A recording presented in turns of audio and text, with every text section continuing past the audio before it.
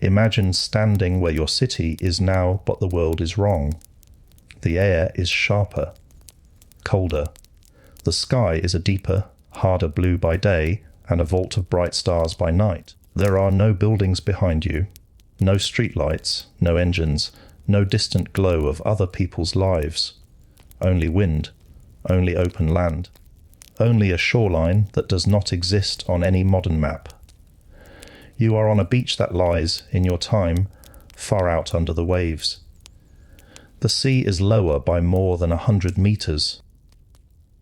What is now deep water is, here and now, a wide plain of packed sand and mud, and grass stretching out toward a smaller, farther ocean. Behind you, low terraces step up from the shore, old beach lines carved by earlier generations of tides as the sea slowly withdrew. Ahead, beyond the dark curve of the night horizon, ice lies over continents like a white, silent weight. It is roughly 20,000 years ago, the last glacial maximum, the coldest chapter in the part of Earth's story that involves us. Somewhere near you, a small camp has formed in the lee of a dune. A few shelters of hide and bone, a handful of silent figures clustered around a banked fire. This is not a lost city or an empire. It is a band of perhaps 30 people, children and elders and hunters, gatherers carrying every surviving thread of their lineage in their own bodies. They do not know that the land under their feet will one day be seabed. They do not know that the glaciers pressing down over distant mountains will retreat, or that other humans, far in the future, will live where the ice now stands. They know only this coast, this wind, this rhythm of seasons and tides. But from where you stand outside their time, looking back, you can see something they cannot. You can see the outline of an Earth that is almost, but not quite, the same as yours. Ice sheets cover Canada and Scandinavia, northern Britain. Rivers wander across what is now the North Sea. Asia and North America are sewn together by a bridge of land called Beringia. Southeast Asia is bound into a single, wide peninsula we now call Sundaland. If you were suddenly dropped into this world with no knowledge of how it came to be, you might think the planet was broken, but it is not. This is just another of Earth's faces, a face that nearly killed us, and also, and strangely, one that helped make us. Tonight, we are going to walk through that frozen map. We will start here with this little camp on a coast that no longer exists. We will rise above it and slowly, until we can see how this shoreline connects to plains and rivers and forests, and the great white walls of ice beyond. We will trace the routes that people like this use to move between worlds that have since been drowned or buried. And gently, without hurry, we will keep returning to them, to one fire, one circle of shelters, one small human story in the shadow of a frozen planet. By the end of this journey, if you are still awake, you will know what the world really looked like at peak ice. You will know where people could live and where they simply could not. You will understand why some of the land your ancestors walked is now under the sea, and why the lines on your modern maps are just one moment in a much longer rearrangement. If you fall asleep along the way, that is fine. The ice moves slowly. The tides of time are patient. You can drift in and out, and this cold, altered Earth will still be here when you return. Settle in. Feel the weight of the blankets, like snow you do not have to walk through. Listen for the crackle of a distant campfire and the low murmur of a sea that has pulled back from the world. We are going back to the night on the drowned coast to see how the map of that world was drawn, and how, in the end, it drew you. The fire in the little camp is almost out, from where you stand in imagination, but clearly enough to feel the warmth. You can see how carefully it has been tended. A shallow hollow, lined with stones pulled from the beach. Charcoal mixed with ash. A few last pieces of wood stacked like a small, careful bridge over embers that still glow in the centre. Around the fire, people sleep in low shelters made from curved ribs and lengths of driftwood covered with animal hides. The openings face slightly inland, away from the coldest of the night wind that comes off the distant ice. From inside, you can hear slow, even breathing, a soft cough, the rattle of a child's foot against a bed of dried grass. To the east, a dim grey light is building over the horizon. It is not yet dawn, but the stars are beginning to fade. The reduced sea murmurs quietly somewhere beyond the dunes, a sound that, to these people, has been constant for as long as anyone can remember. You turn your back on the camp and walk toward that sound. The sand under your feet is firmer than you expect. In some places it is packed almost like stone, pressed by wind and waves into a smooth, hard surface that crunches faintly with frost. In others it is softer, marked by the overlapping prints of feet and paws and hooves from the day before. The air smells of salt and smoke, and something faintly metallic, the cold tang of a world where ice sits heavy on distant mountains. When you reach the crest of the last dune, the view opens. The ocean is far away. Between you and the dark band of water that marks its edge, the land runs out in a broad, shallow plain. Ridges and low channels show where ancient shorelines once stood, and where rivers now travel over ground that was in warmer times under water. Shallow pools shine faintly in the dim light, reflecting the sky. Here and there, the twisted remains of long dead trees or scattered boulders rise from the plain like silent markers of an older landscape. You are standing on what will one day be the seafloor. In your time, ships will pass overhead. Fish will swim where now only frost forms.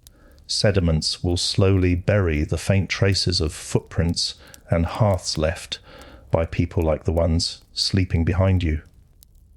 But here, at the height of the last glacial maximum, this is dry, cold land, rich whether or not anyone has drawn it on a map. If you look closely, you can see where a river cuts across this plain, heading toward the lowered sea. Its banks are shallow, its current slow, but it is a line of movement, a path animals follow and people remember.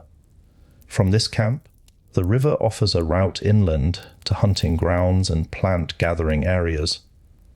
Outward, it leads to the distant fringe of the ocean, where shellfish cling to rocks and fish can be trapped in stone-lined channels when the tide recedes. This shoreline, these terraces, this river, are the first pieces of the Ice Age map you learn. They are not labelled. There are no borders drawn on the ground. But to the people in the camp, each feature has a name of some sort of sound, a gesture, a remembered story, the place where the river bends and the tall grass grows, the old stones where we once saw 3 mammoths pass at dusk, the beach that is safe in winter but dangerous in spring. If you turn inland now, climbing back over the dune and further upslope, you will see how this small coastal world fits into the larger arrangement. Beyond the camp, the land rises gently in a series of low ridges. Short grass, frost-burned shrubs, and a scattering of hardy plants cling to the thin soil. There are no tall forests here. The climate at this latitude, under Ice Age conditions, is too cold and dry to support them. Instead, the horizon is open, From any high point, a person can turn slowly in place and see a vast ring of sky and land, unbroken by buildings or towers. To the north, if the air is very clear, you can just make out a pale glow on the horizon where the great ice sheet begins. It does not appear as a single sharp wall from this distance. Instead, it is a broad band of whiteness, broken by shadowed lines where valleys and ridges shape its edge. From here, it looks almost still. Only on closer inspection, far beyond the reach of this small band, would you see the subtle curves and fractures that show it is flowing, millimetre by millimetre, year after year. Between the camp and that distant ice lies a belt of land that will one day be called by many names tundra and steppe, cold grassland. In this time, it is simply the world. Mammoths move through it along paths they have used for generations, their great feet pressing tracks into the frozen ground. Reindeer or their close relatives follow their own seasonal circuits, grazing on the tough plants that can grow in such conditions.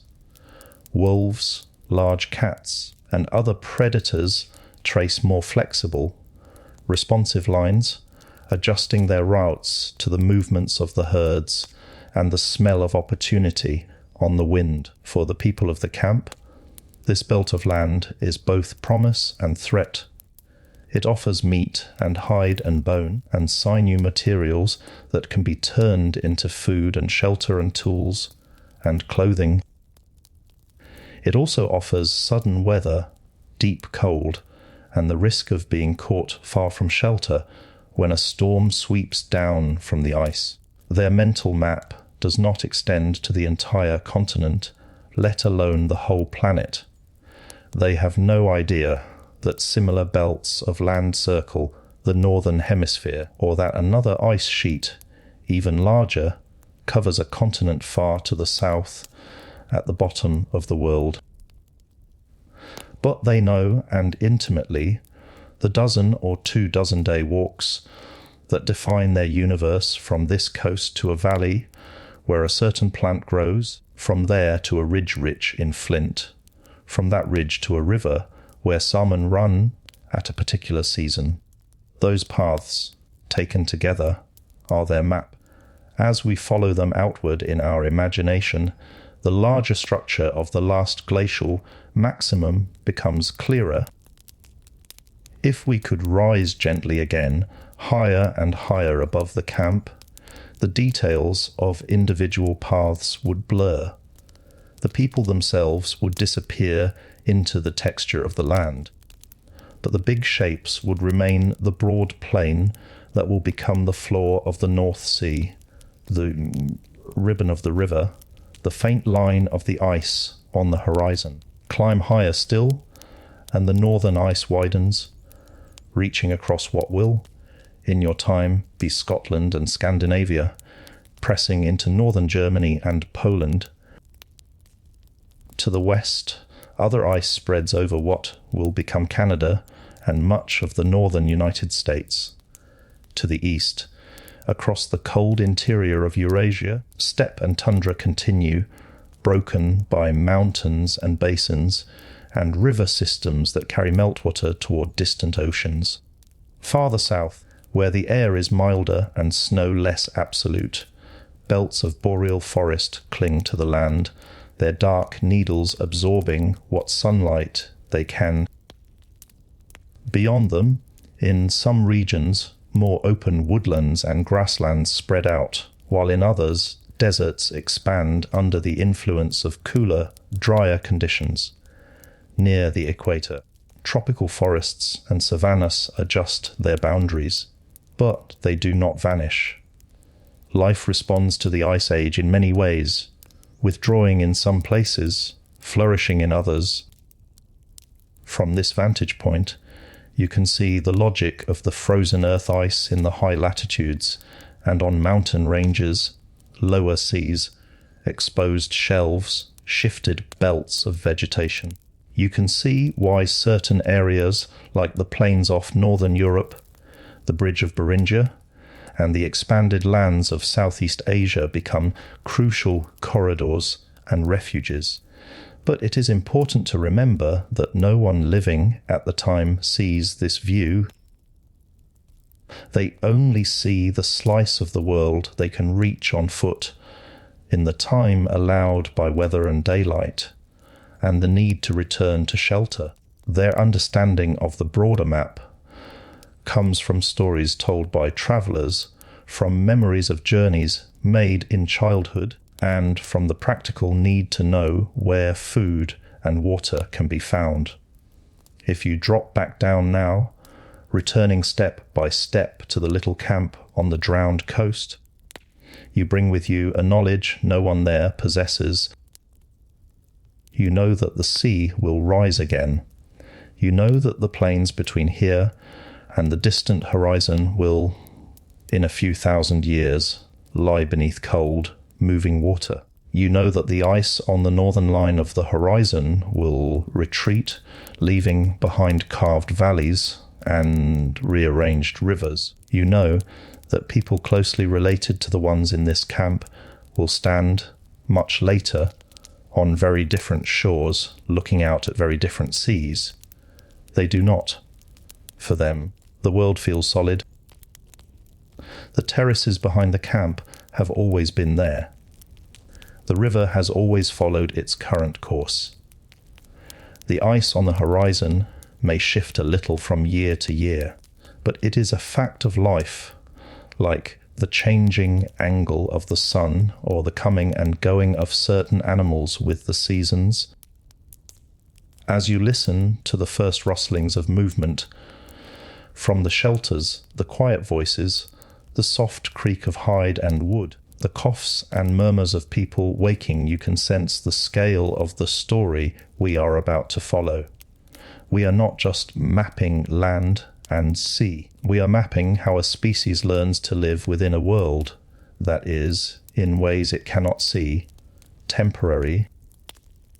In the hours ahead, we will step away from this shoreline and look more closely at the forces that made this map possible, the slow turning of the earth, the balance of sunlight and ice, and the subtle feedbacks that pulled so much water out of the oceans and spread it over the land. But we will keep this camp in mind. Whenever the science feels abstract, we can come back here to a group of people beginning another day on a coast that exists now only as a memory written in stone and sediment, and the quiet persistence of their descendants. For now, let the sound of their voices blend with the distant wash of the reduced sea. Feel the edge of the old ocean under your feet, knowing that beneath that ground lies another map still to be drawn. The frozen planet is set. The stage is built.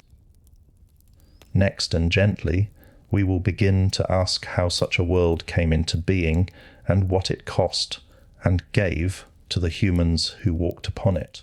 As the morning light strengthens, the camp begins to unfold like a slow, familiar ritual.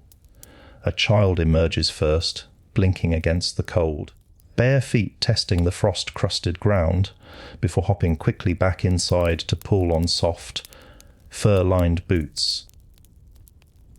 An older woman follows, ducking under the low entrance of her shelter, shoulders wrapped in a thick hide patched and repaired over many seasons.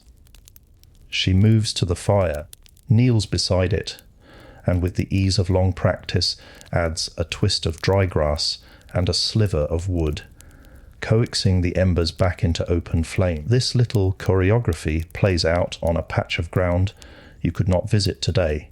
In your time, there is no firm sand here, no hollow for a fire, no frost on an exposed plain.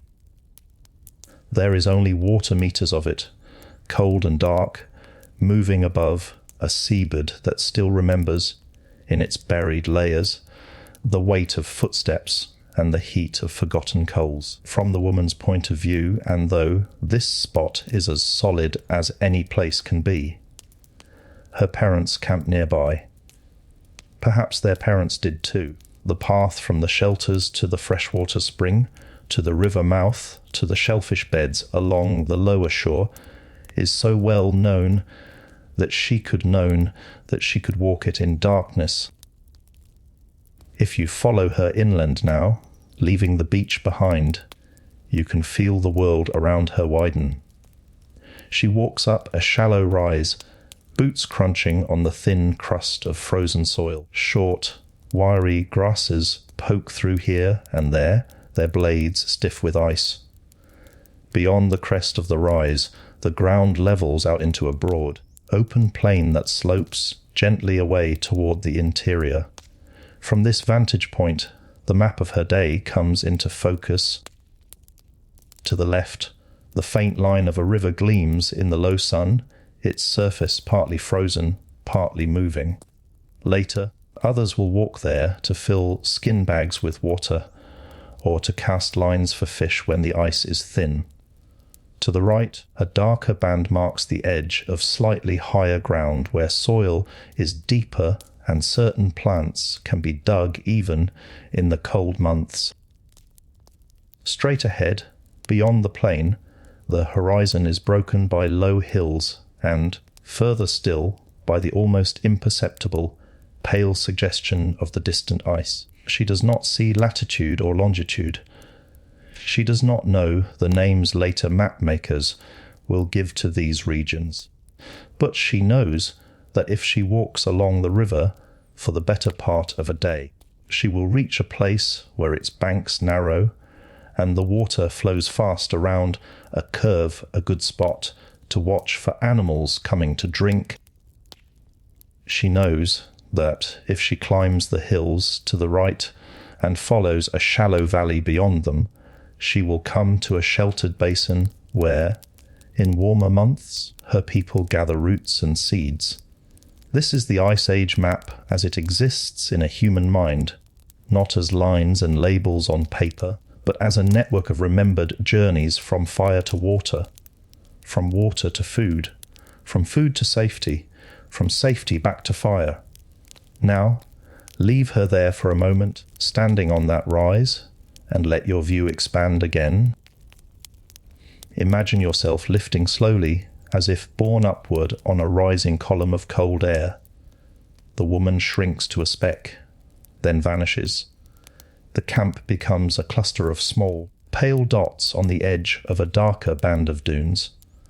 The river's curves grow clearer, its branches and oxbows etched into the land like the veins of a leaf. The low hills beyond reveal their patterns, and behind them the ground gradually merges into the wider stretch of steppe and tundra that runs toward the ice. From a little higher, you can trace this coastline for hundreds of kilometers in each direction. It is not the broken, jagged line you would see on a modern map of bays and headlands. Instead, it is smoother, farther out. The sea has retreated, exposing a broad shelf where sediment has built up over countless earlier cycles of high and low water. Where your time shows contour lines under the waves, this time shows open ground, shaped by wind and the slow adjustment of rivers to their new base level.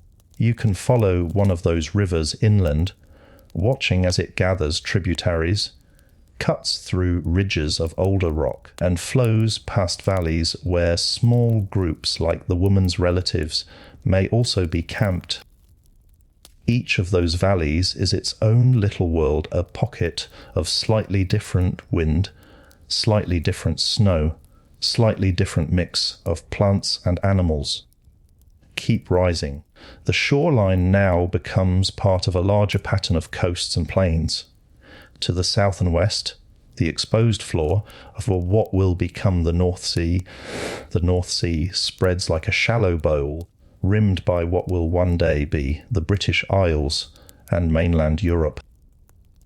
To the east, beyond distant forests and rivers, a different set of shelves lies bare off continental Asia. In the far northeast, the land you call Eurasia reaches toward what will become Alaska, and the two are joined by a wide bridge across the shallower part of the ocean basin. That bridge, Beringia, is another kind of forgotten coastline.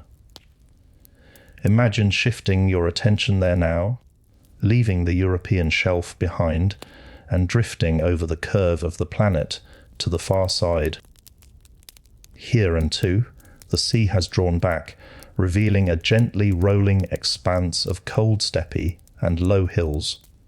Grasses and hardy flowering plants grow in the brief summer, covering the ground with a muted tapestry of greens and browns. Frozen soil lies not far beneath the surface, locking water in place and giving the land a particular firmness underfoot. Herds of animals move across this bridge as if it were just another part of the continent. Mammoths and bison, wild horses, and other grazers follow their own seasonal rhythms, responding to the growth of plants and the patterns of snow and wind. Predators shadow them, much as they do on the plains nearer to the camp you left behind. For humans, Beringia is both corridor and home. Some groups may pass through, moving slowly over generations from one side to the other, chasing better conditions or following herds into new territories. Others may linger for long spans of time, learning the subtleties of this environment, the places where snow melts earliest, the hollows that hold water longest into the dry season, the routes least exposed to storm winds. From a high perspective, you see Beringia as a broad, pale band linking two continents. From the ground, people see it as a series of steps from one ridge to the next, from one good campsite to the next, from one reliable hunting ground to another. If you lower yourself into one of their camps, you might find a scene not so different from the one you just left on the old European coast. A ring of shelters, a hearth in the centre. Faces turned toward the fire, hands busy with tools or food, eyes occasionally lifting toward the edge of the light to watch for movement in the darkness. They do not know they are on a bridge that will one day sink beneath the sea. They know only that this place, for now, works. Travel again now, in your mind, to the other side of the world, to the broad, sun-touched lands of what will become Southeast Asia. In your time, this region is a scattering of islands separated by warm, shallow seas. Indonesia and Malaysia, the Philippines, and countless smaller pieces of land form a complex jigsaw of coasts and channels. At the last glacial maximum, much of that complexity is simplified. The sea has withdrawn here too, barring the continental shelf and turning separate islands into a connected platform of land we call Sundaland. From high above, Sundaland looks like a great, boot-shaped peninsula extending from the Asian mainland, edged with long, shallow slopes toward the reduced ocean. Rivers gather and spread across its surface, carving routes through lowlands and carrying sediment toward distant deltas. Forests and woodlands, and more open patches of vegetation form a mosaic, responding to cooler and often drier conditions than in warmer periods.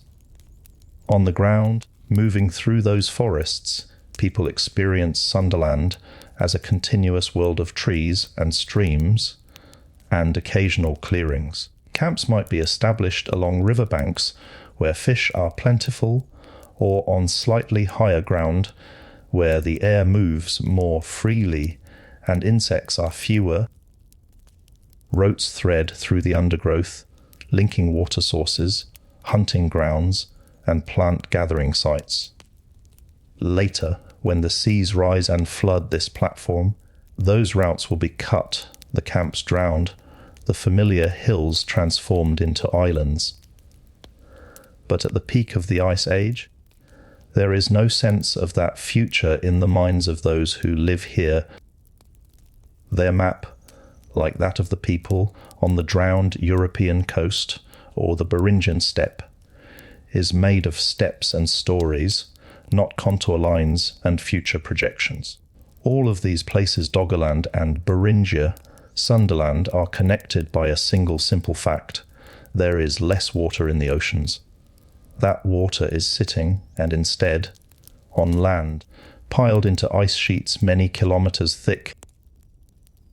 The people living near the edges of those ice sheets may never see their full extent, but they feel their presence in colder winds, altered rainfall, and the positions of rivers and lakes. Those farther away see the indirect results: forests shifted, grasslands expanded or contracted, deserts moving their boundaries year by year. If you allow your view to pull back once more, you can now hold the whole frozen earth in your mind with more detail than before. You see the white caps of ice in the north and south. You see the lowered seas exposing continental shelves, turning many of today's coasts into interior plains.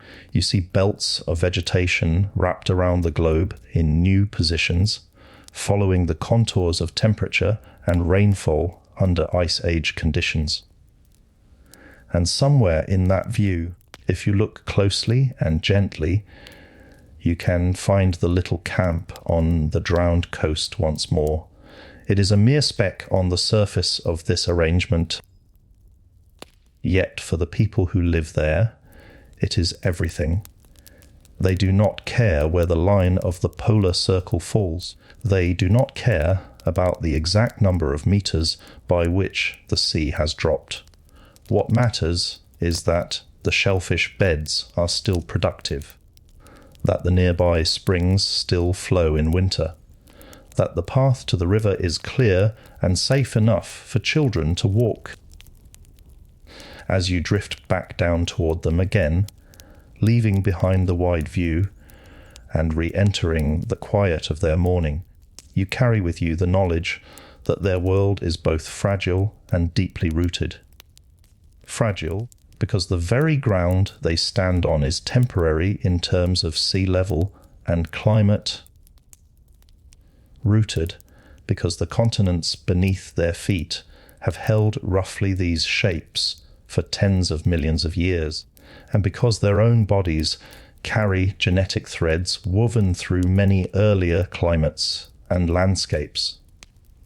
This is what it means to live at the edge of the old sea, to inhabit a map drawn by ice and lowered oceans, without knowing the forces holding the pen.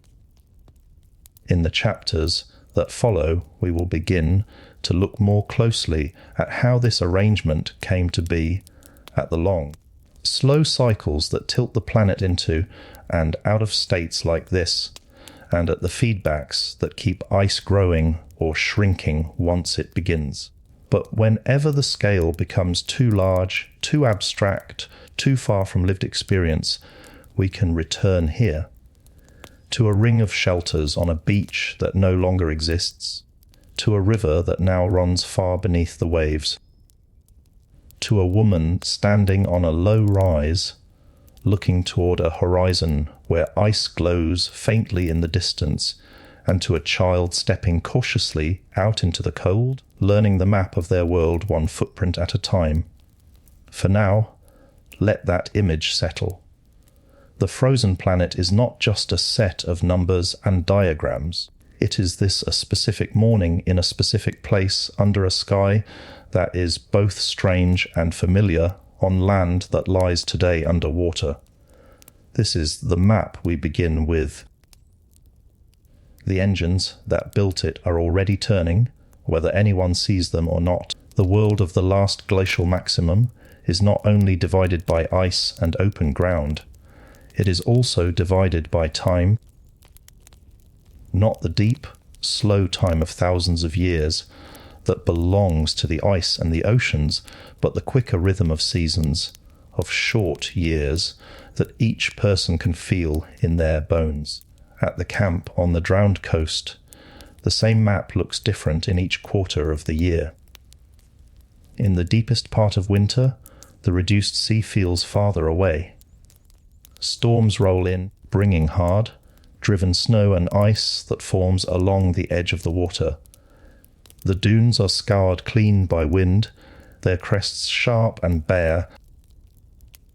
The plain between camp and shoreline is a sheet of frozen ground broken by drifts that can swallow a person's leg in a single step. On mornings like that, few people venture far from the shelters.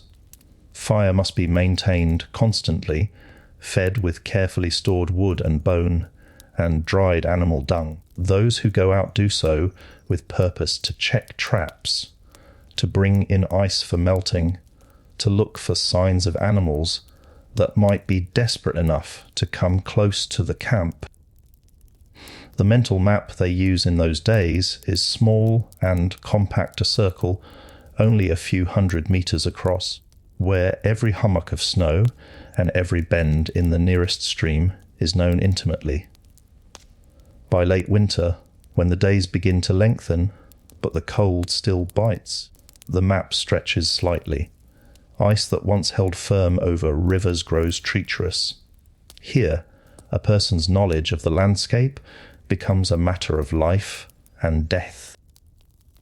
Old routes across frozen channels must be tested with sticks, watched for dark, thin patches, and sometimes abandoned entirely in favour of longer, safer paths along the banks. As spring truly arrives, the world thaws in uneven patches.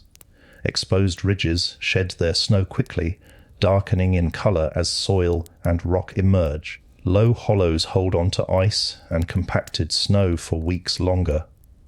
Rivers rise with meltwater, eating away at their banks and carving new shortcuts through soft ground. On the exposed coastal plain, shallow pools widen and shrink in complex patterns depending on the subtle differences in elevation. For the people of the camp, this is a time of both danger and opportunity. Animals begin to move more. Plants send up new shoots that can be eaten. Migratory birds return to nest along rivers and wetlands. But the risk of being caught between rising water and unstable ice is real. Paths that were safe in deep winter are now treacherous. Roads that were blocked by drifts are opening again. In summer, the map expands to its widest extent. Snow lingers only on the far ice and in isolated patches on north-facing slopes or high ground. Grasses and flowering plants cover the plains, turning them into a soft, muted mirror of the steppe that stretches far inland. Insects hum over pools and wetlands. Fish move upstream in greater numbers. The air warms, though in this world warm is a relative term, pleasant by day, still cold at night. Summer is when longer journeys are possible. Bands from the camp might move inland for weeks at a time, following herds or visiting known gathering grounds for particular plants. They may meet other groups at agreed-upon places, a distinctive hill, a narrow pass, a bend in a river that everyone in the region knows. Camps are set up and taken down, leaving behind only faint scars on the land charcoal in the soil, a few broken bones, stone flakes from tool making. From your high vantage point, watching these movements unfold over imaginary weeks, the people trace delicate lines across the frozen world. Their paths resemble the trails of migrating animals or the faint veins in a leaf. They are not random. They cluster around resources, freshwater, reliable hunting grounds, sheltered spots where wind is less fierce. If you turn your mind now away from the coasts and bridges and look inward to the interiors of continents, you will see similar seasonal maps written elsewhere. In the lands south of the European ice sheet, small forests, and wooded valleys provide shelter for groups who have learned to live among trees rather than on bare plains. Their seasonal rounds may involve moving upslope in summer to cooler, more open areas, then descending into lower, more protected valleys in winter. They know where snow piles deep, where it slides, where it melts earliest, and where springs flow year-round under overhanging rocks. In Siberia, far from any sea, families shelter in low, semi-subterranean dwellings dug partially into the ground. Thick walls of earth and sod, reinforced with wood and bone, keep out the worst of the cold.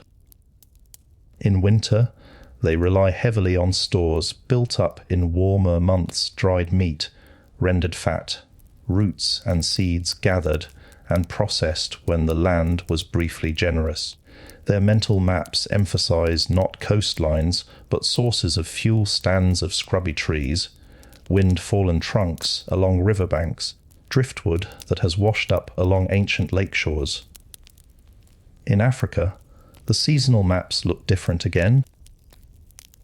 Here, the Last Glacial Maximum brings cooler and often drier conditions in many regions, reshaping the patterns of rainfall. People learn which waterholes endure through the dry months, which river channels retain pools in their bends, even when most of the flow has stopped. They track the movements of herds that depend on those water sources, knowing when to approach and when to stay back. Forests and savannas adjust their borders, but the basic logic of pursing water and shade endures. In Sahol, the combined landmass of Australia, New Guinea, and Tasmania, the annual cycle, is influenced by distance from the equator, by monsoon patterns, and by the distribution of unique flora and fauna. Here and too, maps are drawn in footsteps and in stories coastal routes, linking rich shellfish beds, inland paths, connecting rare permanent springs landmarks that guide travellers across wide, open stretches of seemingly featureless land. Across all these regions, the frozen planet is not experienced as a static backdrop, but as a dynamic, predictable flow. People may not understand the causes of the Ice Age in the way you now do, but they understand its effects intimately: the timing of snows, the depth of river ice, the reliability of certain plant foods, and the sudden absence of others. Over generations, those patterns become so ingrained that they feel like the natural order of things. If a child in our camp on the drowned coast asks an elder, "Has the sea always been this far away?"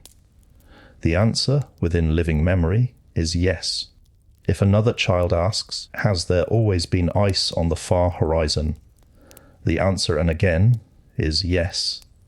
No one alive has seen a dramatically different arrangement. And yet, within the buried sediments of the exposed seabed, within the shapes of ancient river terraces, and in the composition of certain soils, the evidence of earlier coastlines and climates is preserved. Along parts of the European shelf, for example, there may be layers of sediment that were deposited when the sea stood higher in an earlier, warmer phase. Fossil shells from species that prefer different temperatures than those living in the nearby reduced ocean now. Remnants of older beaches cut into rock at elevations that currently lie above the plain. The people walking over this ground cannot read those layers as a geologist would. They may notice unusual stones or shells far from the water's edge. They might wonder how they came to be there. Perhaps they weave explanations into stories about the actions of spirits or the memories of a time before human ancestors were present. What they cannot do is measure those differences against a deep timeline stretching back hundreds of thousands of years. You can. from your perspective, aware of what the ice and oceans have done over repeated cycles. This world at the last glacial maximum becomes one frame in a long sequence. You know that before this, there were other glacials and interglacials, each with its own arrangements of shoreline and climate. You know that after this, the ice will slowly retreat and the sea will return to cover these shelves. The people in the camp, unaware of that future, are nonetheless shaping it in small ways. Their choices of where to travel and hunt, and settle influence which regions remain occupied through the hardest phases of the cold, and which are abandoned.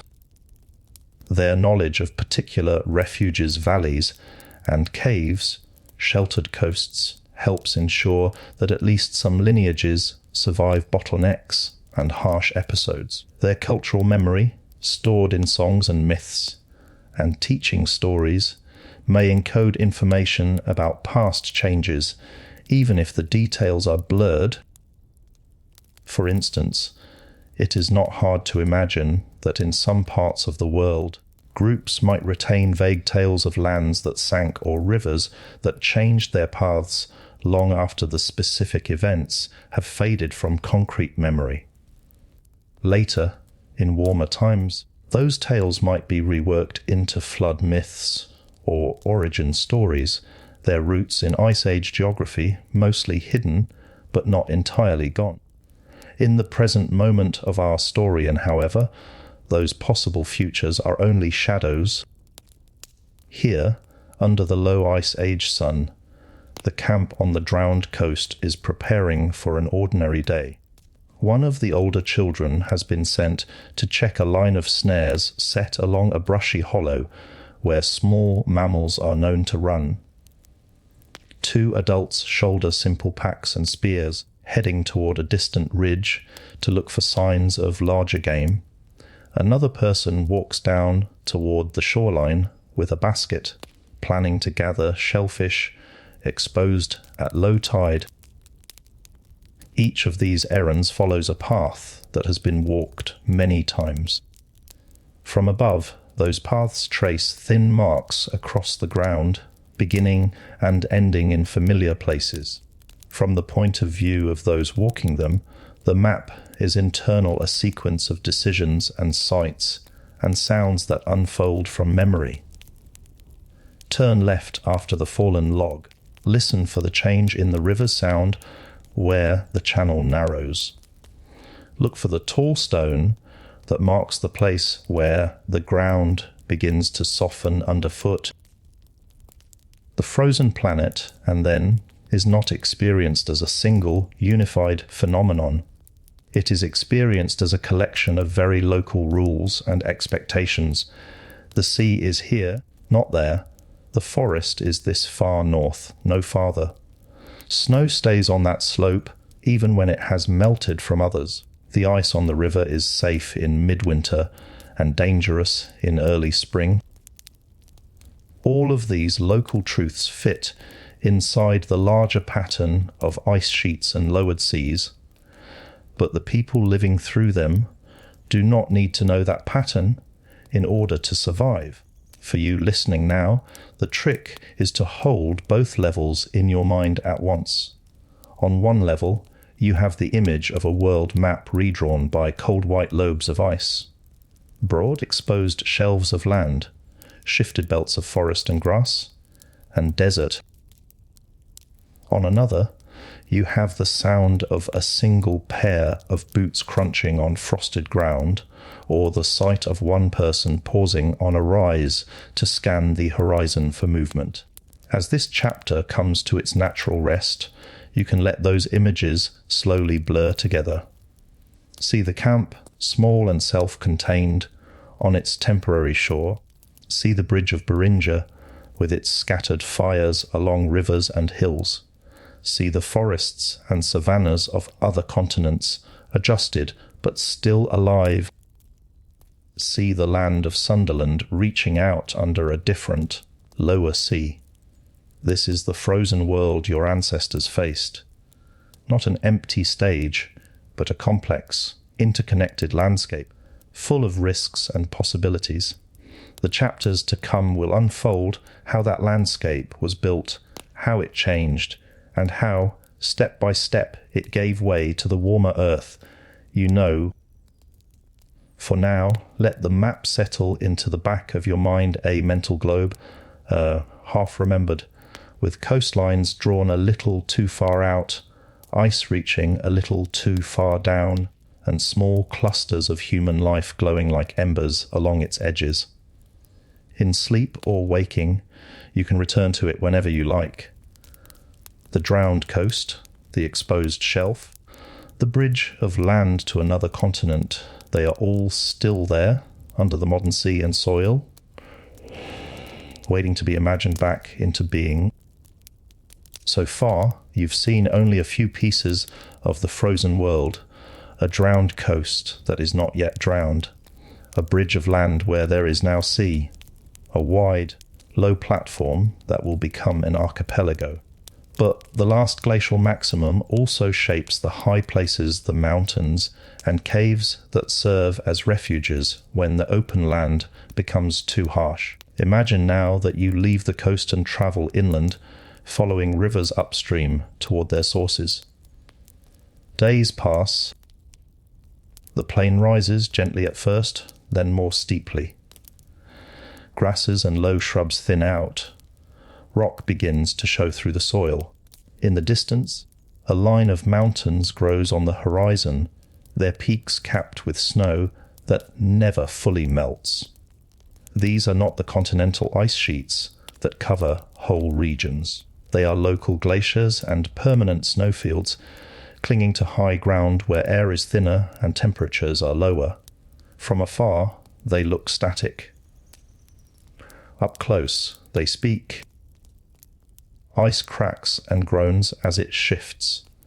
Meltwater trickles from its edges in brief, intense summers carving narrow channels into the rock below.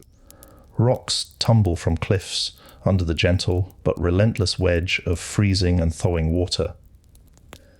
Clouds form and dissolve around the summits, sometimes hiding the peaks entirely, sometimes revealing them in stark, cold light.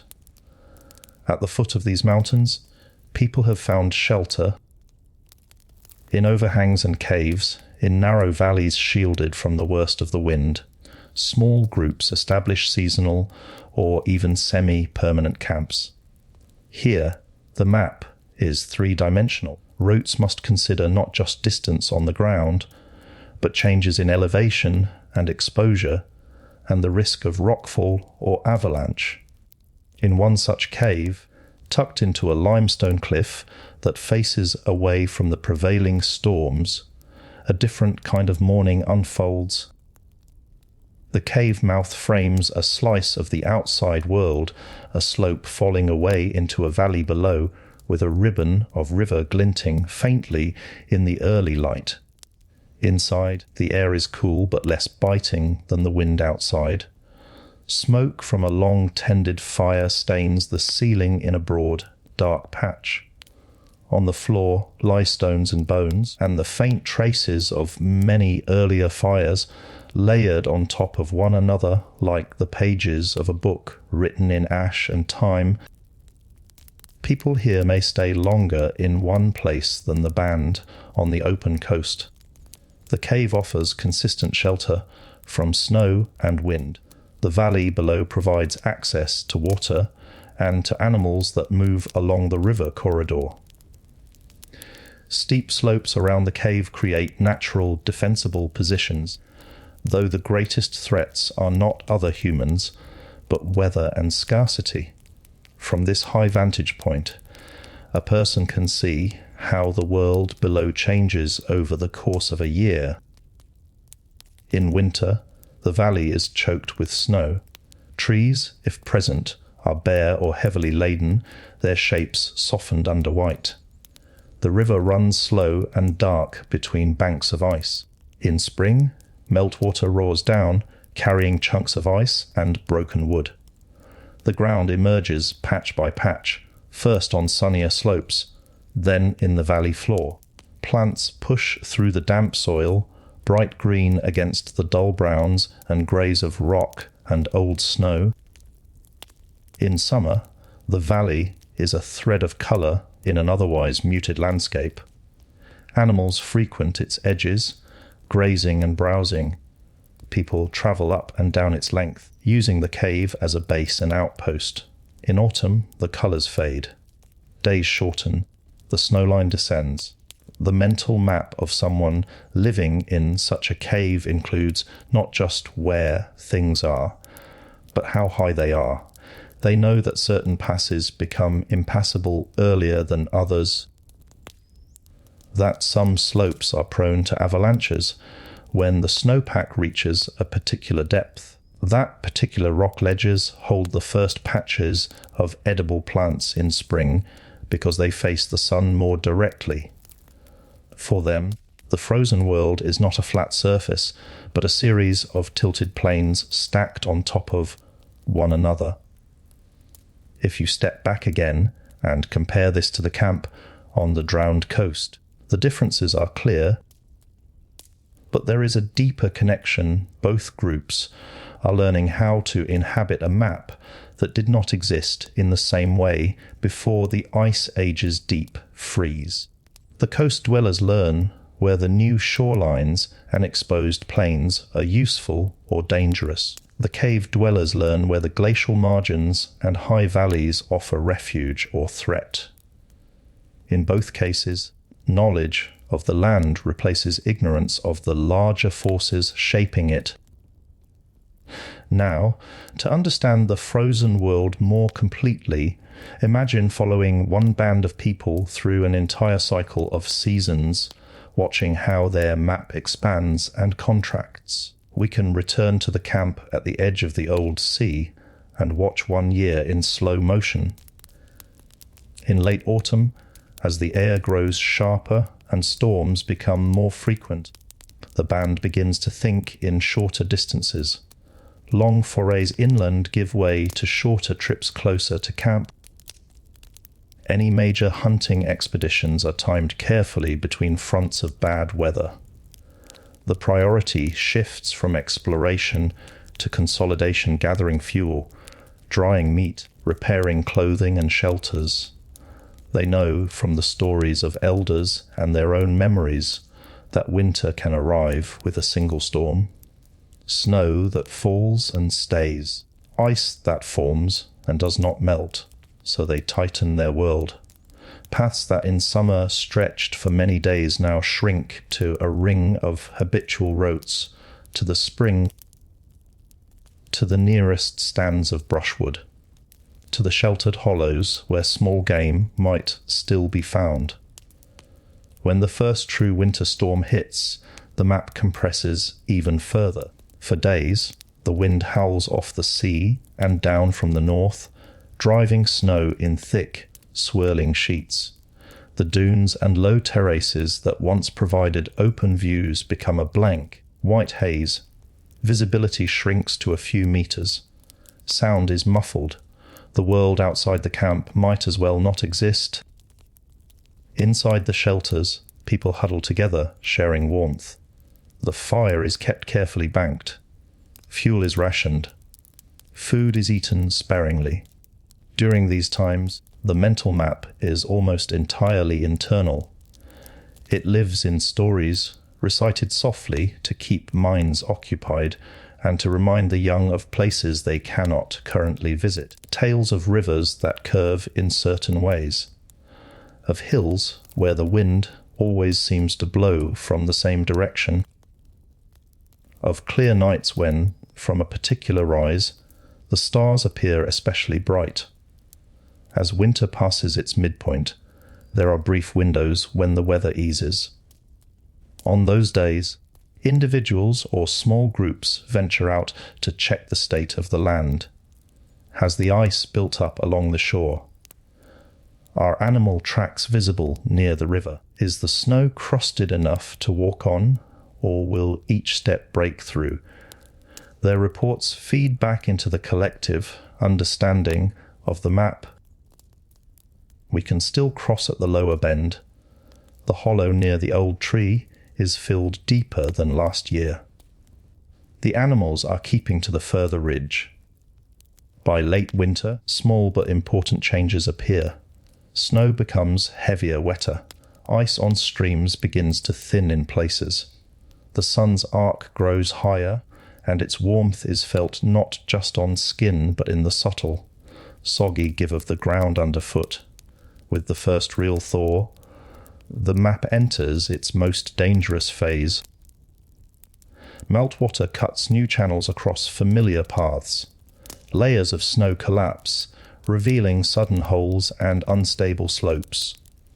Pools form in depressions where none existed before. Rivers swell and may break through their banks, undercutting trails that have been used safely for years. For the band at the coast, this is a time that demands vigilance. Routes to important resources springs, gathering grounds, hunting spots must be tested and sometimes abandoned.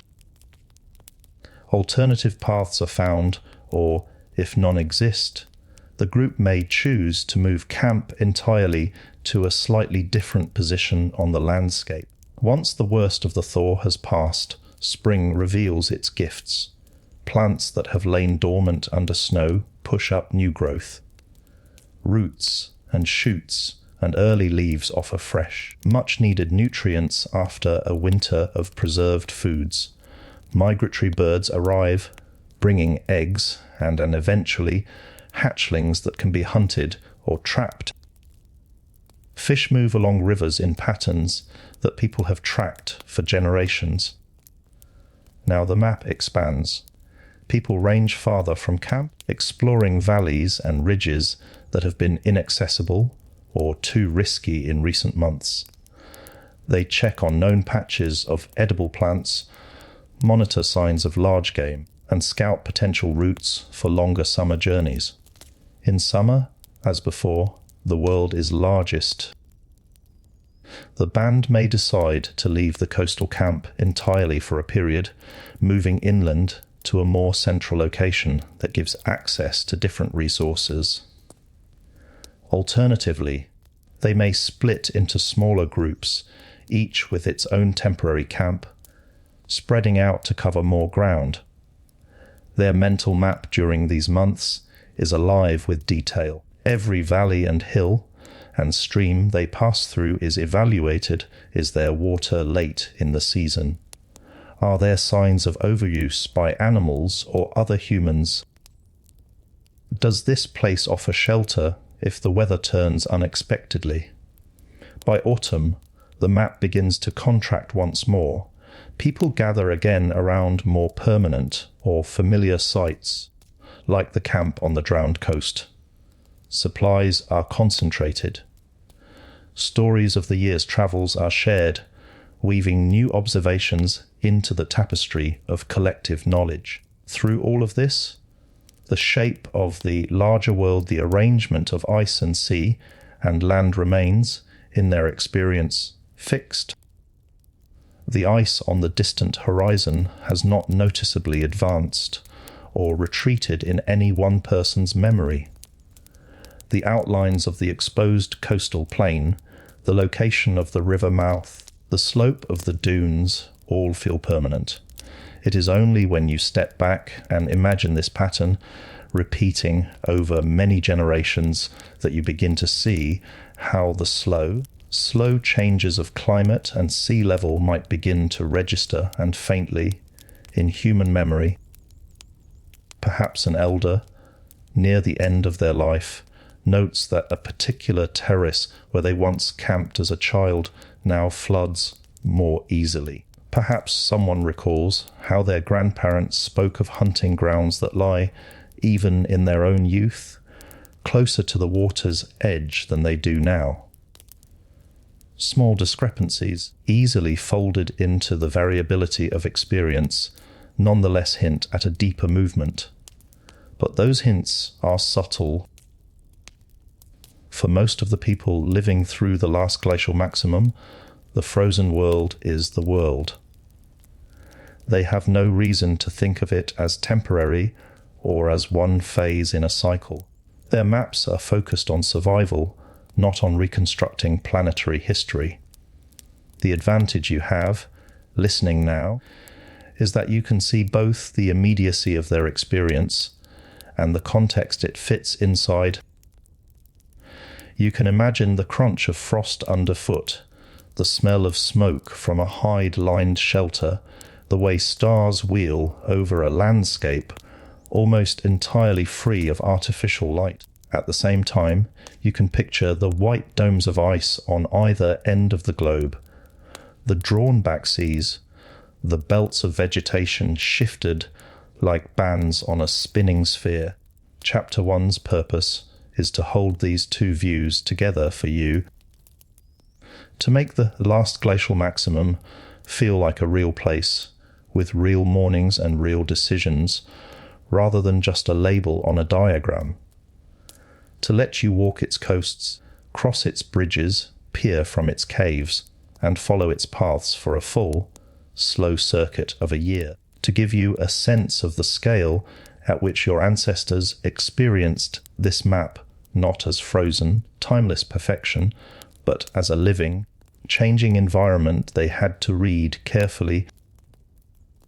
In the next chapter, we will begin to look underneath all of this, to the quiet motions of the earth and the delicate balance of sunlight and ice and air that drew the seas down and built the ice up. We will connect the map you now know in your imagination to the engines that made it possible. But whenever that larger view feels too abstract, you can always return here, to the camp at the edge of the old sea, to the cave above the valley, to the hidden paths across Beringia and the forest trails of warmer latitudes. The frozen planet is not just an idea. It is a home people once knew as intimately as you know your own streets and rooms. And in knowing their map, you begin, and gently, to know a part of your own. Tonight, before the camp on the drowned coast wakes fully, we are going to step even further back. Not in distance this time, but in time and in scale. The people in that ring of shelters feel the cold every day, but they do not know why the world is like this. They know the taste of frost on the air. They know the way winter lingers. They know the angle of the sun at noon is low, even in warmer months. What they cannot see are the slow motions of the planet itself, the quiet tilts and wobbles, the tiny shifts in its path around the sun that have, over tens of thousands of years, pulled Earth into this deep freeze. You, however, can.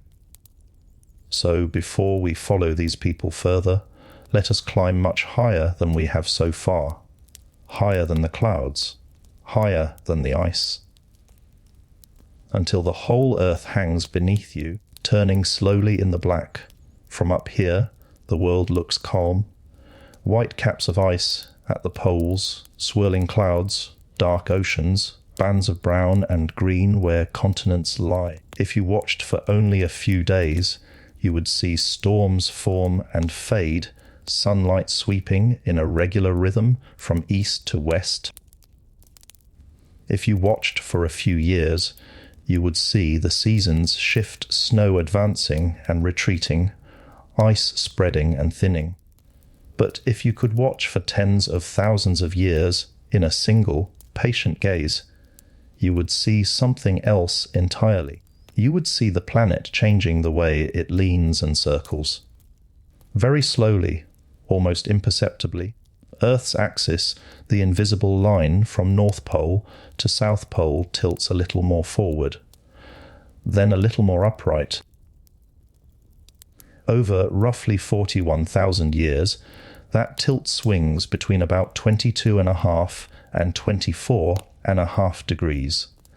When the tilt is greater, summers at high latitudes are warmer and winters are colder when it is smaller. The difference between seasons shrinks. At the same time, the planet does not circle the sun in a perfect, unchanging loop. Its orbit stretches out, and then relaxes again, becoming more elliptical, then more circular, over cycles of roughly 100,000 years.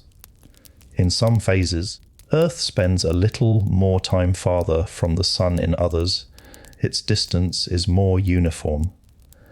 And as if that were not enough, the direction in which the axis points, like the direction of a slowly spinning top, also drifts over time. Over about 23,000 years, that wobble changes which part of Earth leans toward the Sun at different points in the orbit.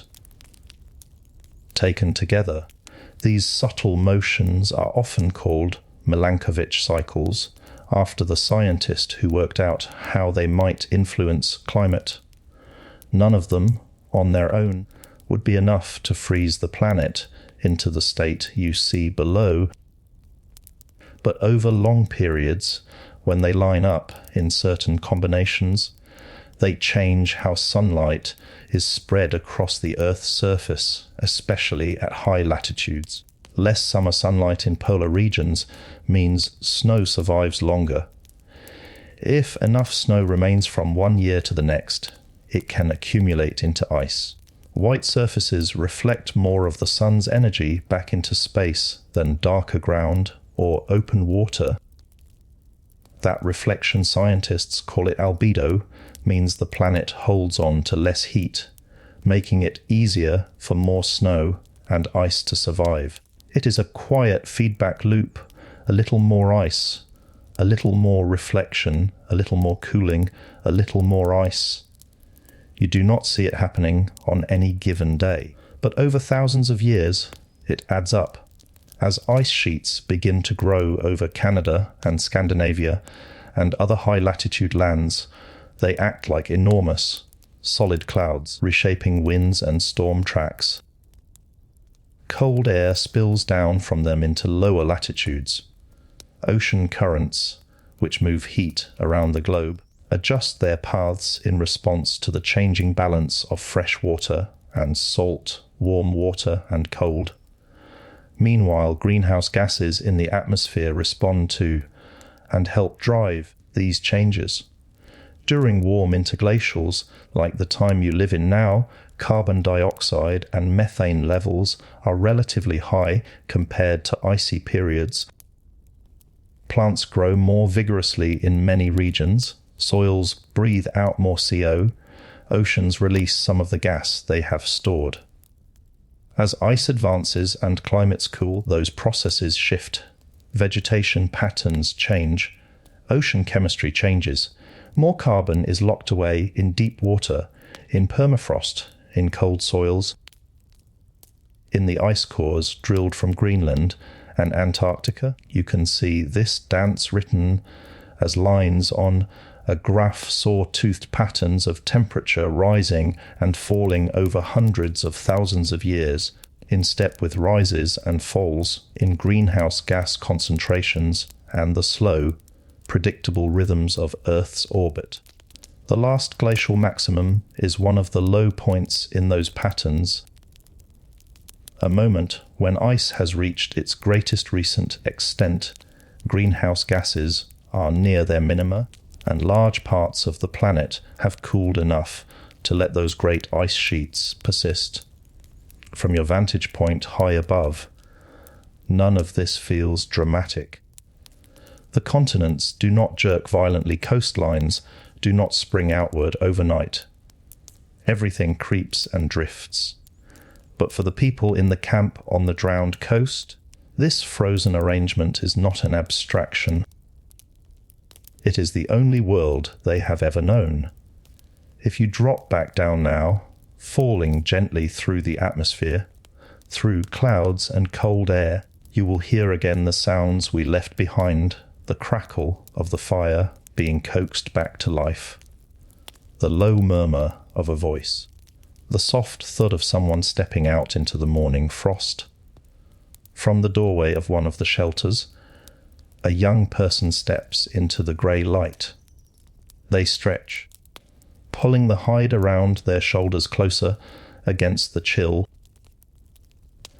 Condensed breath puffs in front of their face. They look first toward the dunes and the sea beyond, checking the sky for signs of weather. Then, almost automatically, they glance toward the line of the northern horizon, where the ice waits, out of sight, but always present in their thoughts. They do not know the words Milankovitch cycle. They have never seen a globe, or a satellite image, or a graph of carbon dioxide over time, but they know that their grandparents spoke of winters that felt a little different.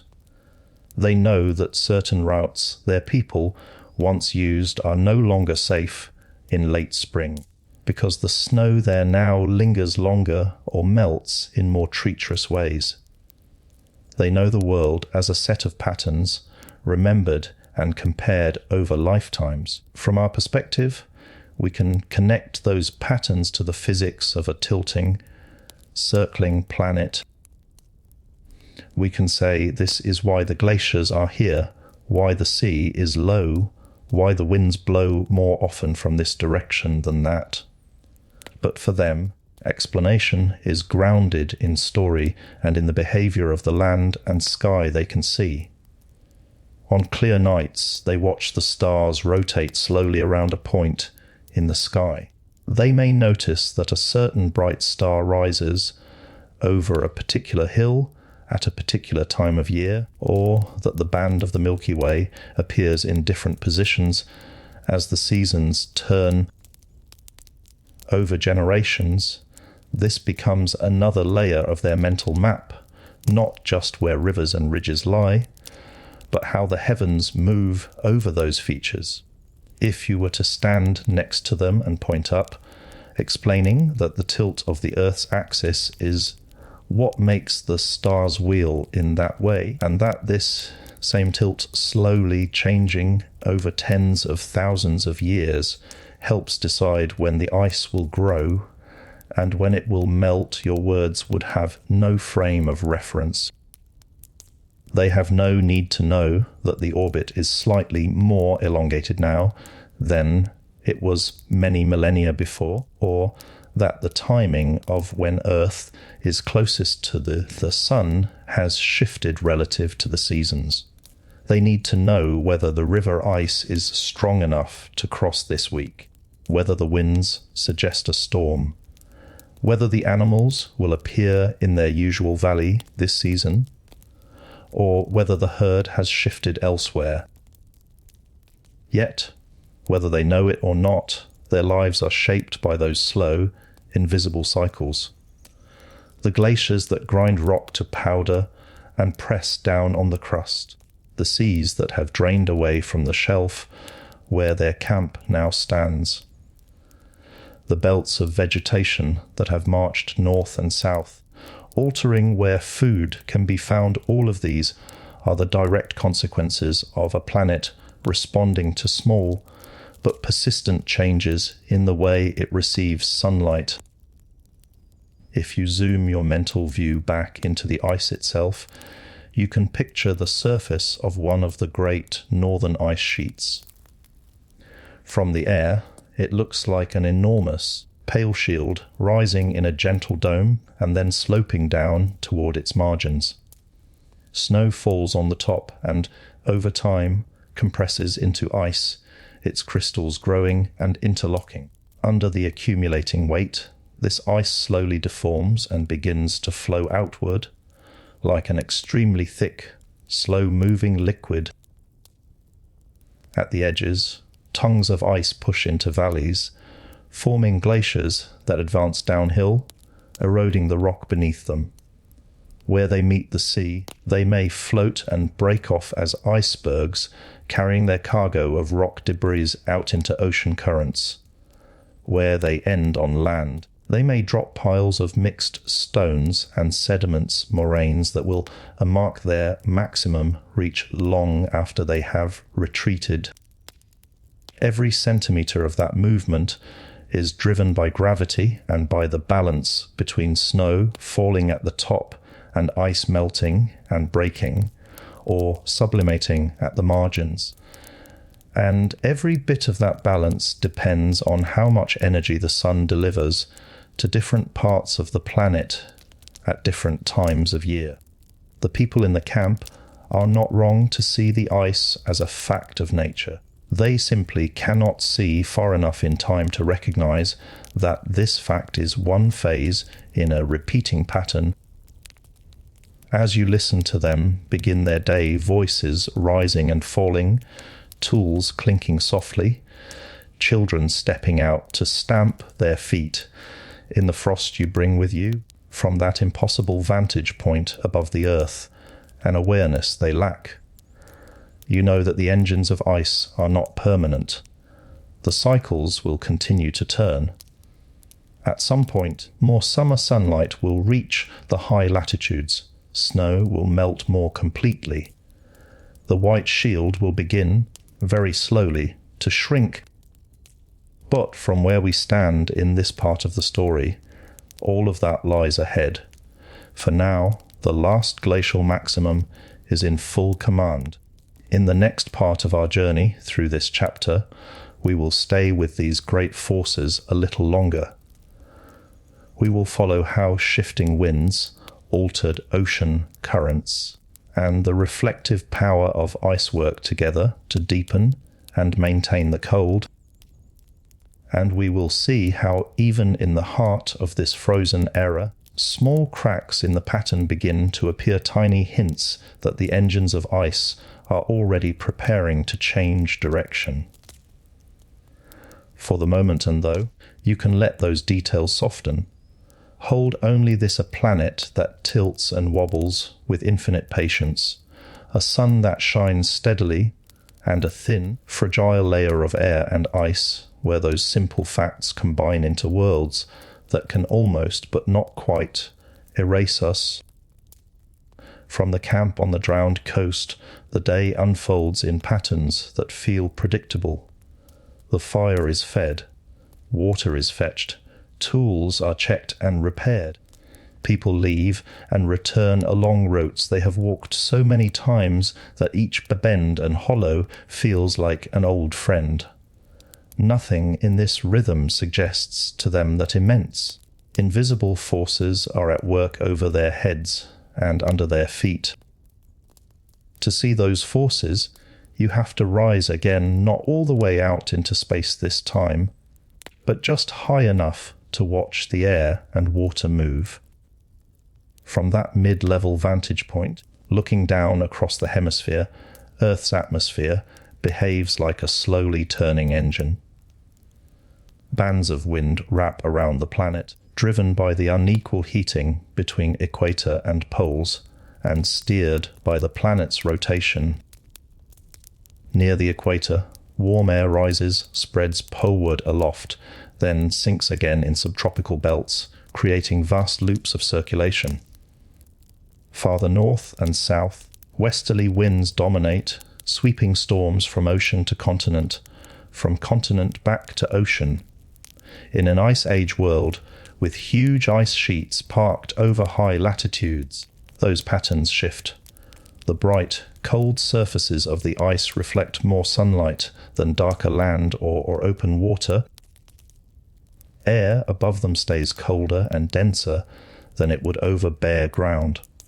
The contrast between icy regions and warmer, ice-free areas becomes sharper. Storm tracks bend and bunch, following new gradients in temperature and pressure. Over the North Atlantic, for example, westerly winds that in warmer times might flow along one path are nudged southward by the bulk of the Fennoscandian ice sheet.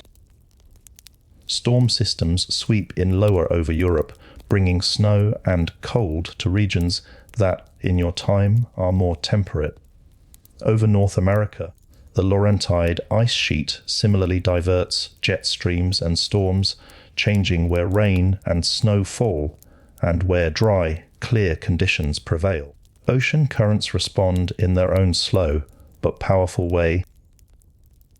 Warm surface waters that today move northward into the Atlantic, releasing heat and moderating European climates, may be weakened or re-rotted under glacial conditions. The injection of fresh meltwater from the edges of ice sheets changes the density structure of ocean layers. Colder, saltier water sinks in different places and in different amounts, altering the great conveyor belt of deep ocean circulation that, over centuries, carries heat and carbon around the globe. From high above, you can imagine these currents as faint, glowing ribbons beneath the surface, wrapping and looping through basins. In the last glacial maximum, some of those ribbons are colder, some are slower, some are blocked by new underwater ridges of sediment and rock pushed out by advancing ice. All of this winds and storms, currents feeds back into the growth and maintenance of the ice itself. Where storms track more frequently over an ice sheet, they may deliver heavy snow that feeds further growth. Where dry, cold high-pressure systems dominate for long stretches, clear skies allow intense nighttime cooling, helping snow survive even if precipitation is low. Where ocean currents carry warm water toward the base of marine ice margins, melting may increase. Where they are shut off, ice tongues can advance further into the sea. From the camp's perspective, none of this complexity is visible. What they feel is simpler. Some years, winter storms come more often from a certain direction. Some decades, the deepest, biting cold lingers longer before spring's first real thaw. Some lifetimes, a once reliable lake shrinks a little, or a long familiar patch of forest seems thinner than stories suggested it once was. For them, these are just variations in a background that feels stable. For you, with the benefit of reconstructed climate maps and models, they are the local expression of a planet-sized machine settling into one of its colder gears. Ice and winds and oceans are not the only parts of that machine. The land beneath the ice bends and flexes under its weight. Rock behaves over long time scales, almost like a viscous fluid. As kilometers of ice pile up on a continent, the crust sags, pushing the underlying mantle aside.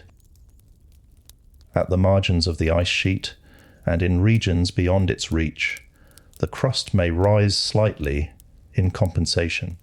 This gentle warping changes the relative elevations of different areas, which in turn alters drainage patterns. Rivers that once flowed along one course may find their paths redirected by the subtle tilting of the land. Basins deepen or rise. Lakes form where none existed before, while others drain away. Again, the people in the camp do not notice the ground itself moving. For them, a river is where it is. A lake is as deep as it is. But over many generations, slight shifts might be remembered in fragmentary ways. An elder might say, "My grandmother spoke of a shallower crossing here, and no one quite knows whether that is because water levels have changed or because memory is imprecise." A story about a valley that once held more water might be passed down and embellished or reinterpreted as a moral tale rather than a literal observation. All of this is to say the engines of ice are subtle in human time, but decisive in Earth time. When orbital configurations, greenhouse gas levels, ice albedo feedbacks and winds and currents and crustal responses all work in concert, you get a world like the one our coastal camp inhabits. A world where massive ice sheets suppress forests and soils in high latitudes. Lower greenhouse gas concentrations allow deeper cold in winter and shallower warmth in summer. Winds and storms are steered and strengthened by temperature contrasts reinforced by bright ice. Oceans are drawn back from shelves, exposing new routes and habitats. It is in that context that this one small group is making breakfast. If you return now, In your mind, to the camp itself, the contrast may feel almost disorienting. The engines you have just watched, those great flows of air and water, those slow bending arcs of crust, are entirely absent from the morning's concerns. Here, a pot of water, crudely shaped from hide and supported by a framework of green sticks, hangs over the fire, steam curling slowly into the cold air. Someone is napping a new edge onto a flint blade, each careful strike sending a small chip into the ash, dusted dust at their feet. A child is counting something in a quiet, repetitive rhythm stones and perhaps, or marks on a bone using numbers that never reach beyond the needs of their immediate circle. Yet every element of their world has been decided for them by those large-scale processes. The exact latitude at which their camp stands, the current height of the sea relative to the shelf, the availability of wood for fuel, stone for tools, animals for food. All of these are the downstream result of sunlight spread differently across the planet by orbital cycles and modulated by the ice and air. There is another layer to this story, one that connects the frozen Earth even more intimately to you. The same engines that built the Last Glacial Maximum have been cycling for far longer than our species has existed. Ice ages have come and gone into glacial warm periods like your own have appeared and faded. Your distant ancestors, whether they were small mammals hiding from dinosaurs or earlier primates clinging to branches in ancient forests, lived through other configurations of this planetary machine. The world of the camp is not a singular anomaly. It is just the most recent expression of a pattern that has repeated many times. What makes it special, at least to you, is that your own species is now on the stage. Homo sapiens, Homo neanderthalensis, other hominins and close relatives all are navigating this particular configuration of ice and sea. Their choices, their adaptations, and their misfortunes will determine who is present when the ice begins to melt and the seas rise again. From the point of view of the engines of ice, this is almost incidental. The planet does not know or care which species walks its plains or digs its caves. From your point of view, it is everything. Without these particular orbital tilts, greenhouse gas levels, and feedbacks, your ancestral map would have been different.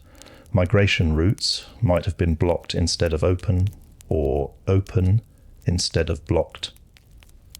Refuges might have been absent where they are present, or present where they are absent. The presence of a narrow land bridge here, and a wide shelf there, a certain arrangement of ice margins and storm tracks at this moment in deep time, is part of the reason your lineage exists as it does. If you stand once more on the hill behind the camp and look out over the exposed coastal plain, you can try to feel this in a quieter way. The wind that brushes your face has spent days crossing ice and open water, shaped by pressure systems that owe their existence to the reflective whiteness of glaciers many horizons away. The cold you feel in your chest as you inhale is a product of skies that lose more heat at night, because the atmosphere holds less greenhouse gas than it does now. The contour of the land beneath your boots, the fact that you are above the modern sea level at all, is a direct result of water locked away in ice, changing how heavy the oceans are and how they press against the continents. To the people of the camp, this is just the world. To you, it is a reminder that Earth's surface is a moving compromise between sunlight and gravity and water and rock. In the remaining parts of this chapter, we will follow how these compromises can shift Even in the midst of the last glacial maximum, at what looks like a peak of stability for the frozen world, there are hints that the balance is already, very slowly, beginning to tip. Small regional warmings and coolings, minor advances and retreats of ice fronts, changes in the timing and severity of winters. In your time, scientists read those hints in ice cores and sediments and fossil remains. In theirs, people sense them only as slightly different winters and slightly altered seasons. Between those two ways of knowing, you can begin to see the engines of ice not as abstract mechanisms, but as the hidden scriptwriter of human possibility. We will step into that script a little more deeply in the next part of this chapter, watching as the frozen world tightens and then, almost imperceptibly, begins to loosen its grip. For now, as you breathe, imagine that each inhale and exhale is synchronized with a longer rhythm. You cannot fully hear the slow, planetary heartbeat of cycles that bring ice and take it away, and in doing so, frame the story of us. If you look at a simple diagram of the last glacial maximum, it might seem as if the whole planet was locked in the same deep cold. Thick white areas over North America and Northern Europe. Thin lines showing lower sea level. A few arrows for winds and currents.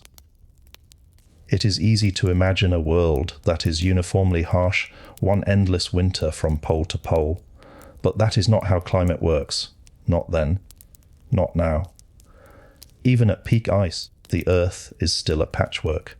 Some places are brutally cold and dry, lying in the shadow of the great ice sheets. Others are only moderately cooler than today, with seasons that would feel strange to you, but survivable. A few regions even become more comfortable for humans than they are in warmer times. As deserts shrink or rainfall patterns shift. These differences matter because they create refugia pockets where life can endure when conditions elsewhere are too severe.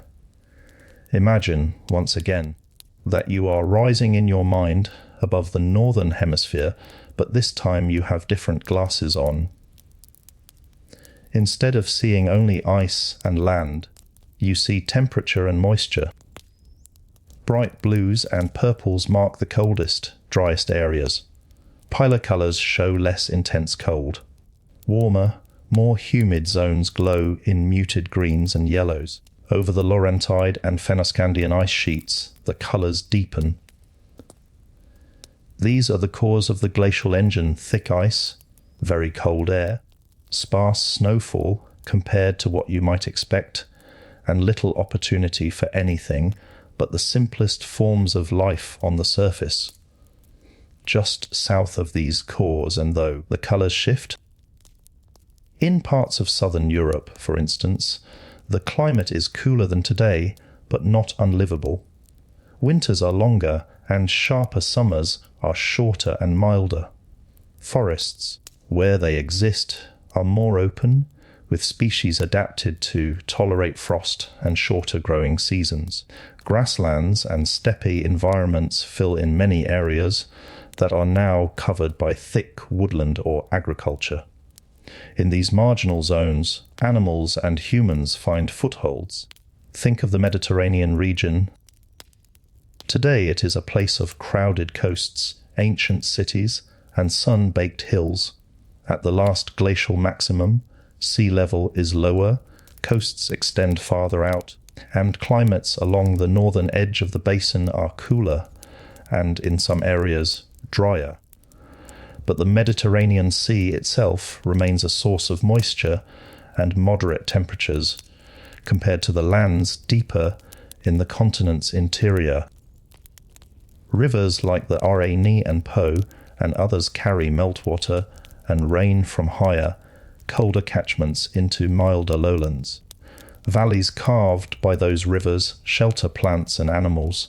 People, whether Homo sapiens or late Neanderthals before their disappearance can use these corridors as relatively stable living spaces. A similar pattern appears in parts of Western Asia. The Black Sea, the Caspian, and the Eastern Mediterranean form nodes of milder climate in a wider grid of cold and dry areas. Where water is present and not locked into ice, it moderates local conditions, preventing extremes from reaching the same depths as they do on high plateaus or inland plains. If you follow your imagined climate map south into Africa, the picture changes again. Here, at the last glacial maximum, some regions become drier and cooler. The Sahara may expand in certain phases, spreading arid conditions over a larger area. Yet other regions, like parts of eastern and southern Africa, retain or even gain relatively favourable climate windows with enough rainfall and moderate temperatures to support diverse ecosystems. In those regions, human populations can persist and even grow modestly, acting as reservoirs of genetic and cultural diversity, when other areas are more marginal. Further east, in what will become China and surrounding lands, belts of loess fine, wind-blown dust and steppe environments create their own versions of Ice Age landscapes. Northern China, for example, supports grassland and open habitats adapted to colder, drier conditions, while more southern and coastal areas maintain woodlands and mixed systems that remain productive. In the southern hemisphere, the pattern continues. Southern South America, under the influence of Patagonian ice fields and shifting westerly winds, experiences strong glacial effects cooling, altered storm tracks, and advancing glaciers in mountain regions. But parts of Brazil and other tropical areas retain warmth and, in some places, sufficient moisture, even if rainforest distributions change. In Sahel, the combined Australia-New Guinea-Tasmania landmass, temperatures drop and some regions become more arid, but coastal and certain inland refuges remain habitable. People who reached these lands earlier in the late Pleistocene have already adapted to their unique challenges and, during the last glacial maximum, continue to navigate a combination of open plains and woodlands and coastal zones. Seen from above, and then, the frozen planet is not one vast, uniform refrigerator. It is a network of cold cores and relative havens, with gradients between them. The ice sheets anchor the system. Around them, belts of less intense cold stretch across mid-latitudes. Further away, cooler but still temperate or subtropical climates support life in changed but recognizable forms. For humans, these patterns determine where populations can cluster when times are hardest. Places with a mix of resources, water and fuel, diverse plant and animal life become refugia where lineages can endure through glacial peaks. Southern Europe, parts of the Levant and Western Asia, certain belts in Africa, coastal and riverine pockets in East Asia, segments of the Americas where ice-free corridors and milder regions coexist. In your time, genetic studies and archaeological finds have begun to trace faint lines from these refuges to modern populations. Differences in DINA patterns across continents suggest that some groups were squeezed into small, relatively favourable regions during glacial maxima, then expanded outward again when climates improved. Variations in stone tool traditions and other cultural markers hint at long periods of semi-isolation, followed by renewed contact as environmental barriers weakened. From the point of view of the people in the camp at the drowned coast, none of this is visible as a global pattern. They do not know that, on another continent, A group like them is waking up in a cedar-fringed valley beside a smaller, cooler than modern lake. They do not know that, far away, a band in Sahol is walking along a coastline that will one day fragment into islands. They know only that their own pocket of the world has, so far, continued to provide what they need. Yet their survival is, in part, borrowed from those larger forces. They exist because their ancestors, or the ancestors of their ancestors, found and stayed in a region where conditions remained just good enough.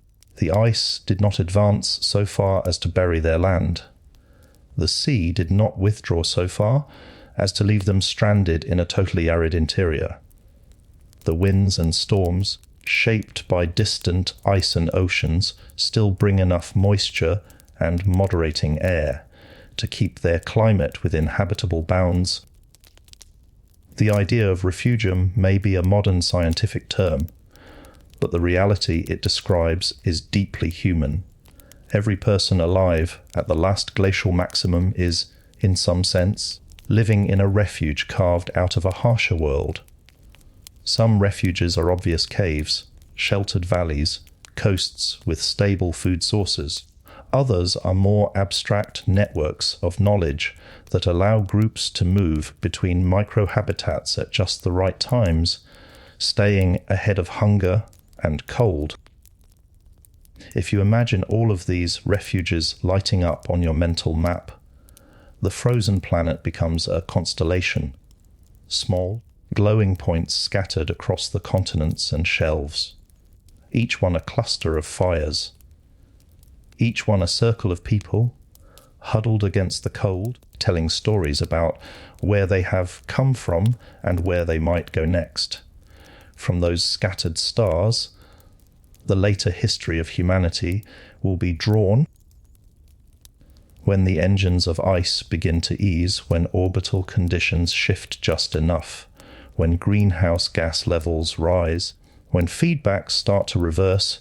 It will be from these refuges that people spread outward again. They will recolonize higher latitudes, re-enter valleys that were too cold or too dry before, and reclaim coasts that have been inaccessible under lower sea levels. But at the moment we are inhabiting here, at the height of the last glacial maximum, that future is not visible. All that exists are the refuges themselves and the slow, patient work of living within them. Back at the drowned coast, afternoon light is slanting low. The person who went to the snares returns with one small animal, enough to contribute to a shared meal. The pair who travelled to the ridge come back with knowledge more than food. They have seen tracks and droppings, and distant movement that suggest larger game has passed through recently. The one who went to the shore with a basket brings it back half full of shellfish and small sea creatures, their shells clinking softly against one another. Around the fire that night, as the sky darkens and stars appear one by one, talk may turn to plans. Should they, in the next few days, risk a longer journey inland, hoping to intercept the larger animals they suspect are near? Should they instead focus on the coast and the relative safety and predictability of what it offers?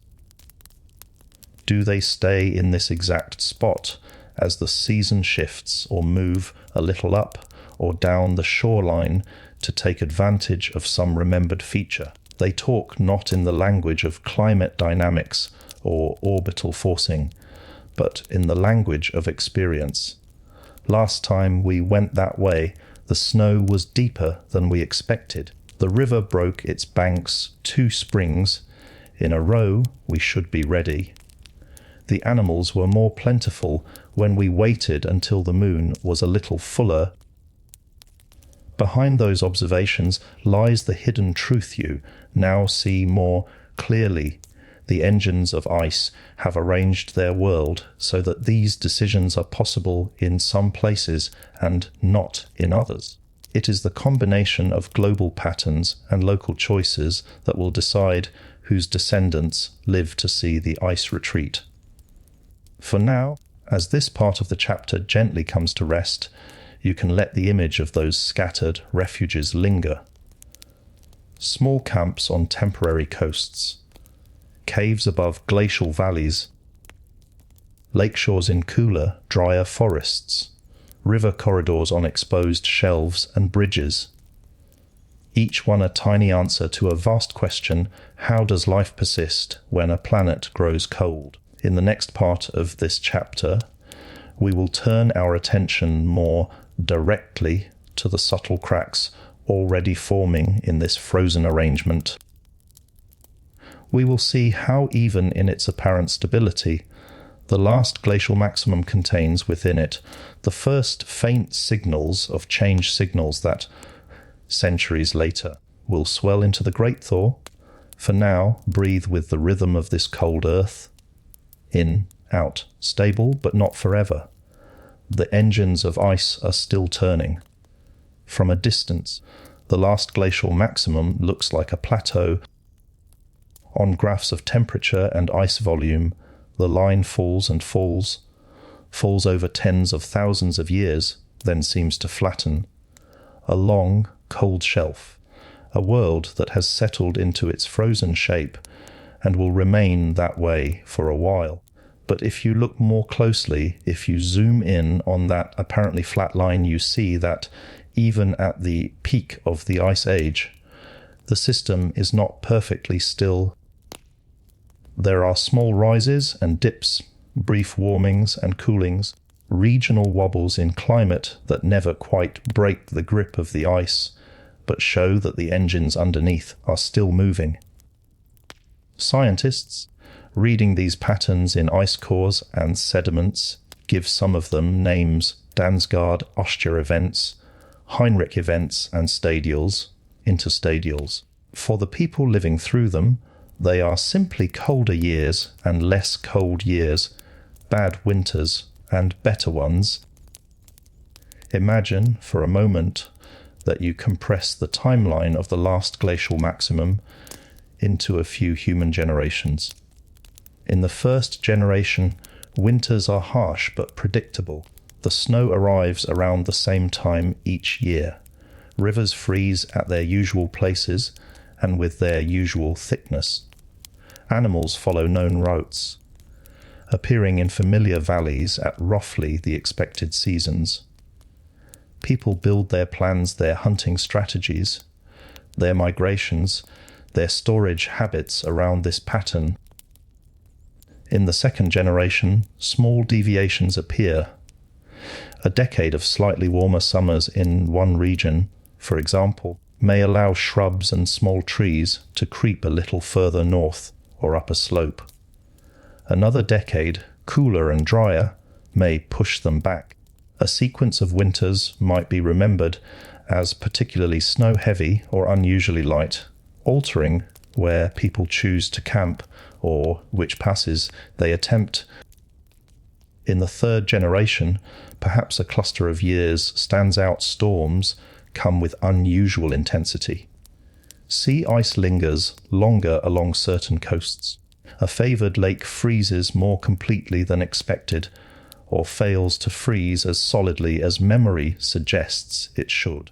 No single one of these episodes is enough to melt the ice sheets or redraw the global map, but they are signs that the plateau is not perfectly flat, that the engines of ice are still humming underneath, sometimes a little louder, sometimes a little softer. We know, from the vantage point of deep time, that the last glacial maximum will eventually end. Orbital configurations will continue to shift, bringing slightly more summer sunlight to high latitudes. Greenhouse gas concentrations will begin to rise as oceans and ecosystems respond to subtle changes. The balance between snow gained and ice lost will tip very slowly toward melting. But in the moment we are inhabiting with our coastal camp, those future changes are only the faintest of suggestions. How might they first appear to the people actually living there?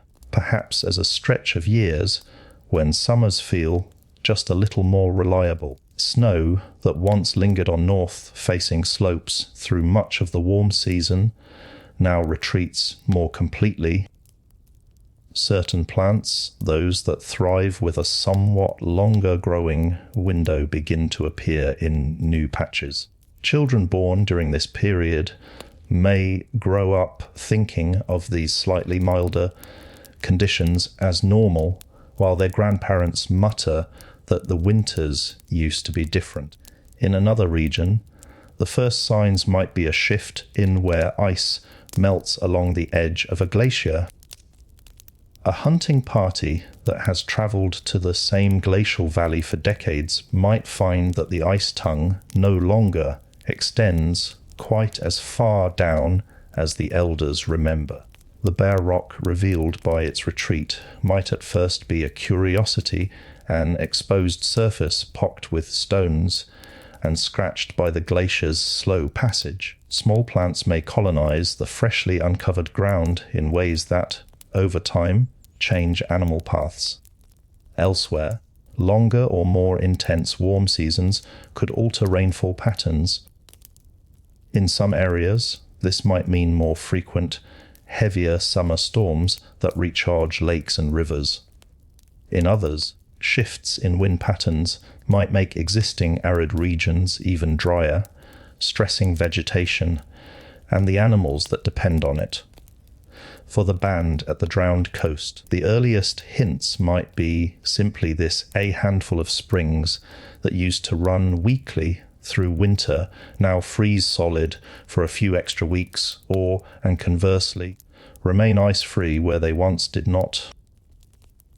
A line of seasonal ice forms a little closer or a little farther from shore. The timing of when certain birds arrive or when fish move upriver nudges forward or backward by a few days across a decade. None of this would be easily separated in their minds from ordinary year-to-year variability. People everywhere have always experienced runs of good years and bad years, harvests that fail, game that is scarce, storms more violent than expected. In an Ice Age world where margins are thin, these swings are felt more sharply, but they are still absorbed into the larger story of survival. You, however, can see them differently. With the help of cores taken from ancient ice and mud, you can line up these episodes on a timeline and notice that, as centuries pass, the underlying baseline begins to tilt, very slowly, but unmistakably. In Greenland's ice, for example, trapped bubbles of ancient air show that temperatures there fluctuate by a few degrees around the low glacial mean, and then, much later, begin to rise more consistently toward the end of the Ice Age. In marine sediments, the species of tiny organisms preserved in the layers change as water temperatures and nutrient patterns shift. On land, the pollen of different plants appears and disappears, marking the gradual rearrangement of ecosystems.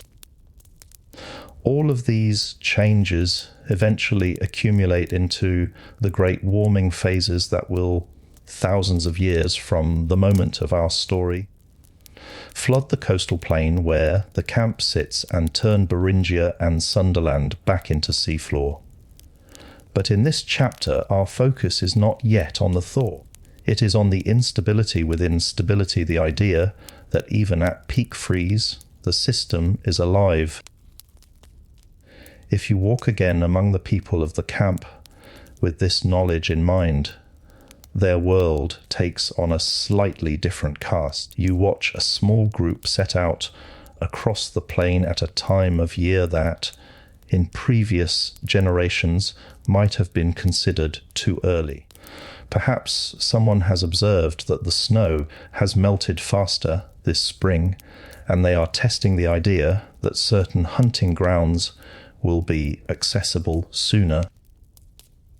You listen to an elder compare this winter to one from their youth, noting that the ice on the river used to sing differently, or that the wind cut harder from the north. You know that these impressions are anecdotal, entangled with memory, and the natural human tendency to compare the present against an often idealized past. And yet, in aggregate, woven across many lives and many regions, they form the human texture of climatic change. Later, when the ice truly begins to unwind, these small instabilities will become more pronounced. Storm patterns will shift more aggressively. Ice margins will retreat further and not return to their previous positions. Sea level will begin, over generations, to creep upward. The people who live through those times will, and eventually, notice. They will adjust their mental maps. They will tell stories of lands that were once dry, now swallowed by water. They will move camps uphill and upstream. They will seek new refuges as old ones become less reliable. For now, and however, the last glacial maximum holds. The engines of ice still favour accumulation over melting. Greenhouse gases remain low. Orbital configurations still withhold some summer warmth from the highest latitudes. The plateau has not yet tipped. As you rest with that thought, you might notice an odd comfort in the idea that even the most extreme states of Earth's climate, the coldest glaciations and the warmest interglacials, are not static prisons, but chapters with beginnings and middles and ends written in very slow ink. The people around the fire at the drowned coast are living near the midpoint of one such chapter. They do not know where in the story they stand. You do. You know that, in a sense, the engines of ice are already beginning to ease up, even if no one here can feel it yet. You know that their grandchildren's grandchildren's grandchildren will inhabit a world with slightly different snowlines, slightly different coastlines, slightly different seasons. You also know that, without this long, cold interval with its lowered seas, shifted belts of vegetation, and concentrated refuges, the later pathways of human migration and cultural development would have been different. Perhaps some routes you know from history would have been closed. Perhaps others, never used in your timeline, would have opened.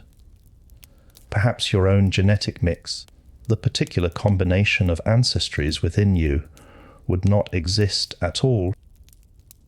The engines of ice, and then, are not just background machinery, they are part of the reason you are here to listen. In the final part of this chapter, we will gently connect all these threads. We will gather the orbital cycles, the greenhouse gases, the winds, the currents, and the patchwork of refuges into one coherent picture of a frozen world at its peak.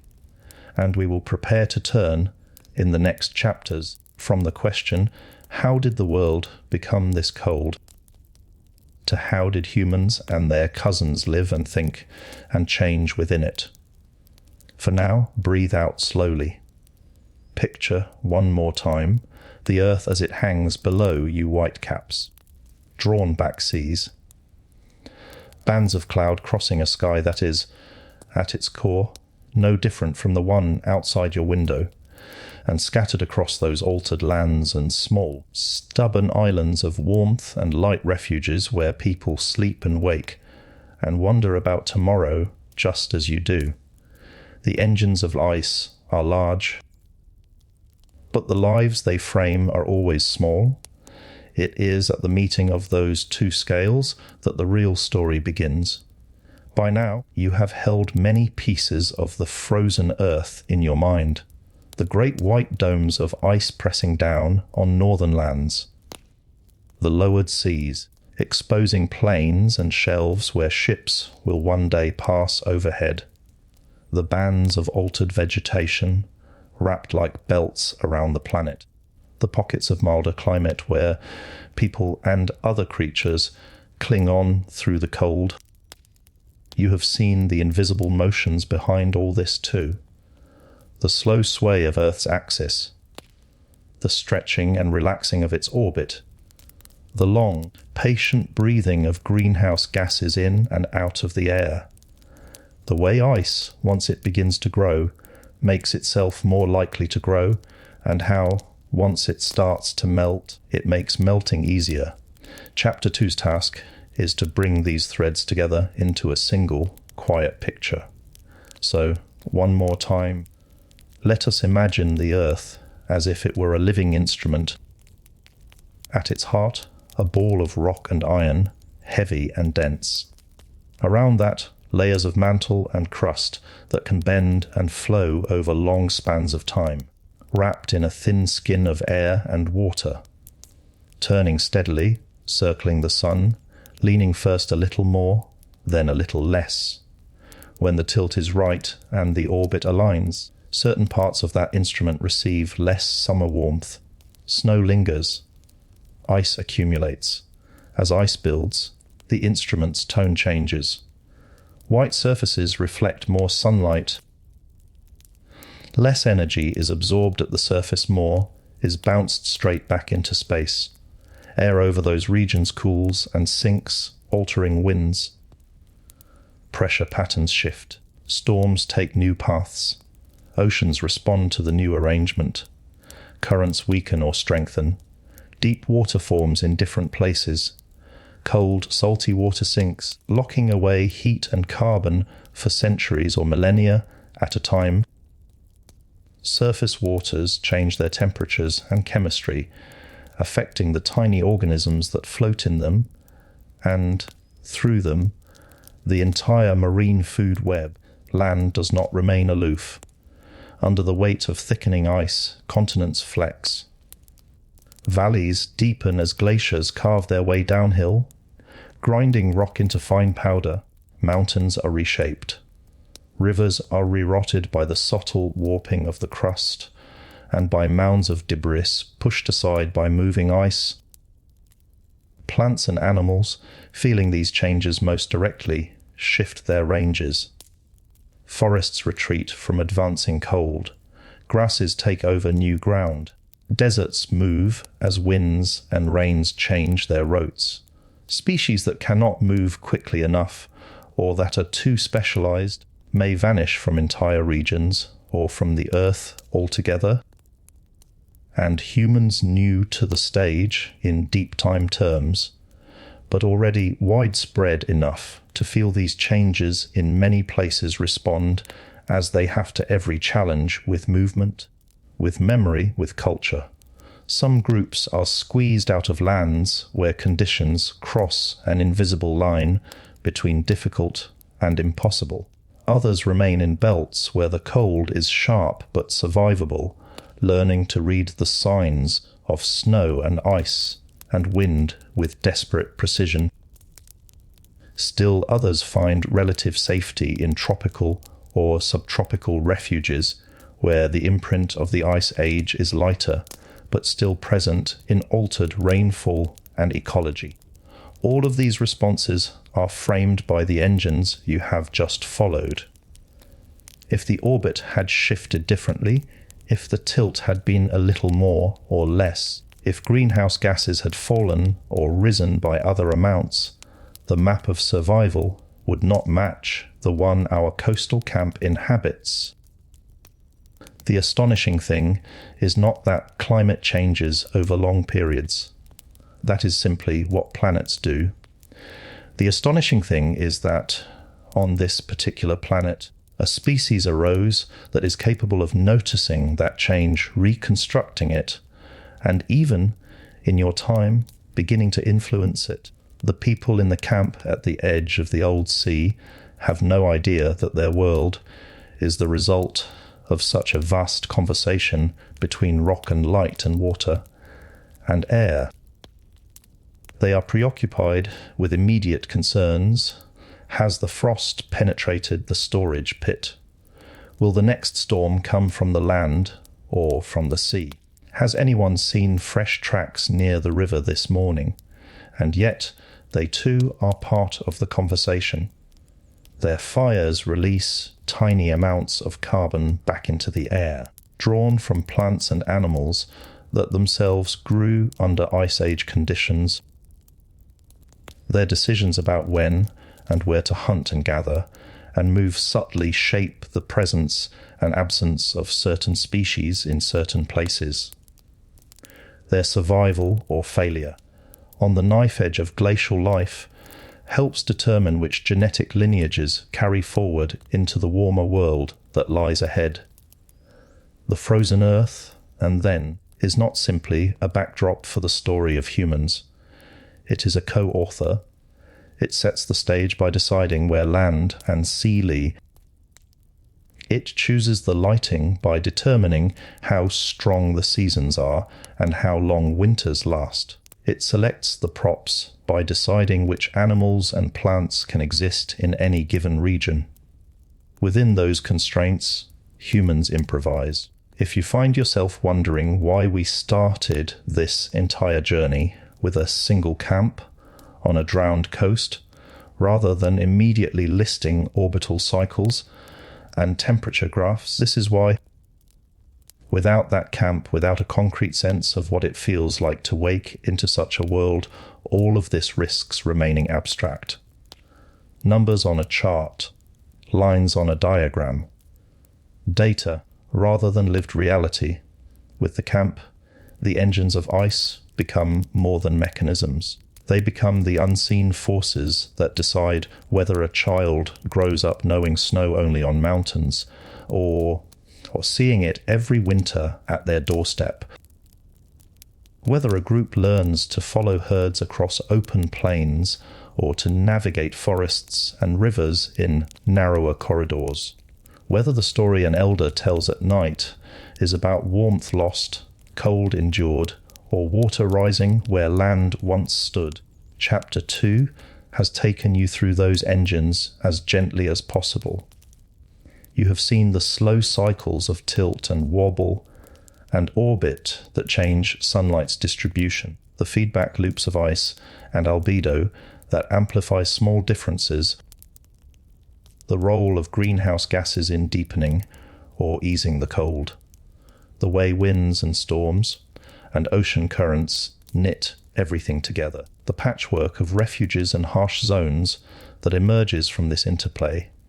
You now hold, in outline, the answer to the question, how did the planet become frozen enough to create the world of the last glacial maximum? In the chapters ahead, we will shift our focus. We will begin to look less at the planet as a whole and more at the beings moving across it. We will ask, how did human bodies and cultures adapt to this frozen stage? How did our cousins, like Neanderthals and Denisovans, manage the same conditions? What tools and thoughts and social structures emerged specifically because the world was this cold and this arranged? And how did those adaptations shape the humans who eventually stepped into the warming world after the ice began to retreat? Before we move on, and though, take one last moment with the engines themselves. Picture a diagram of Earth's orbit, its tilt, its slow precession. Picture a graph of greenhouse gas levels rising and falling in long, breathing curves. Picture maps of ice sheets advancing and retreating, seas draining and refilling, forests creeping forward and back. Then, and gently, set those diagrams aside and return to the simple image. We began with a small camp on a coastline that does not exist anymore. A young person stepping out into the cold morning, watching their own breath in the air. A far horizon where, under low sunlight, a faint glow suggests the presence of distant ice. They do not know why their world is the way it is. You do, and now, at least in part. That knowledge is not a burden. It is a way of seeing, a reminder that everything familiar, the shapes of continents, the lines of coasts, the paths of rivers, even the distribution of people and languages in your time, is written over and within older, deeper patterns. The Engines of Ice wrote one such pattern. We have read enough of it for now to move on. In the next chapter, we will step closer to the fire. We will sit down beside the people of the camp and look in more detail at their bodies, their tools, their minds. We will ask how a species that evolved in warmer, smaller pockets of Africa came to master, at least for a while, the edges of a frozen planet. For the moment, let the hum of those planetary engines fade into the background. The world is still cold. The seas are still low. The ice still looms on the horizon. But now, our attention turns to the ones who call this winter home. Humans. The engines of ice hum in the background. They have set the stage ice sheets in the north and south. Lower seas revealing hidden shelves and bridges, belts of forest and grass, and desert rearranged around the globe. Now it is time to look more closely at the actors who move across that stage. Humans. And, just before this moment in time, humans of more than one kind. For most of the world's history, there were no humans at all. Then, for a long stretch, there were many different hominins, upright apes with clever hands and growing brains sharing continents, trading space and sometimes genes, vanishing and being replaced. By the time our camp on the drowned coast wakes into its ice age morning, most of those branches have already ended. Neanderthals, who once ruled Europe and Western Asia with bodies built like living armor and minds capable of art, tool-making, and complex social lives, are gone as a distinct people. Denisovans, whose DNA still lingers in some modern populations, are gone as well, surviving only as faint traces in our genomes and a handful of fossil fragments. Homo floresiensis, the hobbits of a single island, have vanished into mystery. What remain are us Homo sapiens spread thinly across a world that is as hostile in many places as it has ever been. To understand how remarkable it is that the people in our coastal camp can stand where they do, in the conditions they face, we need to look at what their bodies and tools and minds are doing in this frozen frontier. Imagine, for a moment, one person from that camp, separated from the blur of the group and seen clearly. They are not a stereotype, not the caricature of a caveman with animal skin thrown over bare shoulders and a club dragging in the snow. They are a human being with a face that might not look entirely out of place if you gave them modern clothes and set them down in a busy street. Their bones, if you could see them, would show some differences from yours, perhaps thicker in certain places, marked by the attachment of powerful muscles used in daily, physical work. Their teeth might show wear patterns from a different diet, and their joints might carry the early signs of stress from a lifetime of walking over uneven ground and carrying heavy loads. But the basic blueprint is the same: a brain housed in a rounded skull, hands with fine control, able to shape stone and bone into precise tools, feet that can carry them day after day across snow and grass and rock. Their clothing, and however, tells the true story of adaptation. In this climate, bare skin kills, so they are wrapped in layers, soft inner garments made from carefully scraped and softened hides, stitched together with sinew or plant fibers. Outer layers of thicker fur or leather, designed to shed snow and block wind, footwear insulated with fur and possibly stuffed with dried grasses or moss to trap warm air around their toes, gloves or mittens, perhaps with separate coverings for fingers when fine work is needed. None of this appears by accident. To make even one warm, durable outfit requires a whole chain of skills tracking and killing the right animals, then skinning them carefully to preserve as much hide as possible, scraping and treating those hides so that they remain flexible rather than stiff and brittle, cutting them to size using sharp stone or bone blades, sewing them together with bone needles and cordage, ensuring seams are tight enough to keep out wind and water. These people have no written manuals. Their knowledge is stored in muscle memory and in the stories and demonstrations of elders. A child learns to thread a needle because an older relative guides their hands. A young hunter learns how to cut a hide to maximize usable area because someone shows them where to place the first incision. Tools and techniques are passed down like heirlooms, not in boxes or books, but in the repetition of tasks, season after season. Their tools are the other half of this story. If you walk around the camp and look carefully at the ground, you will see flakes of flint or other sharp stones, some only a little larger than your fingernail. You will see coarse chunks of rock with carefully removed scars where pieces have been struck away.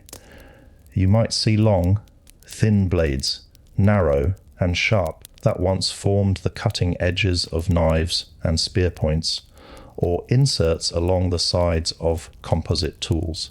Bone and antler tools may lie nearby awls for piercing holes in hides, projectile points shaped and polished for hunting, barbed tips for fishing spears, handles carved to fit the hand comfortably. None of these items are random. They belong to a tool tradition, a set of designs and methods that have evolved over many generations in dialogue with this specific environment. In some regions at the Last Glacial Maximum, archaeologists refer to these traditions by names like Gravettian and Solutrine or Magdalenian, each associated with particular shapes of points and blades and artistic styles.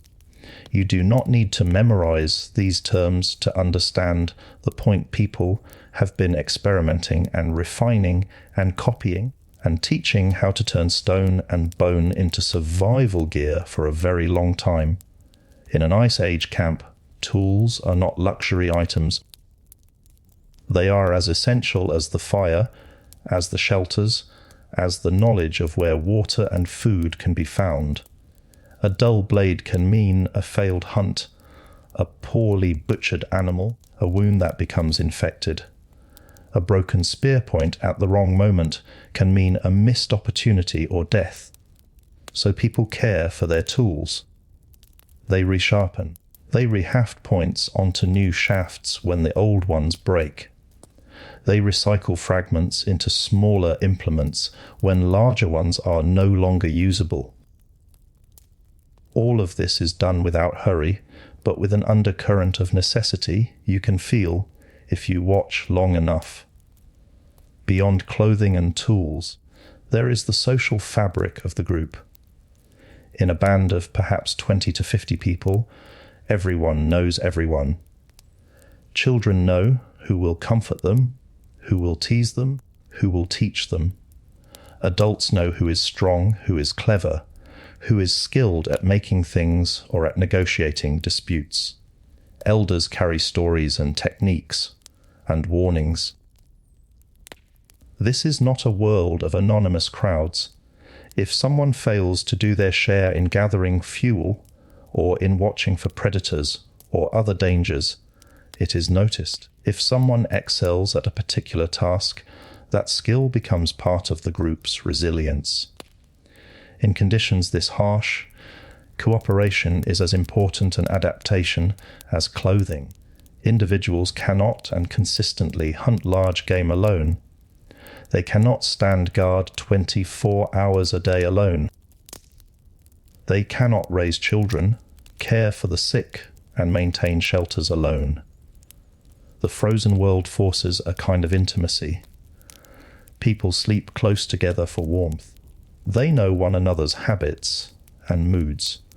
Arguments and reconciliations ripple through the group like small weather events on the larger climate of their shared life.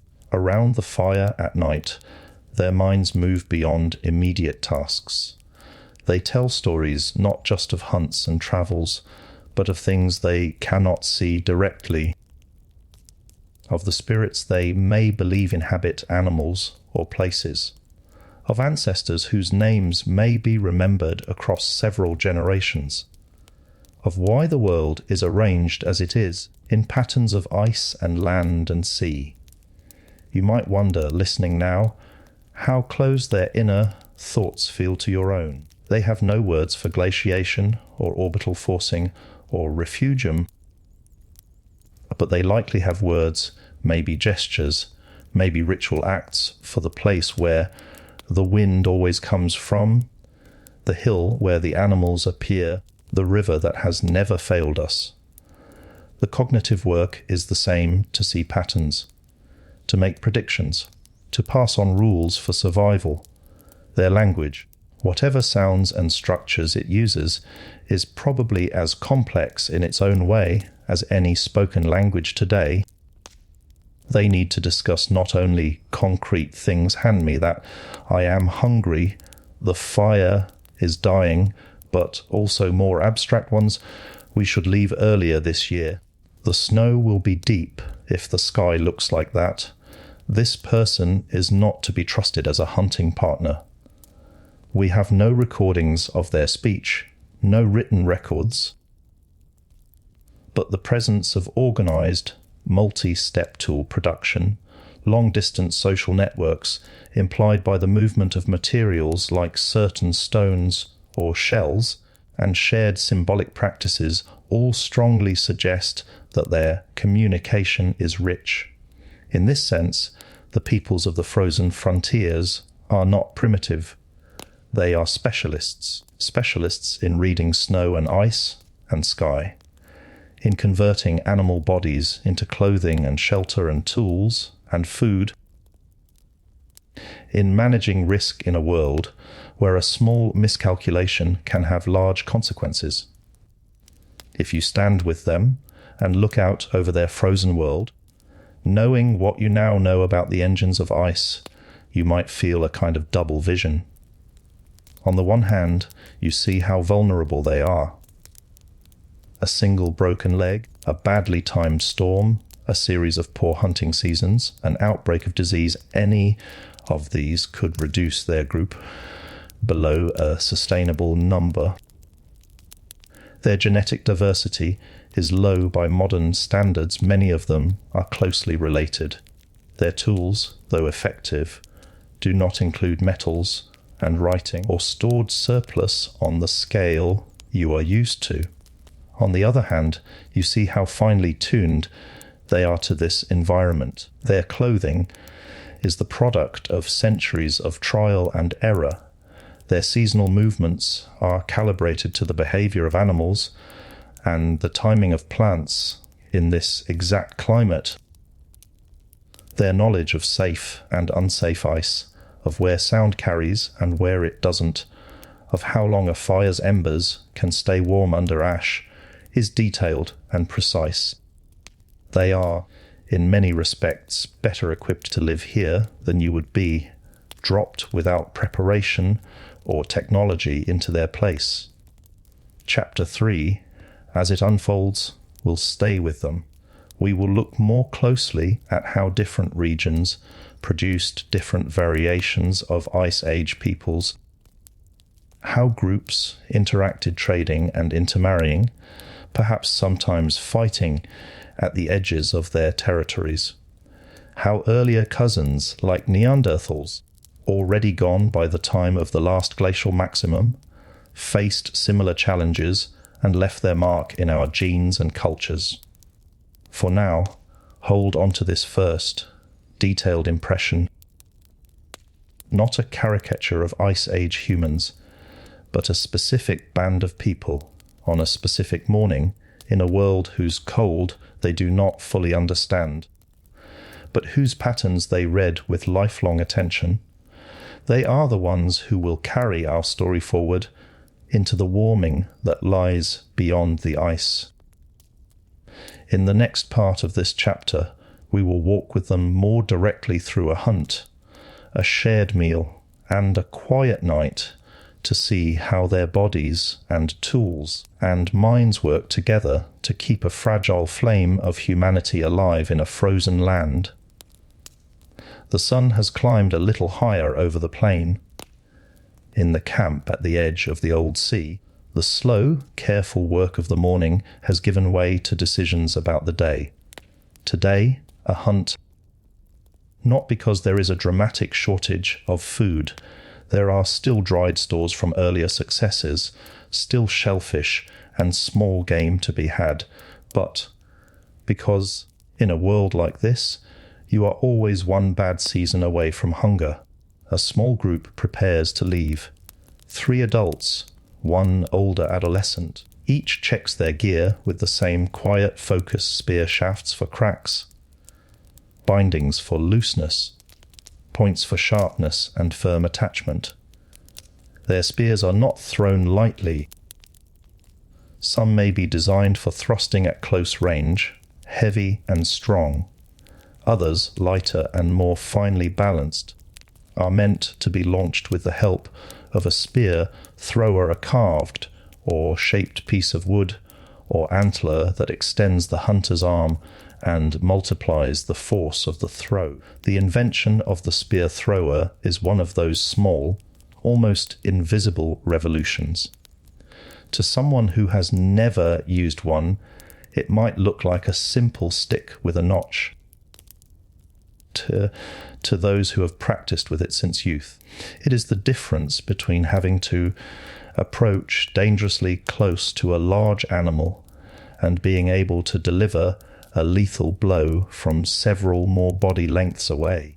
In Ice Age Europe, such devices appear in the archaeological record as pieces of carefully shaped bone and antler, often decorated. In our imagined camp, they might be less elaborate, but no less effective.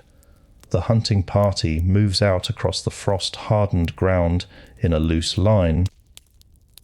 No one talks loudly. Their voices drop to murmurs, then fall silent as they leave the immediate circle of the camp. Each person's eyes scan a slightly different slice of the landscape, one watching the ground for tracks and droppings, another watching the horizon for movement, another paying attention to the sky and the behavior of birds. They are looking for signs that, to an untrained eye, would be easy to miss. A slightly different texture in the snow where a herd passed. A faint, sharp smell in the air that suggests animals have been near recently. Broken twigs or grazed plants where there were none yesterday. Their goal is not heroism, it is efficiency and safety. In these conditions, a wounded hunter is as much a liability as a missed target. They cannot afford to take reckless risks for glory. Their measure of success is simple: everyone returns, and there is more food than when they left. As they move away from the coast, the sounds of waves and camp noise fade. The world becomes larger and emptier.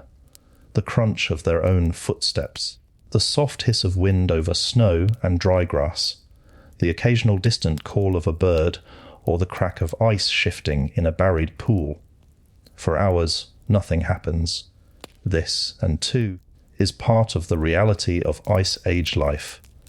Much of survival is waiting and watching, enduring cold and hunger and boredom, and the weight of heavy clothing and tools. Pushing through discomfort long enough to be in the right place when an opportunity presents itself. Then, a change. One of the hunters raises a hand, signaling the others to stop. Ahead, near a shallow dip in the plain where a thin stream meanders, there are shapes. Small, at first, against the muted background. But as eyes adjust and details resolve, it becomes clear a group of animals is grazing near the water. Perhaps they are reindeer, adapted to the cold with thick fur and specialized hooves that can scrape through snow. Perhaps they are another ice age grazer, tough and wary. The hunters drop low, using the slight undulations of the ground as cover. They do not charge. They do not shout. Instead, they watch. They measure distance. They note wind direction. They look for weaknesses, a younger animal slightly apart from the main group, an older one slower to raise its head, a pathway along which an animal might be driven. There are many ways to hunt in such a landscape. Sometimes people will use natural features, cliffs and ravines, riverbanks to funnel animals into kill zones where multiple hunters can strike at once. Sometimes they will rely on patience and a single, well-placed throw or thrust. Sometimes they will scare a herd in a controlled way, pushing it toward hidden spears. Today, in our imagined scene, they choose a simple plan. The older adolescent, lowest in status in this context, is sent to circle wide and downwind to approach the animals from the rear. Their task is to move slowly and carefully until they are close enough to be noticed, not so close as to panic the herd wildly, but close enough to encourage them to begin moving in a predictable direction. The three adults position themselves along that likely line of movement, hidden behind small rises and dips in the ground, spears ready. It is a choreography rehearsed many times, each person trusting the others to do their part.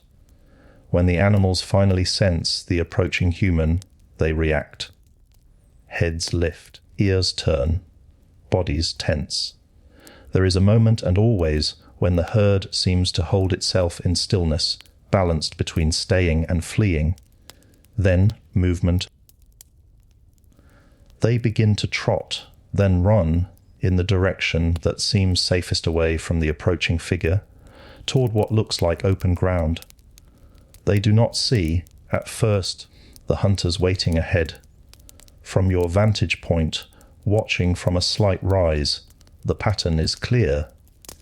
The adolescent is not chasing blindly, they are steering. The adults are not hoping randomly, they are placed exactly where experience suggests the animals will pass.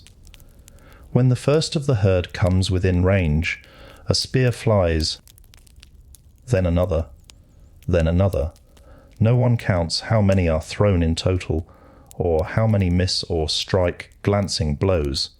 There is only movement and breath, the heavy impact of hooves on frozen soil, the sharp, momentary cries of animals and humans alike. It is not a clean, cinematic scene.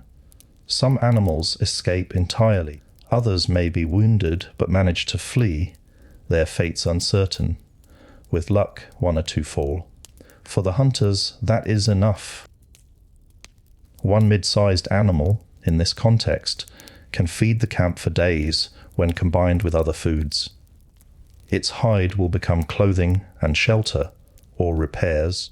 Its bones will become tools. Its sinews will be turned into cord, its fat rendered into a precious, calorie-rich substance that can be stored. As the herd disappears into the distance, the hunter's world shrinks again to the immediate. They approach the fallen animal with respect and caution, making sure it is truly dead before coming close. They touch it in ways dictated by their culture, perhaps a hand placed on the flank, perhaps a few quiet words acknowledging its life. Then, practical work begins. Knives cut through hide that has evolved specifically to be tough and protective. blood steams in the cold air. Organs are removed and set aside carefully, some to be eaten soon while still fresh, others to be processed and stored. This is not a moment of cruelty for them. It is a moment of exchange. A life taken, many lives sustained.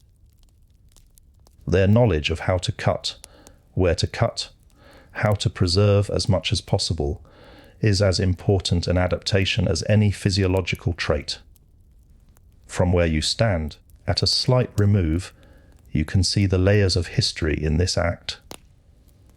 The basic pattern-coordinated hunting and butchering, sharing is not unique to Homo sapiens. Neanderthals, for hundreds of thousands of years, did similar things in similar climates, their bodies and tools tuned to intense, close quarters encounters with large Ice Age animals. Even earlier hominins hunted and scavenged in smaller ways, cooperating to secure meat and marrow that supported brain growth and social complexity. What is distinctive now, in the world of the Last Glacial Maximum's humans, is not that they hunt, but how much they carry with them from those earlier experiments. They inherit tool-making traditions refined over many generations. Knowledge of animal behavior passed down in stories and practices. Social rules for sharing meat and resolving the tensions that scarcity brings. Symbolic systems rituals, perhaps paintings and carvings elsewhere that give meaning to the risk and necessity of killing. Later, the meat will be brought back to camp. There will be work for everyone. Some will cut and roast fresh portions, immediately others will slice thin strips to be dried in the cold, smoke drifting up from low fires. Hide will be stretched and scraped. Bones will be sorted by their potential uses, some cracked for marrow, some set aside for tool making, some perhaps kept as markers or objects of significance. Around the fire that evening, the hunt will be retold in detail, not for glory, though pride may colour the voices of those who played key roles, but as data. We saw signs of the herd near the bend where the small stream joins the larger one. They were thinner than last year at this time. The wind shifted halfway through next time we should approach from the other side. Children will listen, absorbing not just the plot, but the conditions that led to success. In this way, experience tied intimately to this specific Ice Age landscape is transmitted across generations. The peoples of the frozen frontiers are not just enduring the cold, they are thinking their way through it. In the next part of this chapter, we will widen the view again, just slightly, to see how different regions produce different flavors of Ice Age humanity, how a band on the European shelf, a group in the Siberian interior, and a family in a Levantine refugium might all be human, all related, yet living out very different versions of the same glacial story. From the camp at the edge of the old sea, it would be easy to believe that everyone in the world lives as they do. A coastline, a plain, a distant line of ice, winters that bite hard, summers that are brief and cool, hunts across open ground, shellfish and small game when larger animals cannot be found. But the Ice Age world holds many different versions of hard. To see this more clearly, imagine drawing a line from this camp outward across the continents, stopping at 3 other places where humans have carved lives into this frozen map. Each stop is still glacial Earth. Each is still Last Glacial Maximum, but each feels very different underfoot. A valley south of the Ice Europe's wooded refuges travel first inland and slightly south from the drowned coast. After days of walking, the crisp, open air of the shelf world gives way to more sheltered terrain. The ground grows more uneven, folding into hills and valleys carved long ago by rivers, and in some places by smaller mountain glaciers. Here, instead of bare grassland and scattered shrubs, you find patches of forest. Pines and birches, perhaps some hardy oaks, stand in looser ranks than the dense woods you might know today. Their branches carry snow in winter, then sway over a forest floor of fallen needles and leaves, and scattered undergrowth in the warmer months. In one such valley, near a river that stays partly ice-free, even in deep winter, another band of humans has made its home. Their shelters are built not on exposed sand, but against the trunks of trees or beneath rocky overhangs. Poles cut from saplings lean together to form frames covered with hides and bark. Fires burn low, their smoke drifting up between branches and into cracks in stone. These people live with trees as both allies and obstacles.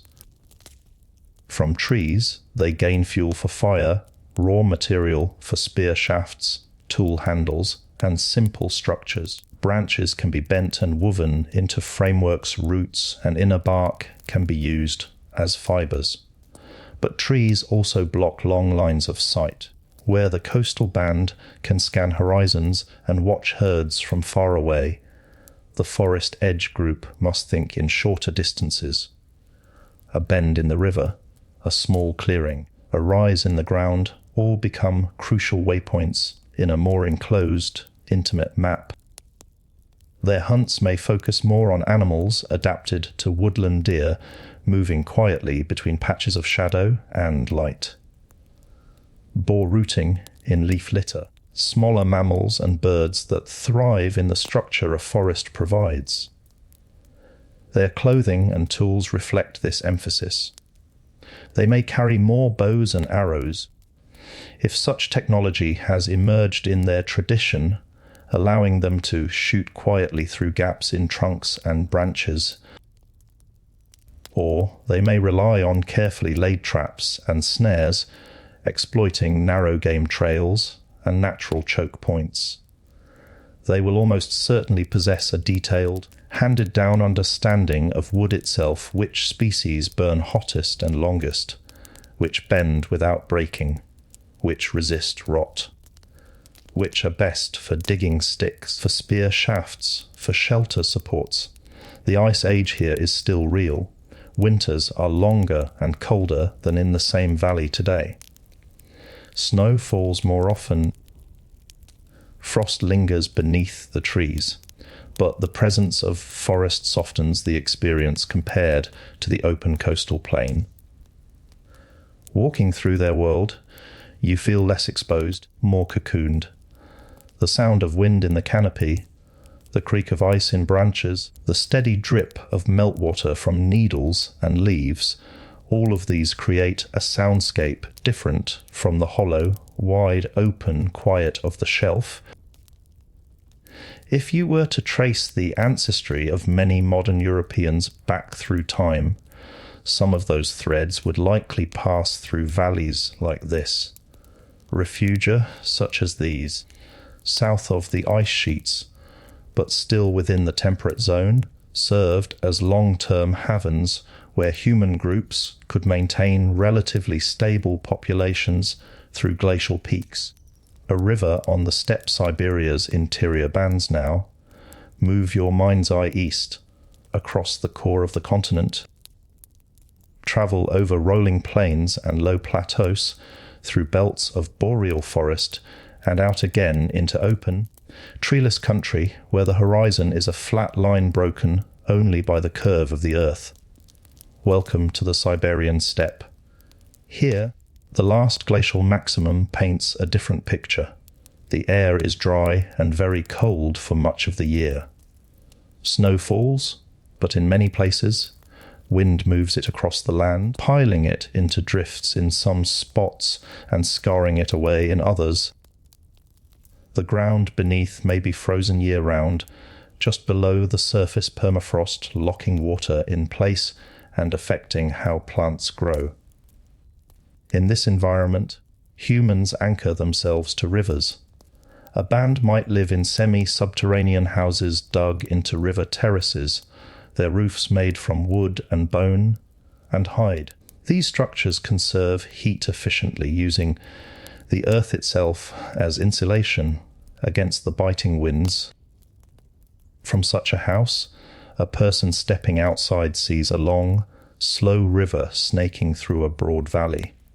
In winter, its surface is a white highway of ice, sometimes safe, sometimes treacherous.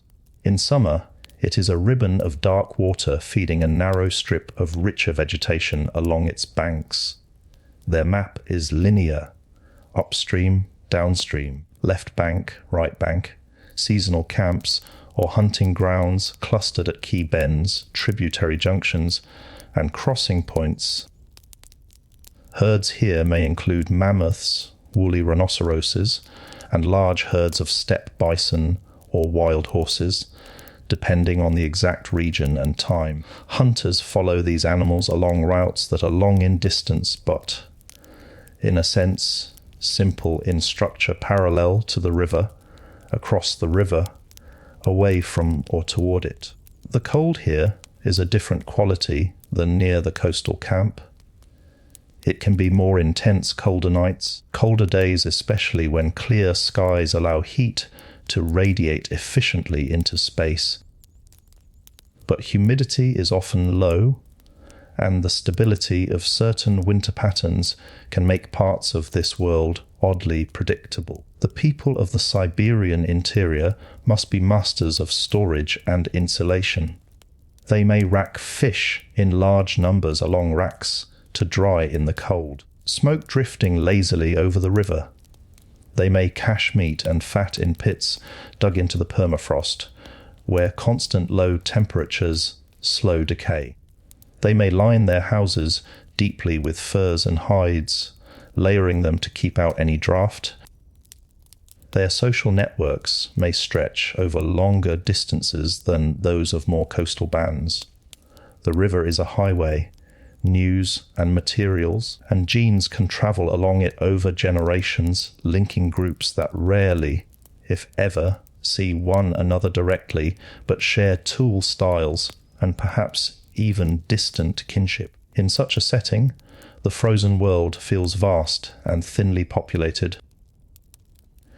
You could walk for days without seeing another group's camp, yet still be connected to them through chains of visits and marriages and remembered stories. A greener pocket, a Levantine or African refugium, finally. Move your attention south and west toward a region less crushed by ice's direct weight, but still under its influence. Think of parts of the Levant in what will one day be called the Eastern Mediterranean, or of certain belts in Eastern or Southern Africa. Here, at the last glacial maximum, conditions are cooler and in many places drier than in warmer periods. But the overall climate remains milder than in the high latitudes. Around a spring-fed pool in a rocky landscape, or along a small river that cuts through semi-arid land, a band of humans camps in a way that, in some respects, would feel more familiar to you. Days can be warm, even hot in some seasons.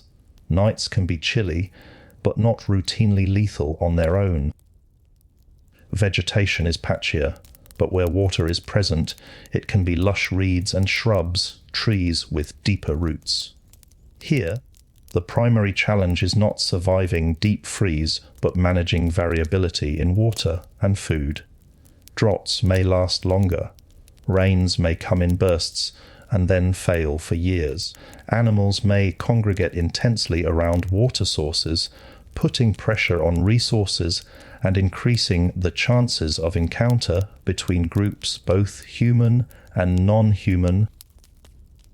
The people here may wear fewer layers than their northern cousins, though nights at glacial times can still be cold enough to demand careful clothing. Their shelters might be less about blocking bitter wind and more about providing shade and basic protection from cooler evenings. Their tools and strategies might emphasize a wider range of plant foods, small game, and fish or shellfish if near coasts or lakes. They might build more durable features, simple stone structures, repeated use of the same caves in cliffs, perhaps even early seed gathering and tending behaviors that will much later grow into full agriculture. Genetically, such regions can act as long-term reservoirs for human diversity.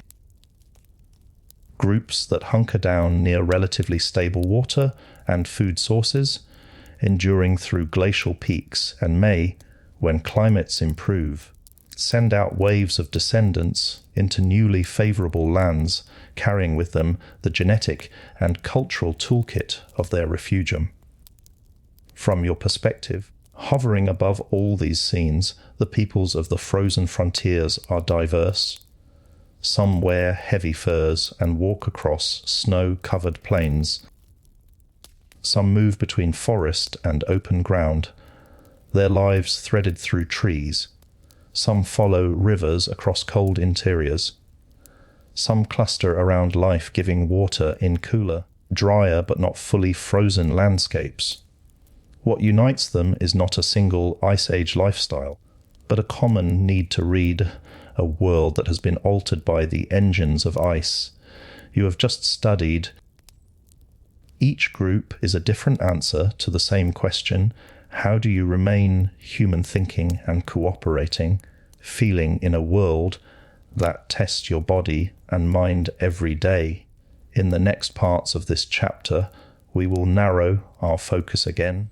We will look more specifically at how these groups connect to each other through long-distance networks of stone and shell and story, how their bodies and brains carry traces of earlier cousins like Neanderthals and Denisovans, and how, in surviving this frozen world, they quietly shape the humans who will inherit the warmer earth that follows. For now, hold the image of these different bands in your mind like points on a cold, turning globe. Each one a fire in the dark, each one a cluster of voices under the same unfamiliar stars. From high above, the bands of humans scattered across the frozen world look isolated. A camp on an exposed shelf, a settlement tucked into a forested valley, a cluster of semi-subterranean houses along a Siberian river, a group gathered around a spring in a rocky Levantine hillside. Distances between them are measured in hundreds, sometimes thousands, of kilometers. Between many of them lie ice sheets and deserts and mountains, or barren steppes where few could survive long. At first glance, they seem like separate stories. But if you could watch not just for days or months, but for centuries, a different pattern would emerge. Slowly, like threads being spun and woven, connections appear. A chipped stone that came from a quarry far away. A shell from a distant sea, found inland. A particular style of tool or ornament that shows up in far-flung places, with variations but a recognizable core. These are the faint fingerprints of long-distance networks, chains of contact that link one band to another, and through them, one region to another, across the frozen world. No single group walks from Europe to East Asia, from Siberia to Sahel, from Africa to the Americas in one lifetime. The distances and hazards are too great, but ideas and materials and genes can travel in steps. A band on the European shelf meets, once a year or once every few years, with another band that lives slightly inland. They trade hides for good stone, food for ornaments, marriage partners, for peace and genetic mixing. Stories are exchanged as eagerly as goods. That inland band has its own partners further toward the south, in forested refuges or along river valleys. They, in turn, are linked to groups deeper in the continent. No one ever says, we are part of a continent-wide network. They simply know that those people 3 days walk from here, sometimes bring things from beyond the mountains, and the shells braided into that woman's hair come from a different coast than ours. If you mark these exchanges on a map, each trade partnership, each intermarriage, each remembered encounter as a line, you begin to see a web. Thin in places, thicker in others, but present. Through that web, stone moves. A particular kind of flint or obsidian may be prized for its sharpness or ease of working. Quarries that produce such stone become, in a sense, quiet centres of gravity. Bands that live near them may travel to others not just with material, but with knowledge of how to work it. Through the same web, shells and teeth move. Perforated shells, drilled teeth, and other objects suitable for stringing into necklaces or sewing onto clothing appear in archaeological sites far from their original sources. They may serve as signs of identity, markers of status, or simply as beauty. And through that web, most crucially, people move. A young woman or man might leave their birth band to join another, cementing ties between groups, reducing the chances of inbreeding, and carrying stories and skills and genetic variants into a new community. Over generations, such movements blur the lines between bands while still preserving local differences. When we talk about peoples of the frozen frontiers and then, we must remember that they are distinct in their local adaptations and traditions, connected, however loosely, through these long, thin threads of contact. Your own genome carries evidence of this. If you could read it as a history, you would see not just a simple tree of ancestors branching out neatly, but something more tangled branches that sometimes reconnect. Segments inherited from lineages that once split off and then rejoined. Even traces from relatives who are no longer here at all. Because, in addition to linking modern human bands across the Ice Age world, these networks once brought us into contact with our cousins, echoes of other humans in us. By the time of the Last Glacial Maximum, most evidence points to Neanderthals and Denisovans being gone as distinct, separate populations. But they were not gone without a trace. Long before this peak of ice, when climates were swinging into and out of earlier cold phases, Homo sapiens groups moving out of Africa encountered these cousins in Eurasia. The details of those encounters are varied and, in many cases, still uncertain. Sometimes they may have been violent. Competition over resources, suspicion of outsiders, fear of difference, these are old patterns, not inventions of the modern world. Sometimes they may have been cooperative, or at least coexistence, two kinds of humans sharing a valley, hunting different prey, or using different strategies at different times. And sometimes, and unquestionably, they were intimate. Genetic studies in your time have shown that people from many parts of the world carry small percentages of DNA that clearly come from Neanderthals, and, in some regions, from Denisovans.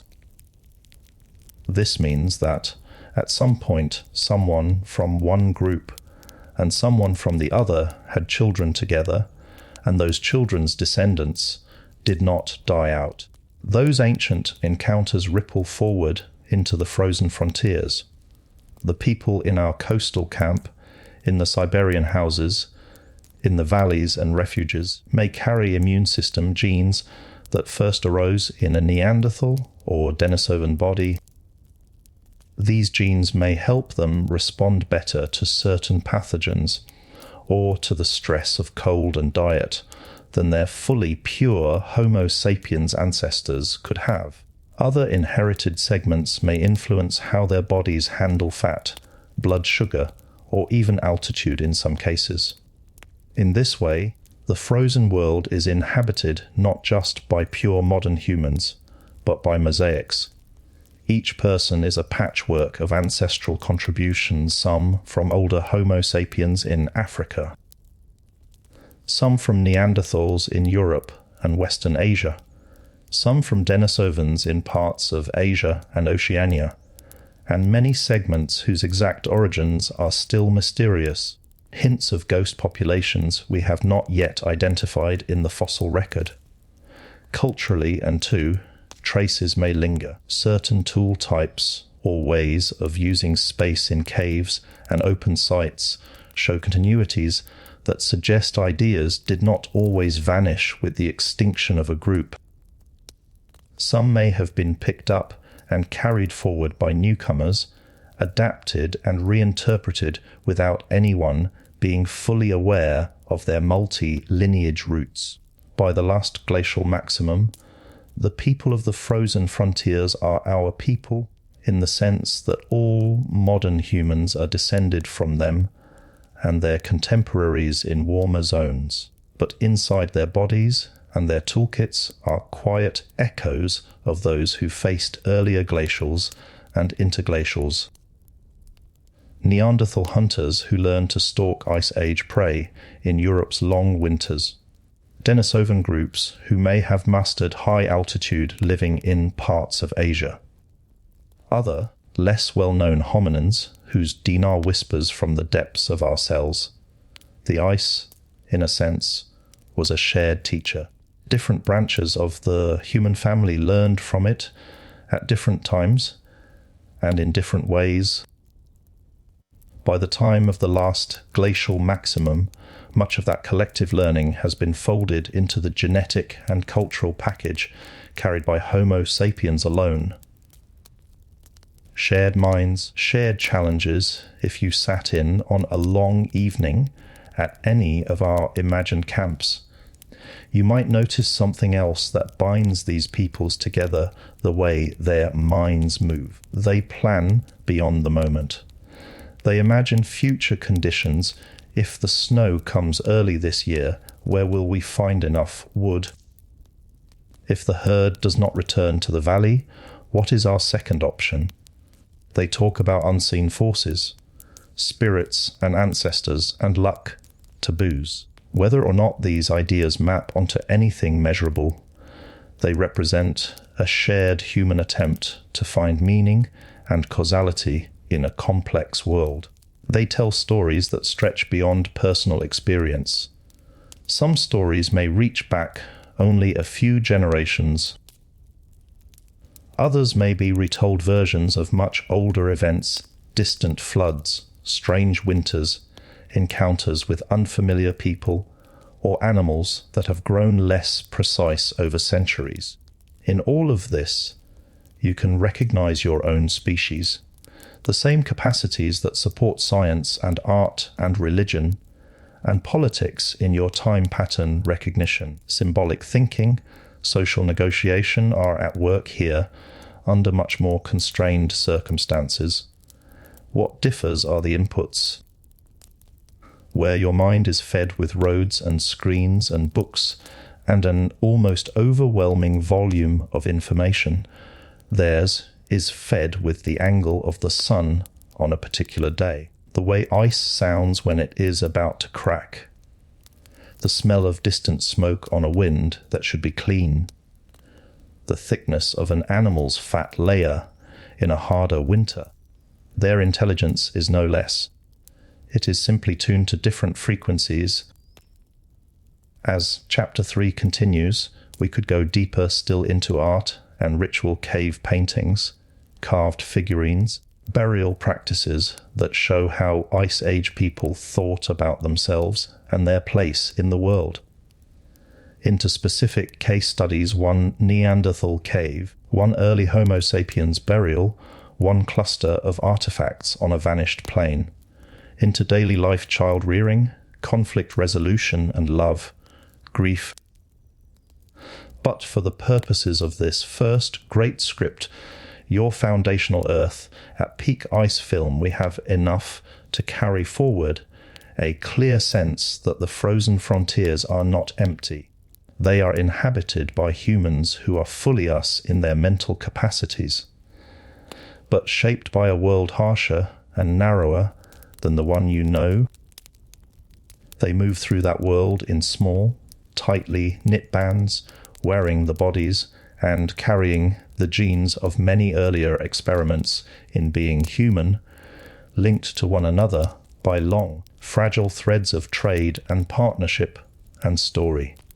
In the next chapters, we will see how this frozen stage begins very slowly to change, and how those changes test everything these peoples have learned about survival. We will watch the ice loosen its hold. We will see seas creep back over the shelves. We will stand again on the drowned coast, this time not in deep winter, but in a world where water is rising and the old map is being erased beneath their feet.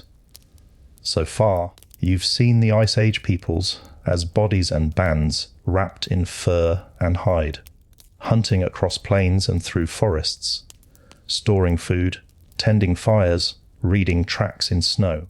But their lives are not made of tasks alone. In the long dark of glacial nights, when the day's work is done and the fire is the only sun they know, their minds turn toward other things. Questions, patterns, stories. If you step into the circle of one such fire quietly, without disturbing the people gathered there, you might begin to sense how much of what you think of as modern is already present. Pictures in the dark ice age are not far from some of these camps. Perhaps up a valley or tucked into a cliff face lies a cave. From the outside, it looks like nothing more than a crack in the rock. Snow has piled up around its entrance. Wind has crusted the surface with ice. But inside, the air is calmer, the temperature steadier. If you light a small torch and walk inward, letting your eyes adjust, you may see something that feels as startling in this deep past as it does in your present paintings. On certain walls, in certain chambers, Ice Age people have taken the trouble to cover rock with images, carefully applied pigments forming the shapes of animals and symbols, and sometimes human figures. Horses with their heads slightly turned, manes flowing. Bison and mammoths and deer, their bodies rendered with a surprising sense of volume and movement. Handprints made by placing a palm on the rock and blowing pigment around it, leaving a negative impression like a ghost of touch. These are not idle doodles. They are composed, repeated motifs, often in locations that require effort to reach. Sometimes they appear where sound echoes in unusual ways, or where the cave itself seems to invite attention through striking shapes or formations. We do not know, with certainty, what each image meant to its creators. Some may have been part of rituals meant to influence the hunt, to honor animals, or to mark important events. Others might have served as teaching tools, helping younger members of the group learn to recognize species and behaviors. Still others could have been more personal expressions, recording visions and dreams, or inner states in the only medium available. What we do know is that the capacity to imagine and to make that imagination visible is already fully present. The same brain that plans a hunt also looks at a blank wall and sees, in its mind, the curve of a mammoth's tusk. The same hand that scrapes a hide flesh side down also grinds ochre or charcoal into powder, mixes it with fat or water, and applies it with deliberate strokes. The peoples of the frozen frontiers are not just surviving. They are making meaning. In the flickering torchlight of a painted cave, the boundary between the immediate and the symbolic blurs. A child looks at a painted horse and, for a moment, almost believes it might step out of the rock. An elder traces a finger over a line drawn decades earlier by someone now gone, linking memory and presence. The echoes of voices, the drip of water, the smell of damp earth and smoke, all of it combines into an experience that is as much emotional as it is visual. If you have ever stood in a gallery looking at a powerful painting or sculpture and felt time pause for a moment, you know a small part of what these people may have felt here. The difference is that, for them, the gap between art and life is narrower. The animals on the walls are the same ones they track outside. The hands on the rock may belong to people still living, or to grandparents and great-grandparents whose stories are still told. Art, in this context, is part of a continuum of attention. The same deep focus that notices the faint difference between safe and unsafe ice also notices the subtle difference between a good and a great curve of a painted horn. Rituals and the invisible world art is one way minds like theirs reach beyond the immediate. Ritual is another.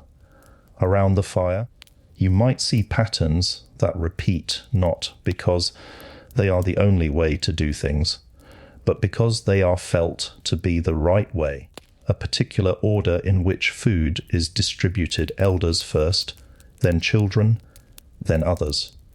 A particular way of arranging the dead bodies laid in certain postures, perhaps with objects placed beside them. A particular set of words or sounds used at the start of a hunt, before a journey, or when crossing a dangerous river. Burials from Ice Age sites across Europe and Asia and elsewhere show that people sometimes took great care in how they laid their dead to rest. Bodies placed on their backs or sides, sometimes on prepared surfaces, sprinklings of red ochre over bones, grave goods, tools and ornaments, pieces of antler or animal parts that may have been symbols or offerings.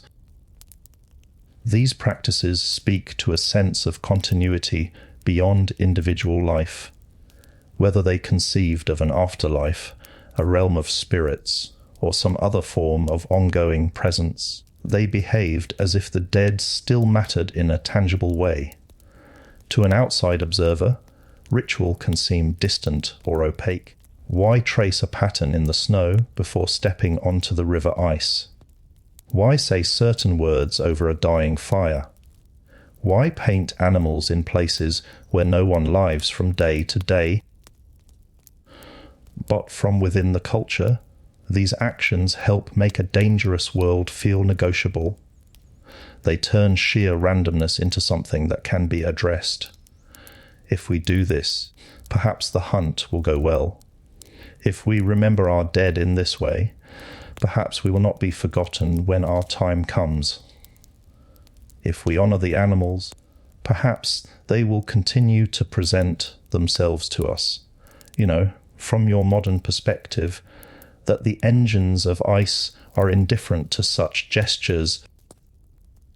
A glacier will not change its flow because of a song. An orbital cycle does not bend in response to a whispered promise.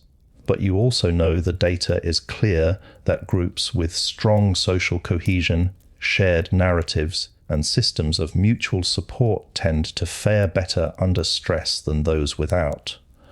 Rituals and stories and shared beliefs are part of how that cohesion is built and maintained. They help people make sense of hardship. They offer reasons to keep going when conditions worsen. They allow individuals to feel that their actions matter beyond immediate outcomes. In this sense, rituals in the frozen frontiers are more than superstition. They are psychological technology adaptive tools for minds that must live with constant uncertainty. Children of the ice, perhaps the clearest sign that these minds are like yours comes from watching the children. In the camp at the edge of the old sea, a small group of them plays near the edge of the shelter circle. They have found a patch of half-frozen, half-thawed ground where snow has melted into a thin layer of mud. With small sticks and their fingers, they draw lines and shapes. At first they may be random. Then, under the influence of what they see around them, the marks begin to resemble things: a river, a mammoth, a human figure. They mimic adults. One child picks up a small branch and pretends it is a spear, adopting a stance seen countless times when hunters practice. Another arranges stones in a circle, imitating the layout of the fire pit. A third plays at scraping an imaginary hide stretched between two pegs. They also improvise. Games emerge that no adult has explicitly taught racing from one shelter to another, seeing who can balance longest on one leg on a narrow stone, inventing rules about who can step where in a line of footprints. Their questions are constant. Why is the wind always colder from that side? Why does the ice on this pool break differently from the ice by the river? Why do we not sleep in that cave, even though it looks safe? The answers they receive may mix practical observation with myth. Because the ice is thinner there, remember last year when it cracked. Because the spirits of that place are not friendly, remember the story of the traveller who did not come back. In absorbing both, children learn not only how to survive, but how to belong. They absorb the group's map of the physical world, a map of routes and resources and dangers. At the same time, they absorb its map of the invisible world, a map of meanings and prohibitions and shared hopes. This dual mapping is something you know intimately, even if your own maps are made of cities and laws, and digital networks rather than rivers and caves, and animal trails. You learned not only which streets were safe and which were not, but which stories your family told about your origins, your purpose, your future. You learned not only how to cross a road, but what your culture values and fears. Ice Age children are doing the same thing, under a different sky. As Chapter 3 approaches its natural close, you can now see the peoples of the frozen frontiers in full, not as anonymous figures shivering on a barren plain, but as individuals and groups with bodies and tools and relationships and art and rituals and questions. They inhabit a world shaped by engines they cannot see, yet they respond with layers of adaptation, physical and technical and social and symbolic, that allow them to persist. They are at once very far from you in time and circumstance, and very close in the way they think and feel, and make sense of their lives. In the next major chapter of this long journey, the story will begin to tilt. The engines of ice, still humming, will start to ease off their pressure. The world will, very slowly at first, begin to warm. Ice margins will retreat. Seas will rise. We will return to the drowned coast and watch what happens when the map these people know, the only one they have ever known, begins to change beneath them. But carry them with you as we go, because as the ice loosens its grip, it is their descendants and the descendants and the descendants of others like them across the globe who will redraw the world, sometimes deliberately, often by accident, into the warm and crowded, noisy planet you live on now. The morning after the hunt, the camp at the edge of the old sea is busy with quiet work. Strips of meat hang from racks made of driftwood and bone, drying slowly in the cold air. Smoke curls up from a low fire, its scent mingling with the salt of the distant sea, and the faint, iron smell of blood still clinging to hands and tools. A woman kneels beside a spread hide, scraping carefully with a stone blade to remove the last bits of fat and tissue. Her hands are red and raw from the cold, but her movements are precise, patient. This hide will, in time, become part of someone's clothing, or a patch for a shelter, or a carry bag. Wasting it is not an option. Nearby, an older man works on a large bone, perhaps a leg bone from the animal taken yesterday. He has already cracked it open and scraped out the marrow, which was eaten immediately, a rich, fatty treasure. Now he is shaping what remains into a tool, smoothing one edge, carving a shallow groove along its length where a stone blade can be hafted. Children play at the edge of the activity, imitating the adults. One drags a small, broken antler through the frost, pretending it is a spear. Another arranges pebbles in a circle, calling it a mammoth trap. Their games are not idle. They are rehearsals for a life that will demand these skills in earnest. You stand at the edge of the camp, looking out toward the plain. In the distance, perhaps a day's walk away, you can see movement. Not the sharp, quick darting of small animals, but something slower, heavier. A herd. From here, you cannot tell what kind bison, and perhaps, or horses, or even a small group of mammoths moving along one of the routes they favor. The people in the camp have seen this before, many times. They do not react with excitement or fear, but with awareness. The presence of large animals nearby is a fact of life, as constant as the wind or the position of the sun. Sometimes those animals are opportunities. Sometimes they are companions in the landscape, noticed but left alone. And sometimes they are reminders that humans are not the only hunters here. If you could follow one of the hunters away from camp, walking toward that distant herd, you would begin to see the Ice Age world not as a map or a diagram, but as a living web where every step must be taken with attention. The hunter moves carefully, eyes scanning, not just for the animals ahead, but for everything else. Tracks in the snow and frost tell stories, a line of shallow, round impressions reindeer, moving in single file. Deeper, wider marks bison, their weight pressing into softer ground. Long, splayed prints with claw marks of bear and perhaps, though whether it passed hours or days ago is hard to say. And then, cutting across those older tracks, something sharper. The paw prints of a large predator, a cave lion and maybe, or a pack of wolves. The hunter pauses and crouches, touches the edge of one print with a gloved hand. Fresh enough that the edges have not yet softened. The predator is somewhere nearby.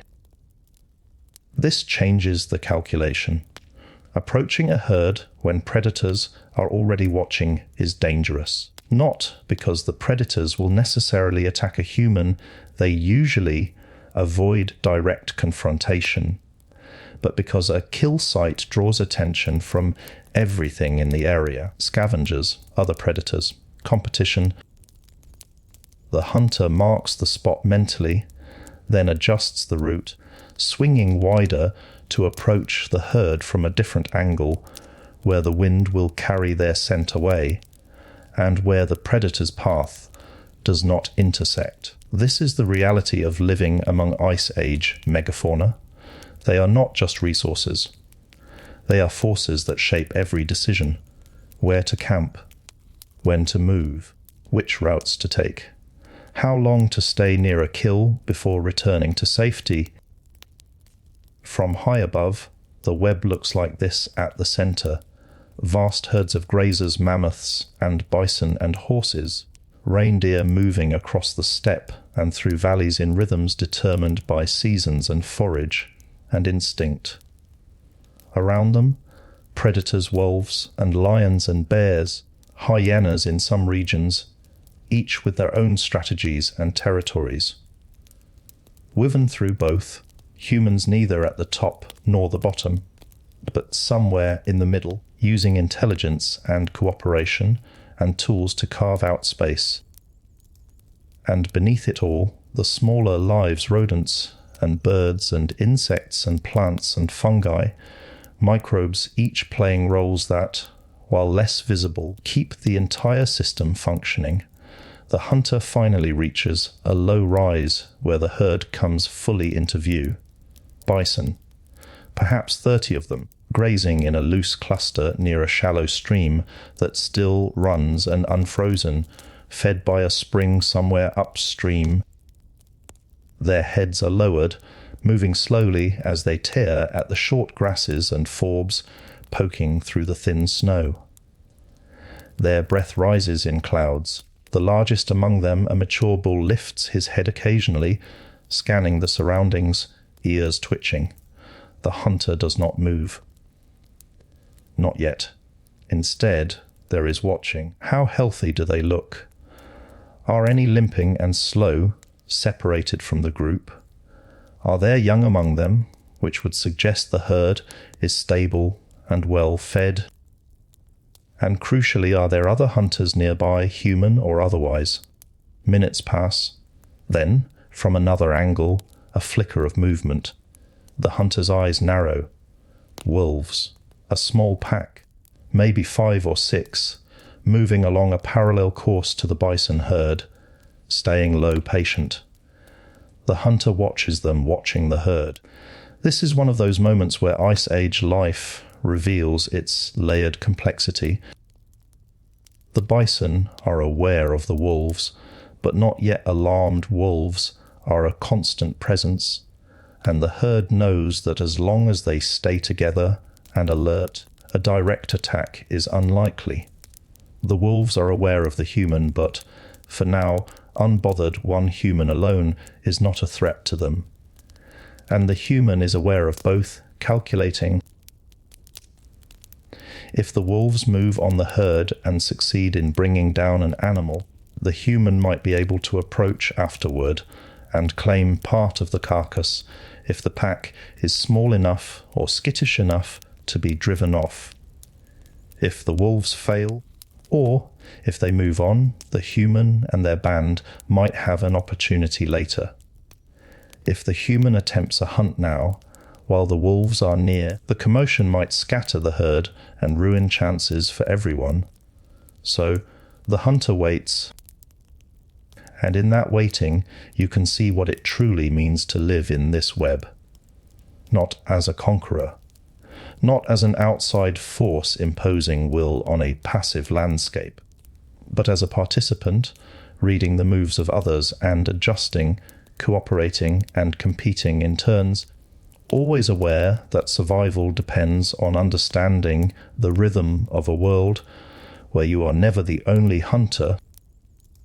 In the next part of this chapter, we will follow this thread deeper into the regional variations of the Ice Age world, where different landscapes and different animals create different versions of this same delicate balance. But hold this image for now: a single human on a cold rise, watching wolves watch bison, all of them embedded in a web so intricate that every movement sends ripples through the whole. This is not a dead planet of ice. It is alive, and we are part of it. The wolves move first, not toward the bison, but away, slipping over the far ridge and disappearing from view. Perhaps they have decided the herd is too alert, too cohesive. Perhaps they sensed something else, some shift in wind or sound that the human could not detect. The bison relax slightly, heads lowering again. The hunter remains still for a long moment, then slowly and carefully begins to retreat. There will be no hunt today, not from this angle, not with the herd this wary. But the information gathered where the animals are, their condition, the presence of wolves will be carried back to camp and woven into the collective knowledge of the group. The bison are near the spring by the 2 hills. Wolves were there this morning, heading east. The herd is healthy. We will watch them again tomorrow. This is how humans at the last glacial maximum survive, not by dominating the landscape in a single, decisive act, but by accumulating awareness day after day, season after season. As the hunter walks back toward camp, imagine that your perspective shifts. Instead of following this one person, you rise again, not all the way into space, but high enough to see how this scene is just one small knot in a much larger web that stretches across the Ice Age world. Let us trace that web through different regions, but this time not as a list or a lecture. Instead, follow different human lives, each embedded in their own version of the Megafauna world. In a valley south of the ice living between forest and plain far from the open steppe, in what will one day be southern France, another band wakes to a colder morning. Their camp is tucked into a narrow valley where a river runs clear and cold between forested slopes. The trees here are not the dense, towering forests of warmer times. They are scattered, hardy pines and birches that have learned to endure long winters and short growing seasons. But their presence changes everything. Visibility is shorter. Sound behaves differently, muffled by trunks and branches. Animals move along more predictable trails, funneled by terrain and vegetation. A young woman steps out of a low shelter, her breath a cloud in the dim light. She is carrying a basket woven from thin, flexible branches, and her task this morning is not hunting but gathering.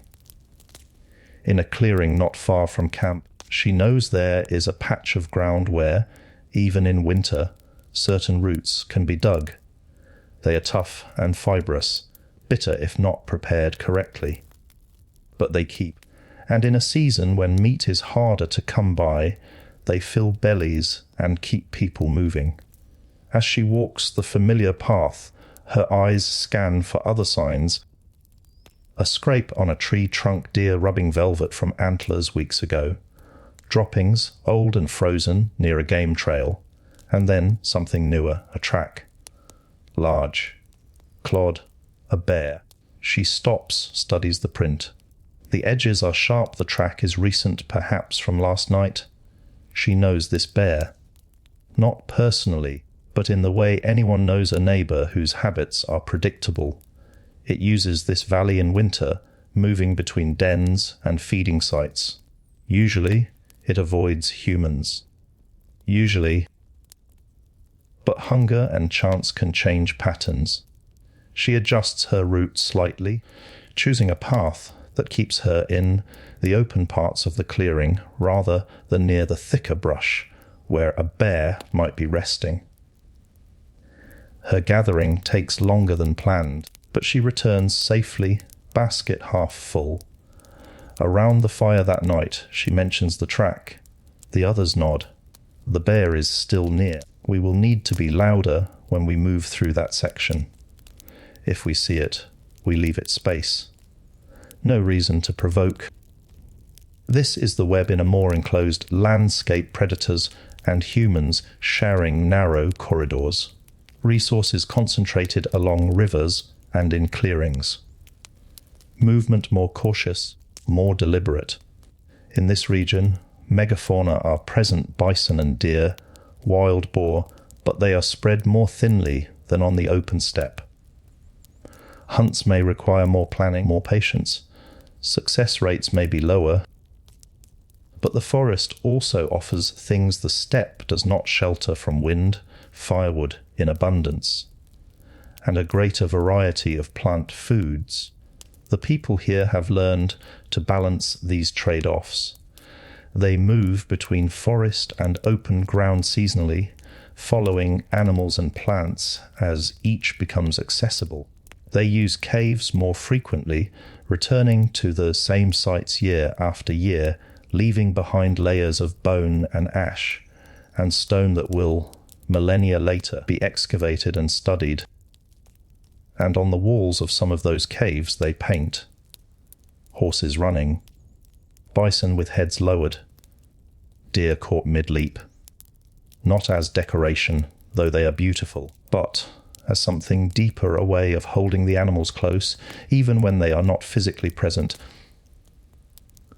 Along a Siberian river, the heart of the mammoth world now shift east, far across the continent, to a place where trees are scarce, where the land is flat and cold, and where the sky feels larger than anywhere else on Earth.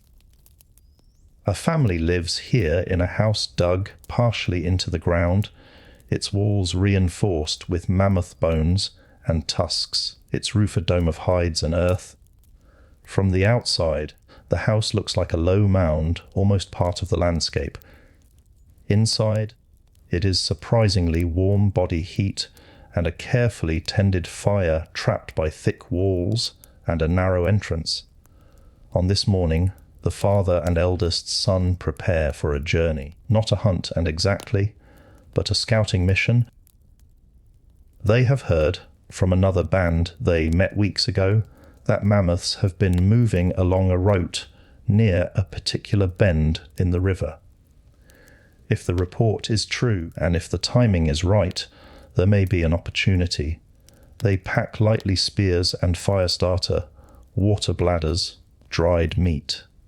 The walk takes most of a day. The steppe here is open, unbroken except by the river itself and occasional clusters of low shrubs. The wind is constant and sharp, carrying the scent of snow and distance. When they reach the bend, they find what they were looking for. Tracks.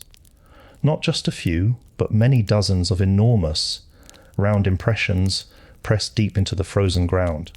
The mammoths passed through recently, perhaps within the last day. The two men follow the trail for a short distance, reading it like a text. The spacing of the tracks suggests a slow, steady pace, not panicked, not fleeing. The depth and shape suggest a mix of adults and younger animals. The direction is clear upstream toward a region where the river widens and grasses grow thicker even in winter. They do not continue further.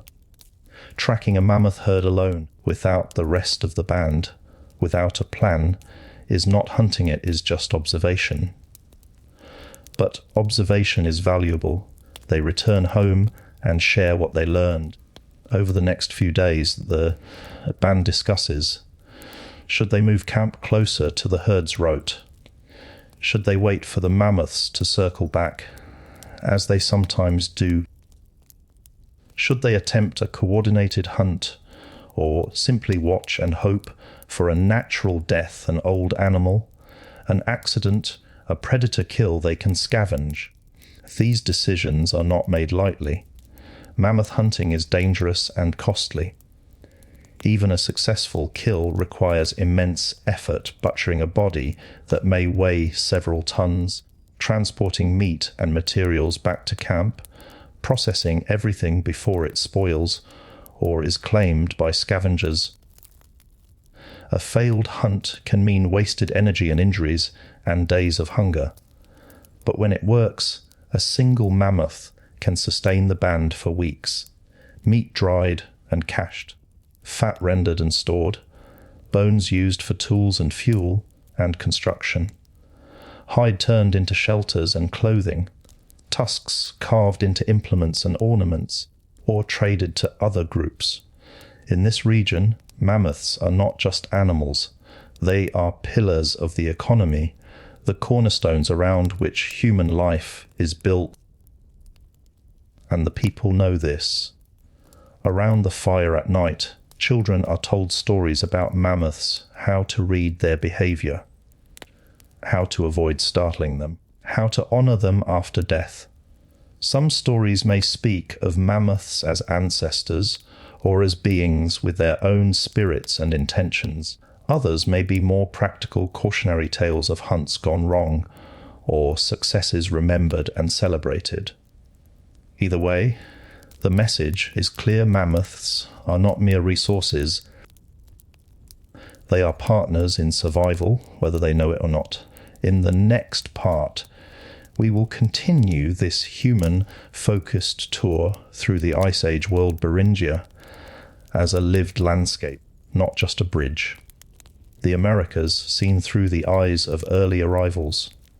Sahul, where megafauna are fewer, but strategies are just as intricate. Each stop will stay grounded in human experience, showing the web not as abstract ecology, but as the daily reality of people moving through a world full of giants. The fire in the Siberian semi-subterranean house burns low as the family settles in for the night.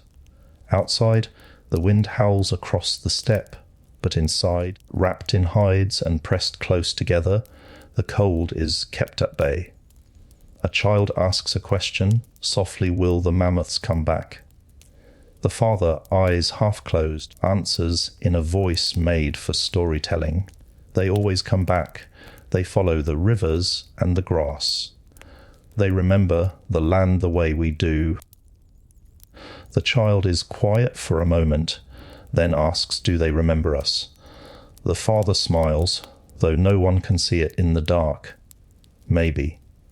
Maybe they tell their young ones, watch for the small ones with the sharp sticks. They are clever. They are patient. Respect them, and they will respect you.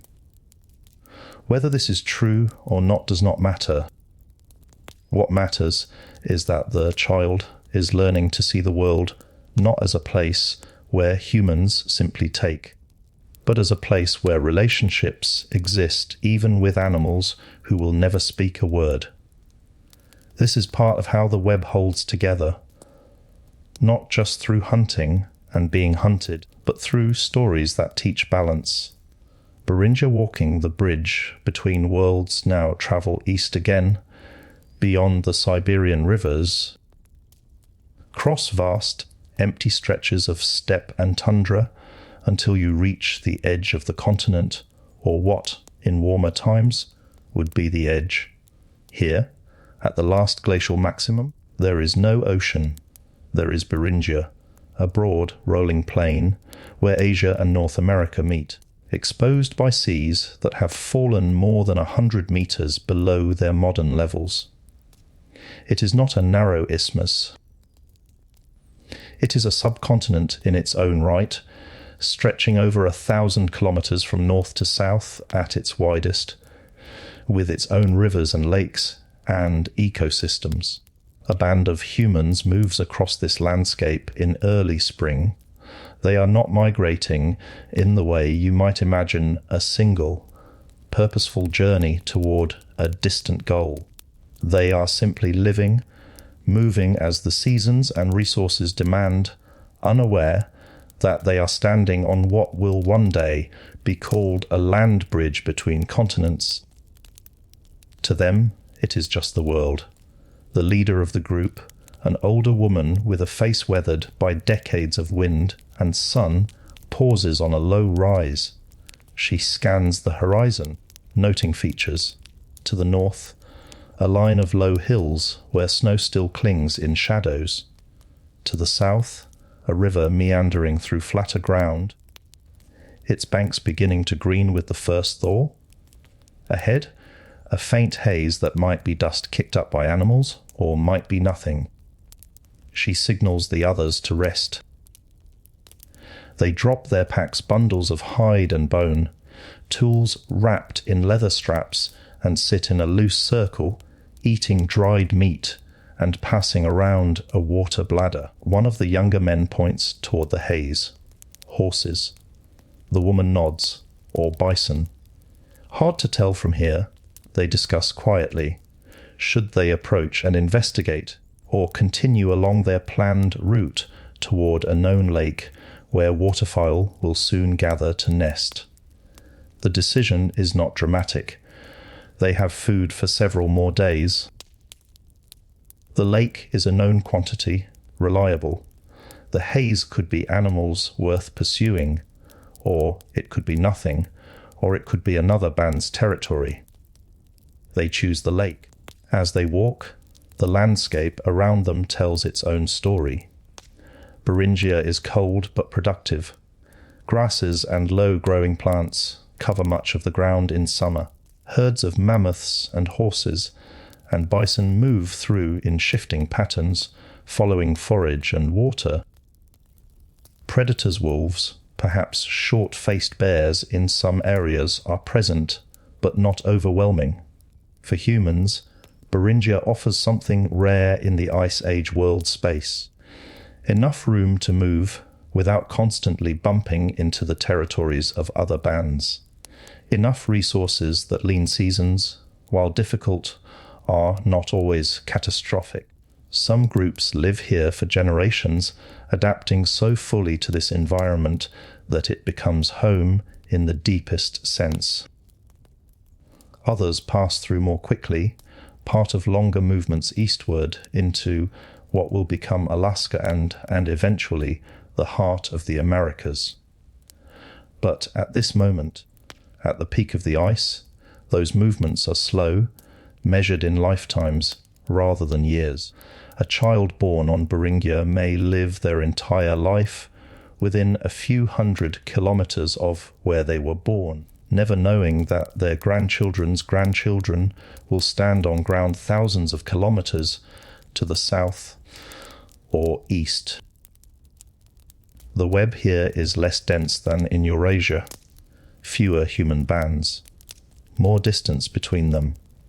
Longer stretches where the only other large minds belong to mammoths and wolves and ravens. But the same principles apply. Watch, learn, adjust, respect the rhythms of the animals and the land. As the band reaches the lake and begins to set up a temporary camp, the woman who led them here sits on a flat stone, looking out over the water. She is thinking, though, she would not use these words about the map of her people. Not a map drawn on hide or carved in bone, but a map held in memory and passed through stories. 2 days east of here, there is a valley where mammoths gather in autumn. 3 days south, near the forked river, another band camps sometimes. They speak a language close to ours. North, toward the ice, there is little to find but cold and wind. We do not go there. This mental map is the same kind of knowledge her ancestors carried across Siberia, and the same kind her descendants will carry into the Americas. It is how humans navigate the Ice Age world.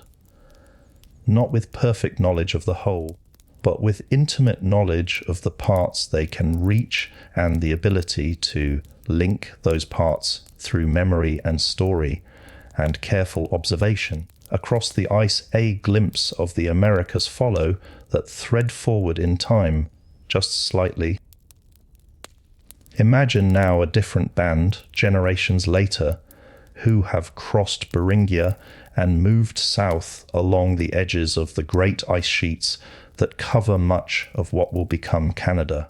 They are walking through a narrow corridor between ice and mountains, a route that opens and closes with the slow breath of glacial cycles.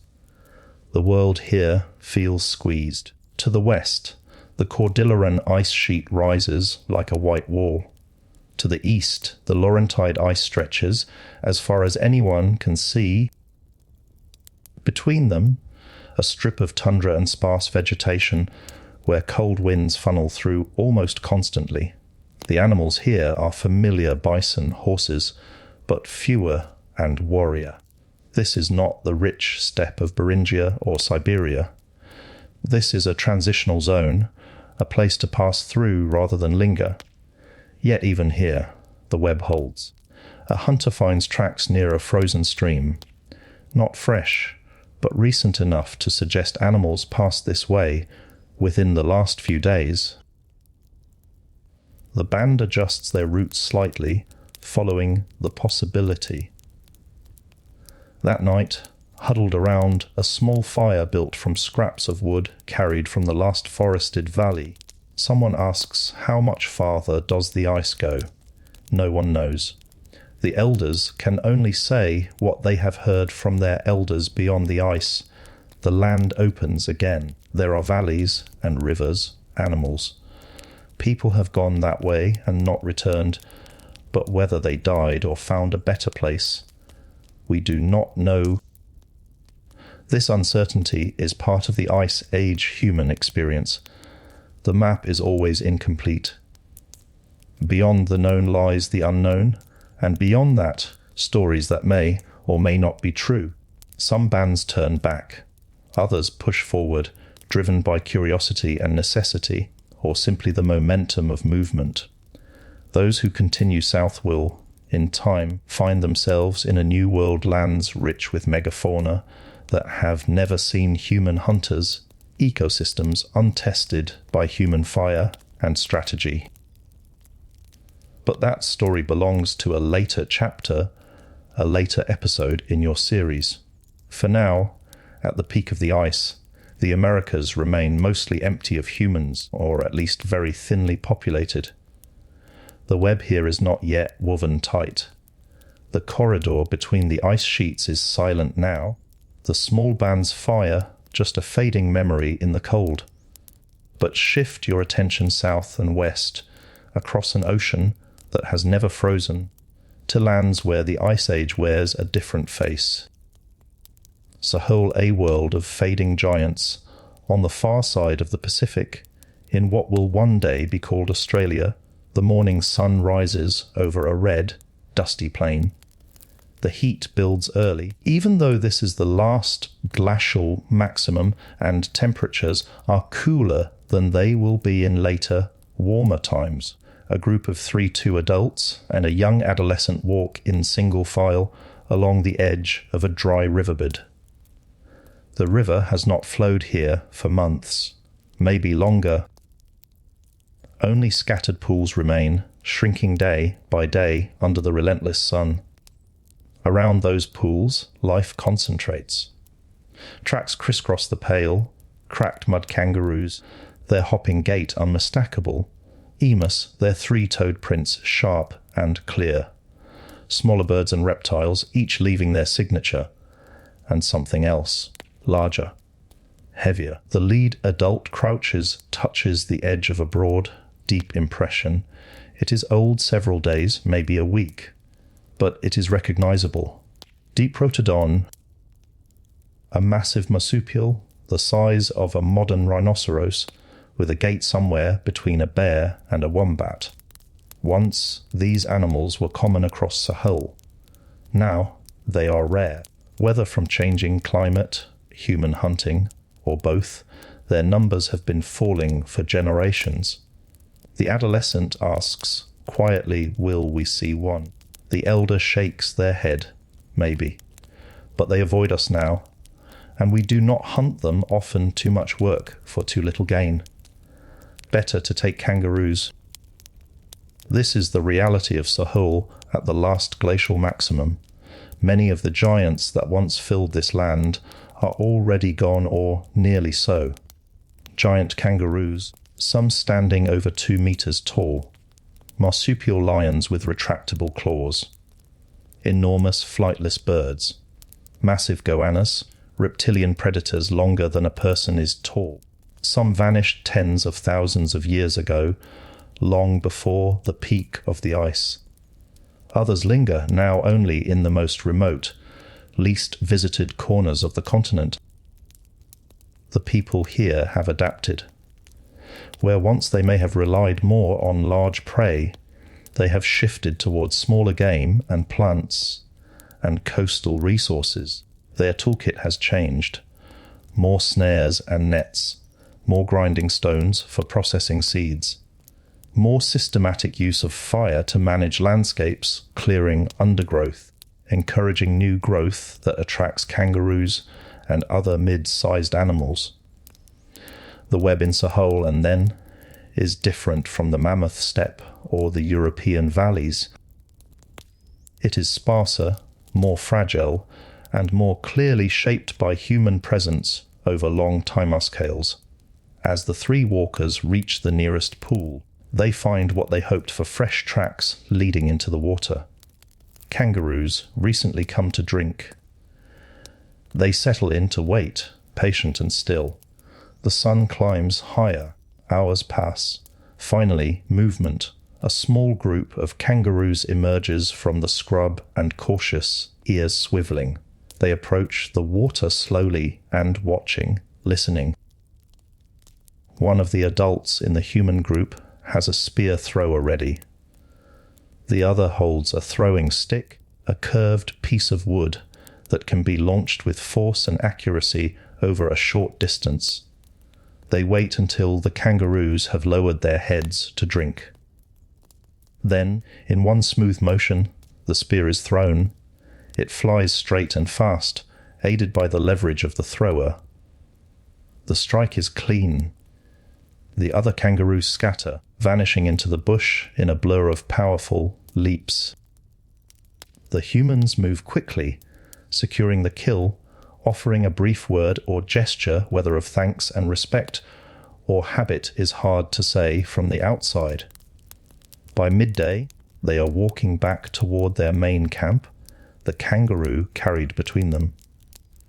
As they walk, the elder speaks, as much to the adolescent as to the heir. When my grandfather was young, he said you could still see the big ones, the ones with the heavy feet. They moved slowly, ate the tough bushes, feared nothing. A pause. Now we have the smaller ones, and that is enough. There is no bitterness in the voice, just acceptance. The world changes. The animals change. The people change with them. In Sahol, the web of life has already been tested and reshaped. The result is a landscape that, to later visitors, will seem uniquely adapted to fire, to drought, to the rhythms of human management.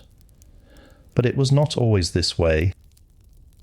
It became this way, and slowly, over tens of thousands of years, as people and megafauna and climate all pushed and pulled on one another until a new balance emerged.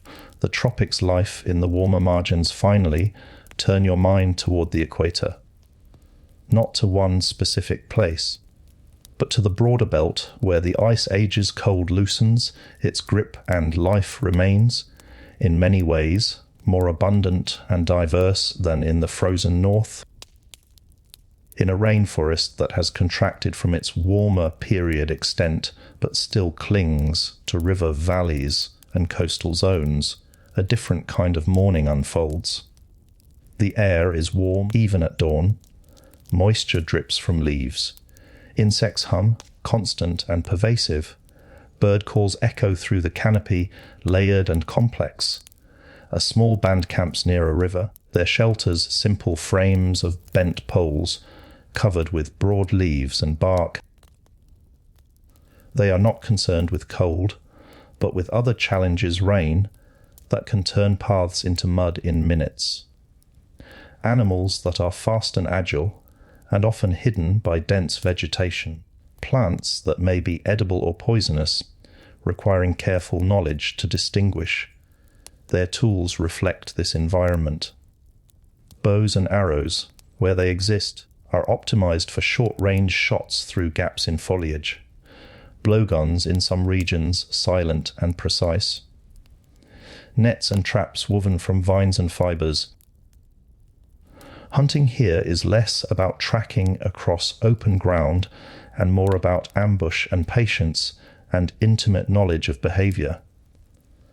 One hunter sits motionless beside a game trail, having identified it from the wear patterns on roots and the scattering of droppings.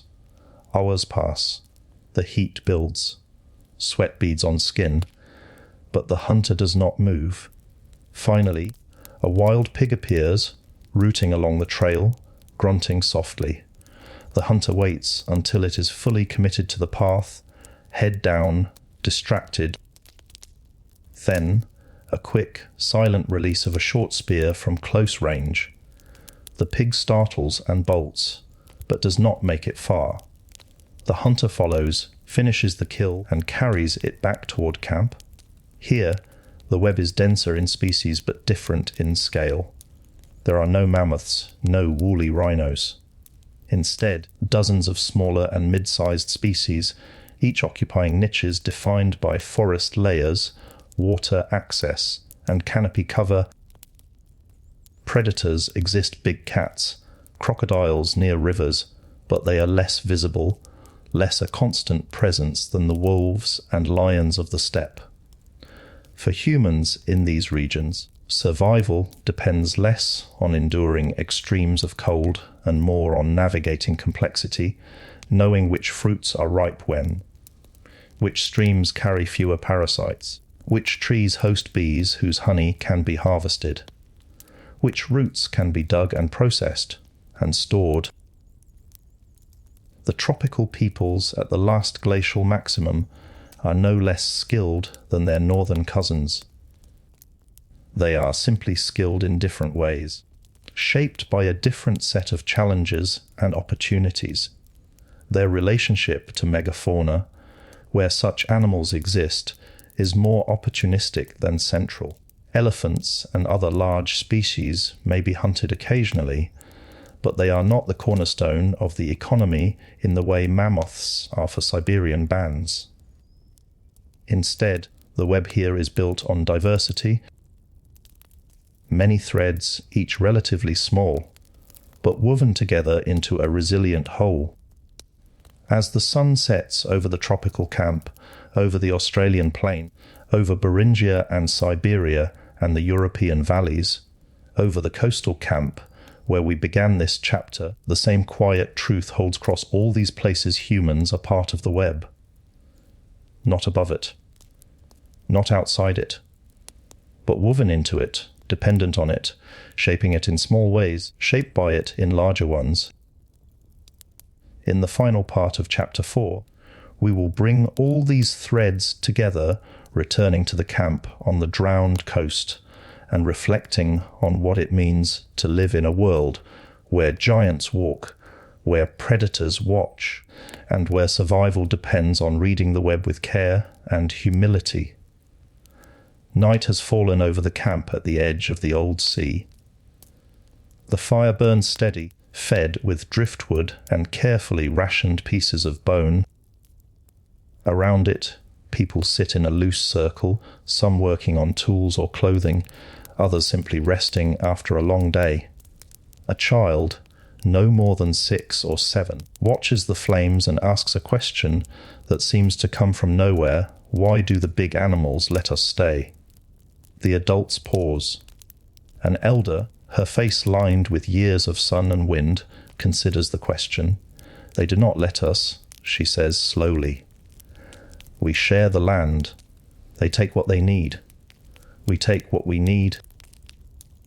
If we take too much, they leave or become angry. If we take carefully, there is enough for all. Another voice, and younger, adds, and sometimes they take from us. A camp too close to their path. A hunter who moves carelessly. The big ones do not think like we do, but they are not mindless.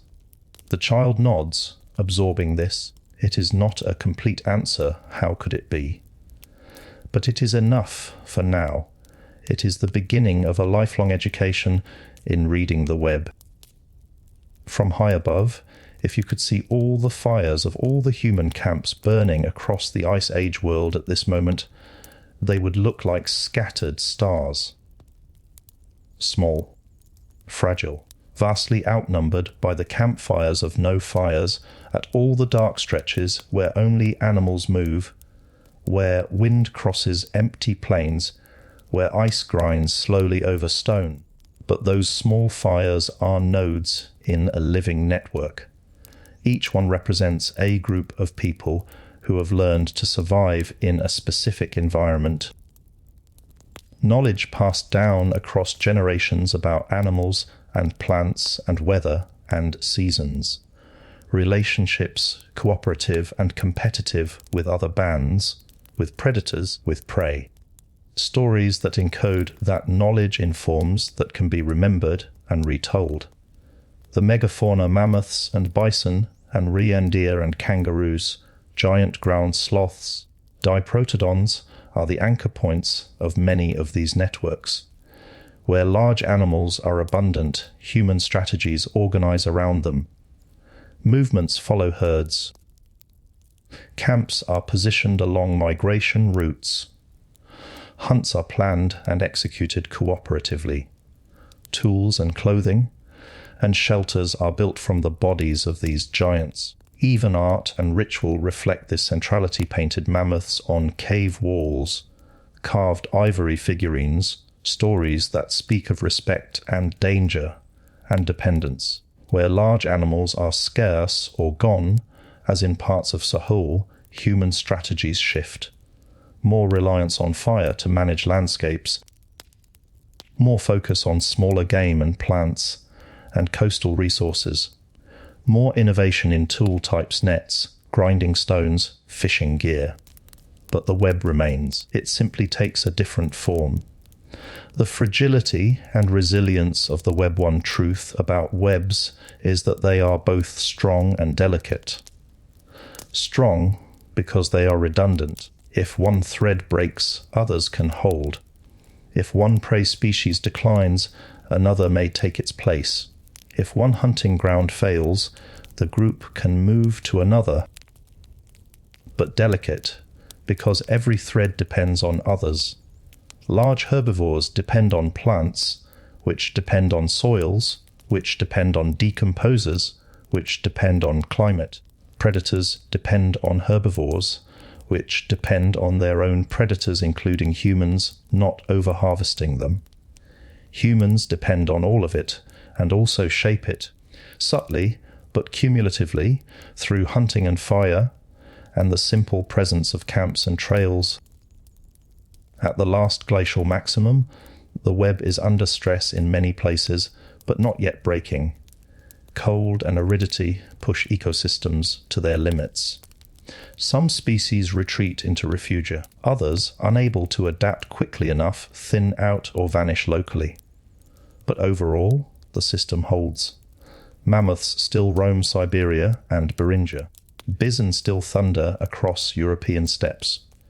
Kangaroos still gather at the last waterholes in Sahul. And humans, small and clever, adaptable, are still finding ways to survive in each of these landscapes. But the balance is not infinite. There are hints, even at this peak of ice, that the web is being tested in new ways. In some regions, megafauna populations may already be lower than in earlier glacial periods, perhaps due to compounding pressures from climate and human activity. In others, isolated populations of large animals may be more vulnerable to local extinctions if conditions worsen even slightly. Humans too are vulnerable. A band that becomes too dependent on a single resource, one herd, one lake, one valley, may face catastrophe if that resource fails. A group that overhunts in a small territory may find themselves with nothing left to take. The web demands balance. Not a conscious, deliberate balance. No one at the last glacial maximum is managing ecosystems in the way modern conservation biologists might. But an emergent balance, the product of countless small decisions, cultural norms, and ecological feedbacks. We do not hunt near the calving grounds. We leave the very young and the very old. We move before the land is exhausted. These are not universal rules. Practices vary widely by region and culture. But where they exist, they help the web hold. What humans are learning, the people of the frozen frontiers are not just surviving. They are learning. Every hunt teaches something about animal behavior. Every failed ambush reveals a mistake to avoid next time. Every successful year reinforces a strategy Every hard winter forces adaptation. Over generations, this learning accumulates. Tool designs improve. Hunting techniques become more refined. Social structures develop to manage cooperation, share risk, and resolve conflicts. And perhaps most importantly, mental models of the world become richer. The child by the fire, asking why the big animals let us stay, is beginning to build a mental model of the web. Not in scientific terms, they have no words for ecology or food chain, but in lived terms cause and effect, relationship and consequence, patterns that can be predicted and respected. Over the millennia of the Ice Age, these mental models will be tested and refined. Some ideas will prove adaptive, helping groups survive when others do not. Other ideas may be less accurate, but still serve social or psychological functions, binding groups together, providing meaning in hardship. The peoples of the Last Glacial Maximum are not just living in the web. They are beginning to understand it in ways that will shape how humans interact with the natural world for all the ages to come. Returning to the fire, the conversation around the fire at the coastal camp has moved on.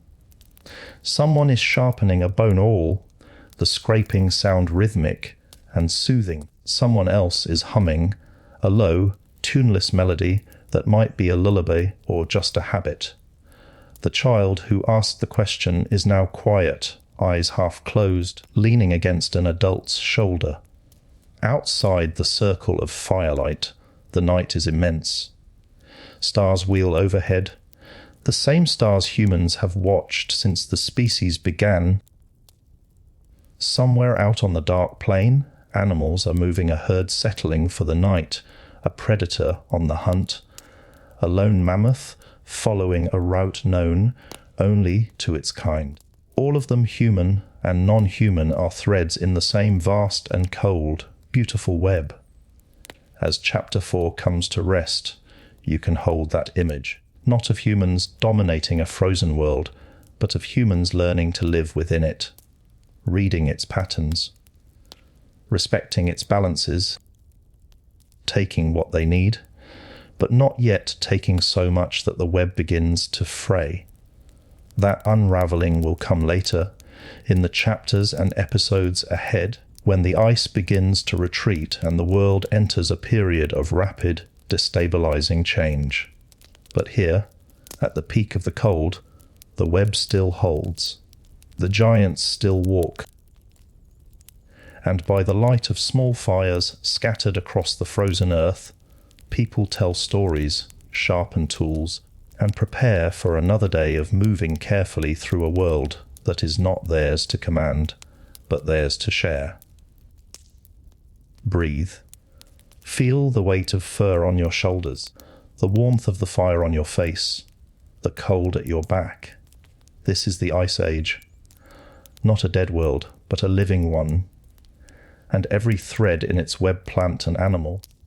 Human is part of the reason you are here to listen. Night has fallen over the camp at the edge of the old sea.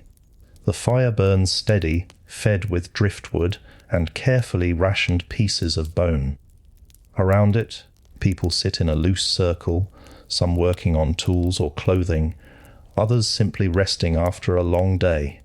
A child, no more than 6 or 7, watches the flames and asks a question that seems to come from nowhere. Why do the big animals let us stay? The adults pause. An elder, her face lined with years of sun and wind, considers the question. They do not let us, she says slowly. We share the land. They take what they need. We take what we need. If we take too much, they leave or become angry. If we take carefully, there is enough for all. Another voice, and younger, adds, and sometimes they take from us. A camp too close to their path. A hunter who moves carelessly. The big ones do not think like we do, but they are not mindless. The child nods, absorbing this. It is not a complete answer, how could it be? But it is enough for now. It is the beginning of a lifelong education in reading the web.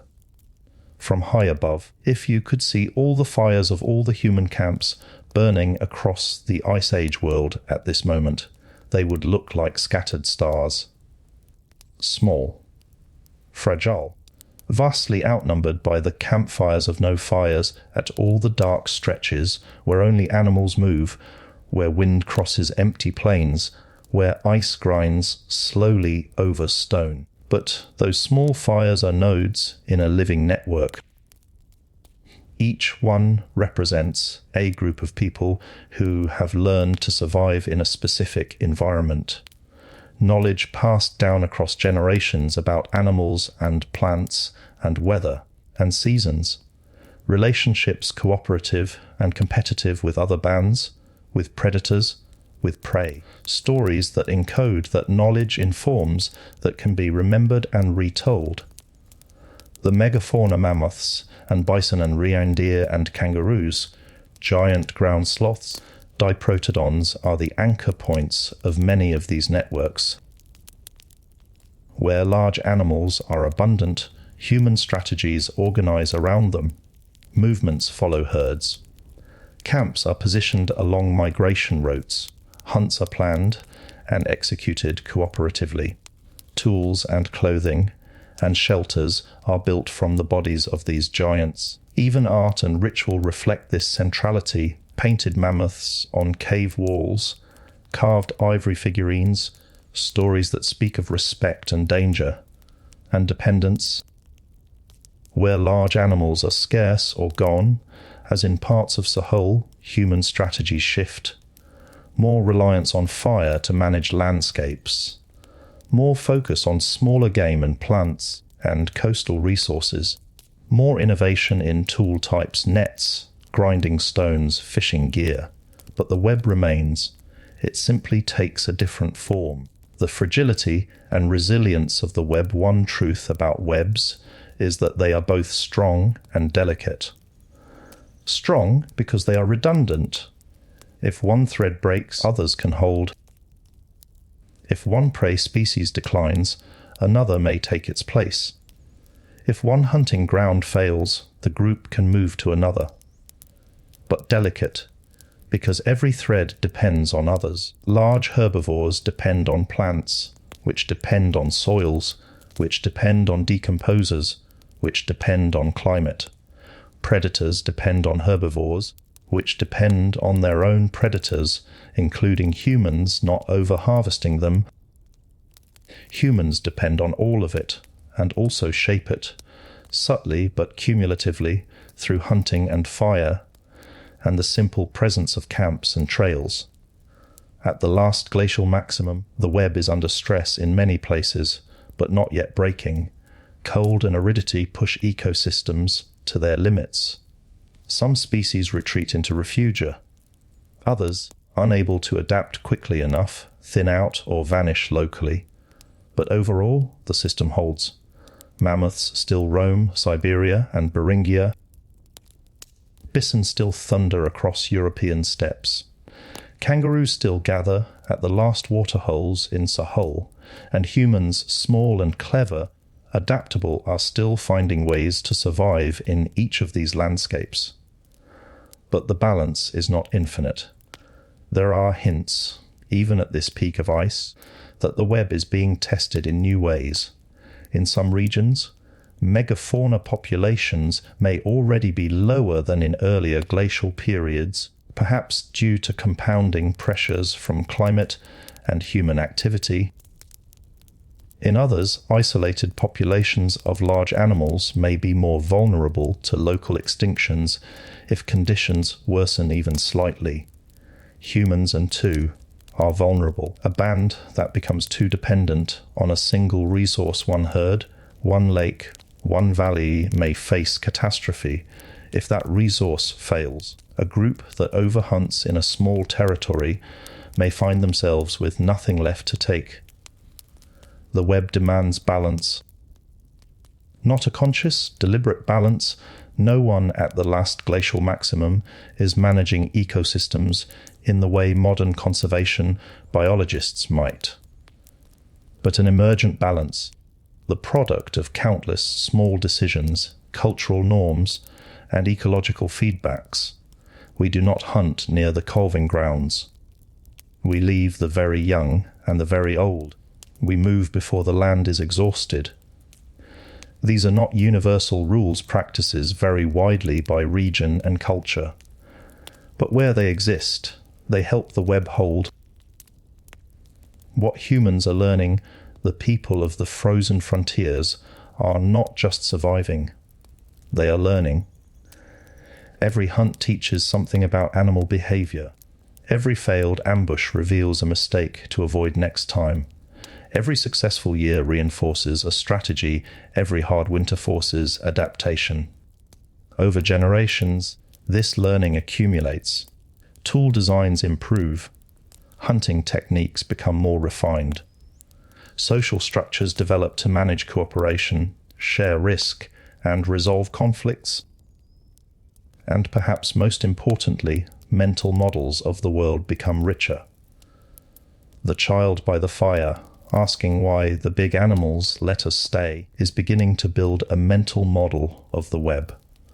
Not in scientific terms, they have no words for ecology or food chain, but in lived terms, cause and effect, relationship and consequence, patterns that can be predicted and respected. Over the millennia of the Ice Age, these mental models will be tested and refined. Some ideas will prove adaptive, helping groups survive when others do not. Other ideas may be less accurate, but still serve social or psychological functions, binding groups together, providing meaning in hardship. The peoples of the Last Glacial Maximum are not just living in the web, they are beginning to understand it in ways that will shape how humans interact with the natural world for all the ages to come. Returning to the fire, the conversation around the fire at the coastal camp has moved on. Someone is sharpening a bone awl, the scraping sound rhythmic and soothing. Someone else is humming a low, tuneless melody that might be a lullaby or just a habit. The child who asked the question is now quiet, eyes half closed, leaning against an adult's shoulder. Outside the circle of firelight, the night is immense. Stars wheel overhead, the same stars humans have watched since the species began. Somewhere out on the dark plain, animals are moving, a herd settling for the night, a predator on the hunt, a lone mammoth following a route known only to its kind. All of them, human and non-human, are threads in the same vast and cold, beautiful web. As Chapter 4 comes to rest, you can hold that image, not of humans dominating a frozen world, but of humans learning to live within it, reading its patterns, respecting its balances, taking what they need, but not yet taking so much that the web begins to fray. That unraveling will come later in the chapters and episodes ahead, when the ice begins to retreat and the world enters a period of rapid, destabilizing change. But here, at the peak of the cold, the web still holds. The giants still walk.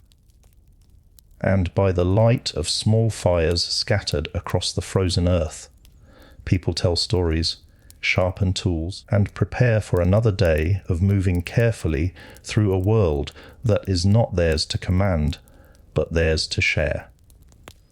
Breathe. Feel the weight of fur on your shoulders, the warmth of the fire on your face, the cold at your back. This is the Ice Age. Not a dead world, but a living one, and every thread in its web, plant and animal, human, is part of the reason you are here to listen.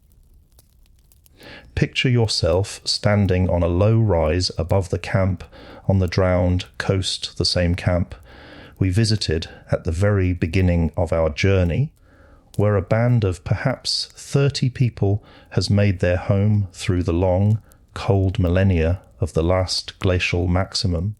It is late afternoon in what you would call early spring, though the people here have different words for the subtle shifts in light and temperature that mark the passage of seasons. The sun hangs low in the southern sky, pale and distant, offering more light than warmth. Around you, the landscape stretches in shades of brown and grey and white frozen ground, patches of old snow clinging to shadowed hollows, sparse tufts of hardy grass and lichen emerging where the wind has scarred the snow away. The air is sharp and still, so cold it burns slightly when you breathe deeply. Below, near the cluster of hide-covered shelters that form the camp's heart, people are going about their evening tasks with the slow, methodical efficiency of those who know that every action matters for survival. A woman is scraping a hide stretched over a wooden frame, her breath forming small clouds in the air. 2 men are working on repairing a sled, lashing together pieces of bone and wood with sinew cord, testing the joints with careful pressure. Children bundled so thoroughly in furs that only their eyes show are playing some kind of game near the edge of camp, laughing in the high, clear voices that sound the same across all human cultures and times. The scene is peaceful, routine. The kind of moment that, in its very ordinariness, suggests stability. But if you could see beneath the surface, if you could read the ice cores being drilled in Greenland thousands of years in the future, or examine the layers of sediment accumulating at the bottom of distant lakes, or measure the subtle chemistry of ancient cave formations, you would know something the people in this camp cannot. The world they live in is not as stable as it seems. Even here, at what we call the peak of the Ice Age, the climate is flickering, not in ways that are obvious from day to day or even year to year, but across decades and centuries, the cold is not constant, it pulses, tightens and loosens like a fist opening and closing in slow motion. And these pulses, these cracks in the ice shape everything where animals can survive, where humans can hunt, which routes remain open and which close, who lives and who does not. Tonight we are going to explore these hidden rhythms, the fluctuations that scientists would not discover until they could drill deep into ancient ice and read the chemical signatures of past atmospheres, the small disasters and disruptions that must have felt to the people living through them like the world itself was breaking its own rules. And the slow, almost imperceptible sense held perhaps only by the very oldest members of a band, those who had seen 50 or 60 winters, that something fundamental was beginning to shift. If you fall asleep along the way, that is fine. The story of these fluctuations unfolds slowly, like the climate itself, and you can drift in and out and still understand the pattern, because the pattern is this: even in the coldest moment of the Ice Age, the earth was restless, and the people who survived were those who learned to read that restlessness and adapt to its moods. The pulse of the ice understanding Dansgaard Ostja events return to that hillside above the camp, but shift your perspective now. Imagine you could compress time, watching not hours or days, but centuries pass in fast motion. What you would see is the ice sheets to the north, those vast white walls that have dominated the horizon for as long as any living human can remember, are not as still as they appear. Sometimes, over the course of a few decades, temperatures in the far north rise abruptly. not to modern levels, not even close, but enough that the difference is measurable in the ice, perhaps 8 to 16 degrees Celsius warmer than the coldest periods, concentrated especially over Greenland and the North Atlantic. These warming pulses are called Dansgaard-Oster events, named after the two scientists who first identified them in Greenland ice cores in the 1980s. During the last glacial period, roughly the 100 years leading up to our current warm interglacial, there were perhaps 25 of these events, each following a similar pattern, a rapid warming, sometimes taking only a few decades, a period of relative warmth lasting anywhere from a few centuries to a couple of thousand years. Then a gradual cooling back toward full glacial conditions. The cycle repeats, irregular and unpredictable, throughout the glacial period. Even during the last glacial maximum itself, when the ice was at its greatest extent and global temperatures at their lowest, there is evidence that some of these warming pulses occurred, though perhaps less dramatically than during earlier or later phases of the Ice Age. The exact mechanisms driving these events are still debated among scientists, but the most widely accepted explanation involves changes in ocean circulation, specifically fluctuations in the great conveyor belt of currents that carries warm water northward through the Atlantic and cold water southward along the ocean floor. When this circulation strengthens, more heat is transported to the far north, causing abrupt warming in the North Atlantic region. When it weakens, perhaps due to fresh water from melting ice disrupting the density gradients that drive the currents, the region cools again. But you do not need to understand the oceanographic details to grasp the essential truth. The Ice Age world was not a frozen monotony. It was a world of climate instability, where conditions could shift within a human lifetime in ways that would have felt sudden and inexplicable to those experiencing them. What it felt like a warming pulse return now to the camp on the coast, but move forward in time. Not far, perhaps 20 years, from the peaceful evening scene we opened with. It is summer, and the band is gathered for a conversation that has been repeated in various forms across the past several seasons. The elder who leads the discussions, a man now in his late 50s, one of the few in the band who can remember stories told by his own grandfather, stands near the central fire, even though the evening is warm enough that no one really needs its heat. He speaks slowly, choosing his words with the care of someone who knows that what he says will be remembered and passed on. When I was a boy, my grandfather told me about the summers of his youth. He said they were short, cold. The snow melted late and returned early. The herds moved quickly through our land because there was little for them to eat here. He pauses, looking around at the faces illuminated by the low-angle summer sun. But in my lifetime, I have seen the summers grow longer. The snow melts earlier each spring. The rivers flow stronger. The grass grows thicker. And the herds, the reindeer especially, they linger now. They do not rush north as they once did. A younger hunter, perhaps in his 30s, nods. It is true.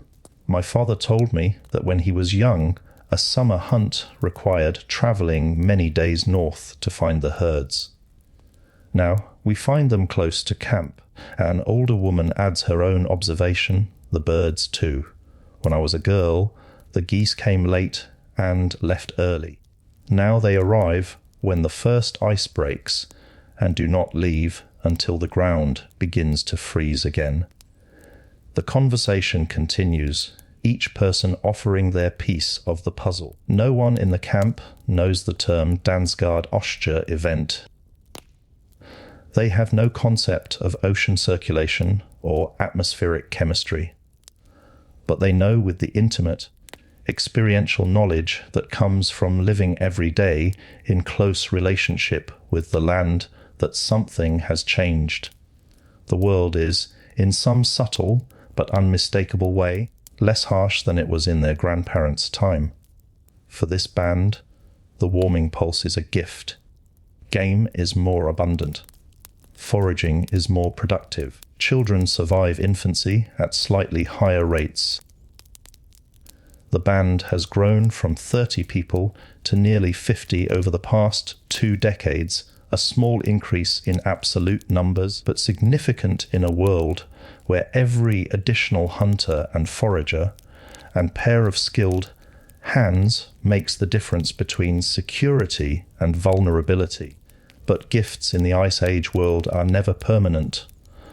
The return of cold moved forward again, this time 50 years. The elder who spoke of the longer summers is long dead, as are most of the people who were adults during the warming pulse. The band is now led by the younger hunter, who, as a boy, heard his father's stories about travelling far north to find herds. He is old now himself, weathered and grey, but still strong enough to hunt. And he is troubled, because over the past 10 or 15 years, it is hard to say exactly when it began. The change was so gradual the world has been shifting again. The summers are shorter, the winters harder, the herds are moving differently, their routes less predictable, their numbers smaller. Last winter, for the first time in living memory, the band lost more than a quarter of its people to cold and hunger, mostly the very young and very old, but also 2 hunters in their prime who went out in a storm and did not return. The survivors are lean and wary and beginning to argue about what should be done. One faction wants to move south, back toward the refugia where their distant ancestors came from, in search of milder conditions and more reliable resources.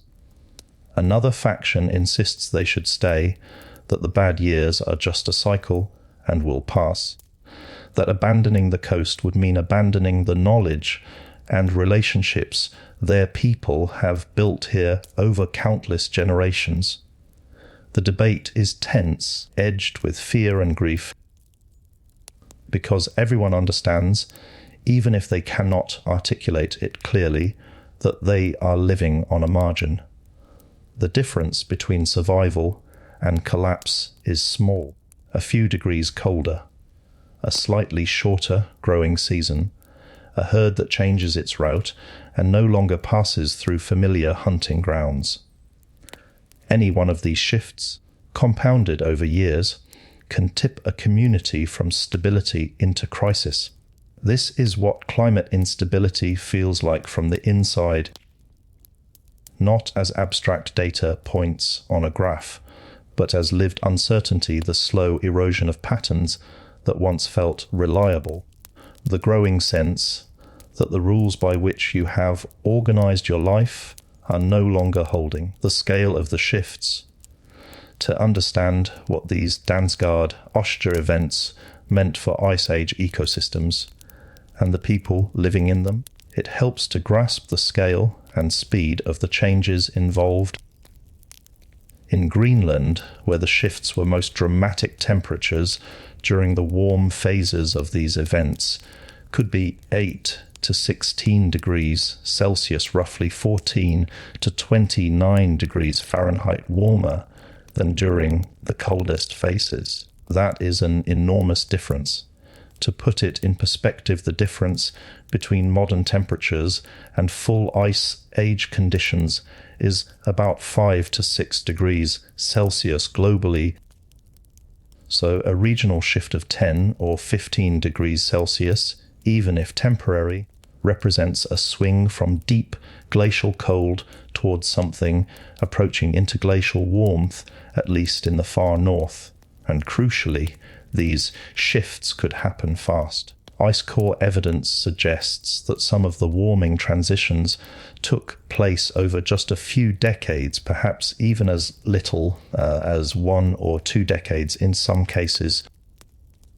In human terms, that means the climate you experienced as a young adult could be noticeably different from the climate your children experienced growing up. You would not necessarily attribute the change to climate as a concept more likely. You would think of it as a run of good years or bad years, a shift in the behavior of the herds or the patterns of the seasons. But you would feel it. And you would adapt, or you would not survive. The cooling phases, by contrast, tended to be slower, taking centuries rather than decades to return to full glacial cold. This asymmetry rapid warming, slow cooling is itself significant. Rapid change is harder to adapt to than gradual change because it gives ecosystems and human communities less time to adjust. A warming pulse that arrives over 20 years disrupts hunting patterns, forces animals to shift their ranges quickly, and constrain the accumulated knowledge that guides survival strategies. But because the cooling is slower, communities might have a generation or two to recognize the trend and make adjustments, moving camps, changing tool technologies, forming new alliances with neighboring bands. Still, the overall effect is stress, not the steady, predictable stress of a stable but harsh environment which humans can adapt to remarkably well, but the unpredictable stress of a world that keeps changing its rules, shifting herds, shifting strategies. One of the most immediate ways these climate fluctuations would have affected Ice Age people is through changes in animal behavior and distribution. Return to the camp on the coast during the cooling phase we just described. The lead hunter, the man who remembers the warmer decades of his youth, is preparing for an expedition. Not a typical seasonal hunt, but something more exploratory and risky. He is taking a small party of the band's best trackers and hunters on a journey northward, beyond the usual range of their movements, in search of the reindeer herds that used to pass through their territory reliably, but have not been seen in large numbers for 3 years. They pack carefully dried meat and fat to sustain them for weeks, extra hides for shelter, tools for making repairs on the journey, fire-starting materials wrapped in waterproof leather. The rest of the band watches them leave with a mixture of hope and anxiety. Hope, because if the party finds the herds and can establish a new hunting ground or trade relationship with bands who control access to those herds, it could mean survival for everyone. Anxiety, because long-distance travel in the Ice Age is dangerous. Injuries, getting lost, encounters with predators or hostile groups. Sudden storms, any of these, can turn a hopeful expedition into a disaster. The party travels for 12 days, moving across the tundra steppe in the pale light of early summer. They see signs of life, old tracks, scattered bones from predator kills, distant herds of horses and bison, but no reindeer. On the 13th day, they meet another band, a group of perhaps 20 people camped near a shallow lake. The meeting is tense at first, as all such encounters are, but through careful gestures, shared food, and the slow work of finding common words in closely related but not identical languages, communication begins. The other band's elder, a woman with deep scars across her face from some long ago encounter with a predator, listens to the coastal band's questions about the reindeer. Then she nods slowly and begins to speak, using a mix of words and gestures to convey her meaning. The herds have moved. Not gone moved. Farther north and west, toward the ice. We have seen them, but they are harder to reach now. The land there is more broken, more ice, harder to cross. She pauses, then adds, we have thought about following them, but it is dangerous, and we do not know if we would be welcome by the people who live near the ice. They may see us as competitors. The coastal hunter absorbs this information. It confirms what he has been fearing. The herds have shifted their ranges in response to the cooling climate, moving toward conditions that suit them better even as those conditions become harsher for humans. Following them would mean leaving behind familiar territory, venturing into lands where his band has no established relationships or knowledge. It would mean risk. But staying would mean continuing to rely on a landscape that no longer provides as it once did. There is no good answer, only a choice between different kinds of risk. In the end, after 2 more days of discussion and careful negotiation, the 2 bands make an agreement. The coastal band will send a few of its younger members to live with the lakeside band for a season, learning their territory and hunting grounds. In return, the lakeside band will share information about the routes to the northern herds and provide guides if the coastal band decides to relocate. It is a tentative arrangement, fragile and dependent on goodwill and continued cooperation. But it is also exactly the kind of adaptive strategy that allows Ice Age peoples to survive in a world where climate and resources are constantly shifting. Social networks, the relationships between bands, the exchange of knowledge and people, the ability to call on allies in times of need become as important to survival as hunting skill or tool-making expertise. Local disasters, when the land itself turns dangerous, climate fluctuations during the LGM do not just affect long-term patterns like herd migrations or vegetation zones. They also create immediate, local disasters that can devastate communities with little warning. Imagine you are part of a different band now, one that lives not on the drowned coast, but in a mountain valley, somewhere in what will one day be the Alps or the Pyrenees. Your camp sits near the base of a glacier, a river of ice that flows slowly down from the high peaks, grinding rock and carving the valley deeper with each passing century. For generations, your people have lived here. The glacier is a constant presence, a fact of life like the sky or the stone. It provides meltwater in summer when streams flow from its edge and fill the valley with cold, clear water that supports fish and attracts game. In winter, it is dormant and still, a white wall rising above the camp. Your people have learned to read its moods, where crevices open and make travel dangerous, where avalanches are likely, where the ice is stable enough to cross. But glaciers, like all ice, are not truly stable. They respond to temperature and snowfall, advancing when conditions are right and retreating when they warm, and sometimes under certain conditions they surge. A glacier surge is a sudden, dramatic acceleration in the movement of ice, sometimes 10 to 100 times faster than the glacier's normal creeping pace.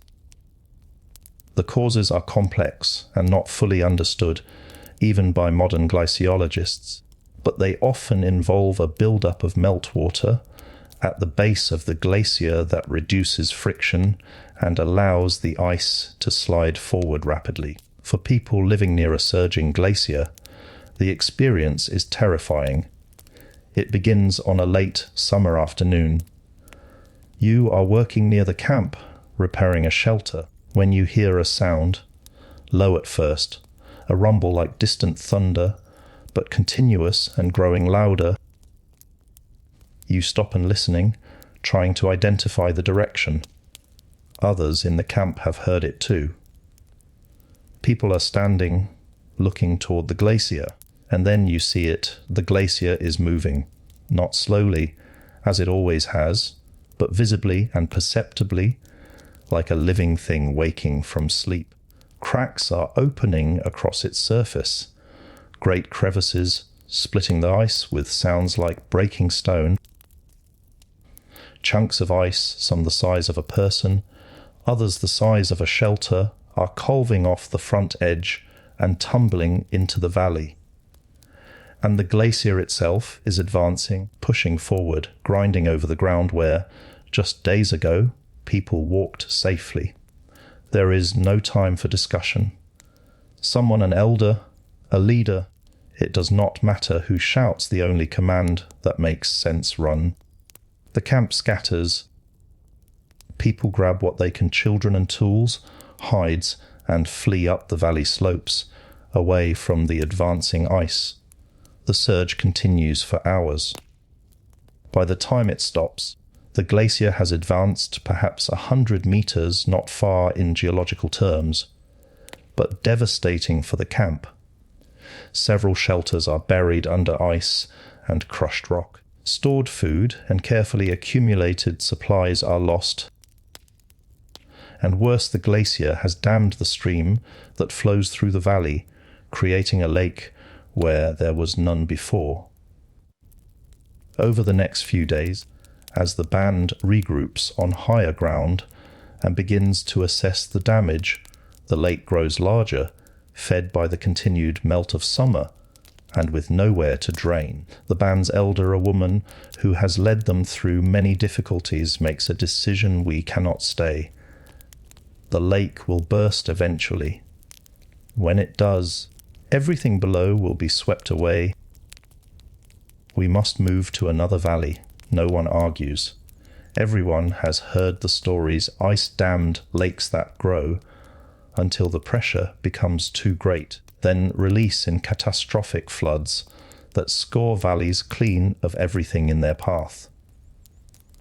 The band begins the difficult work of relocating, carrying what they can salvage and leaving behind a valley that has been home for generations. This is a local disaster affecting one band, one valley.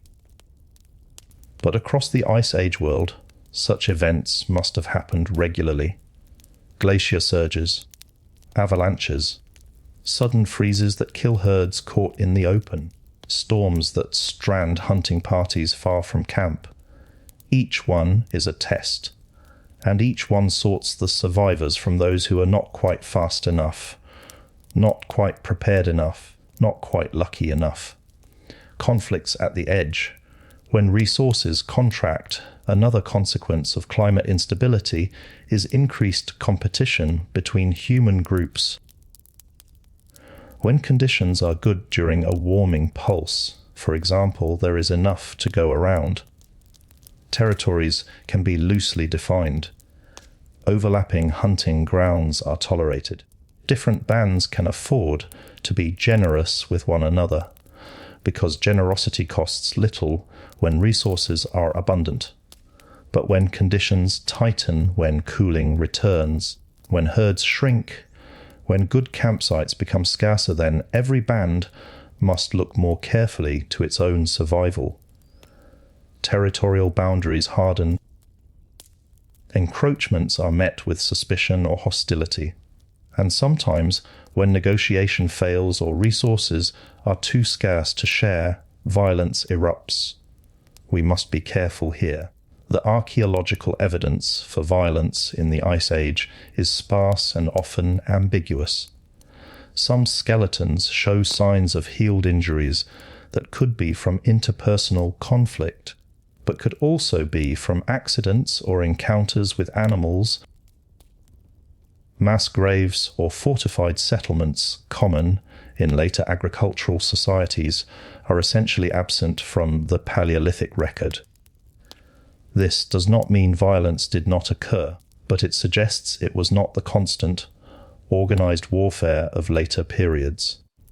More likely, conflicts were small-scale and sporadic, and personal disputes over hunting grounds, revenge for perceived slights, competition for mates or resources. But even small-scale conflict can be devastating when populations are tiny and every loss is felt acutely. Imagine two bands, camped perhaps 20 kilometers apart, in a region where resources have become scarce during a cooling phase.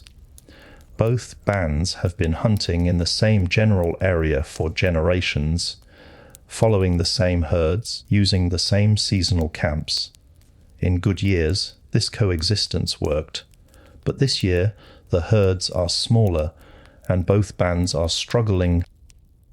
A hunting party from one band ventures into territory that the other band considers its own. They are spotted. A confrontation ensues. Words are exchanged, accusations, threats. The hunters from the intruding band try to explain their own territory has been hunted out. Their people are hungry. They need access to these grounds. The resident band refuses. If we let you hunt here, their leader says, there will not be enough for our own people. Go back. Find another way.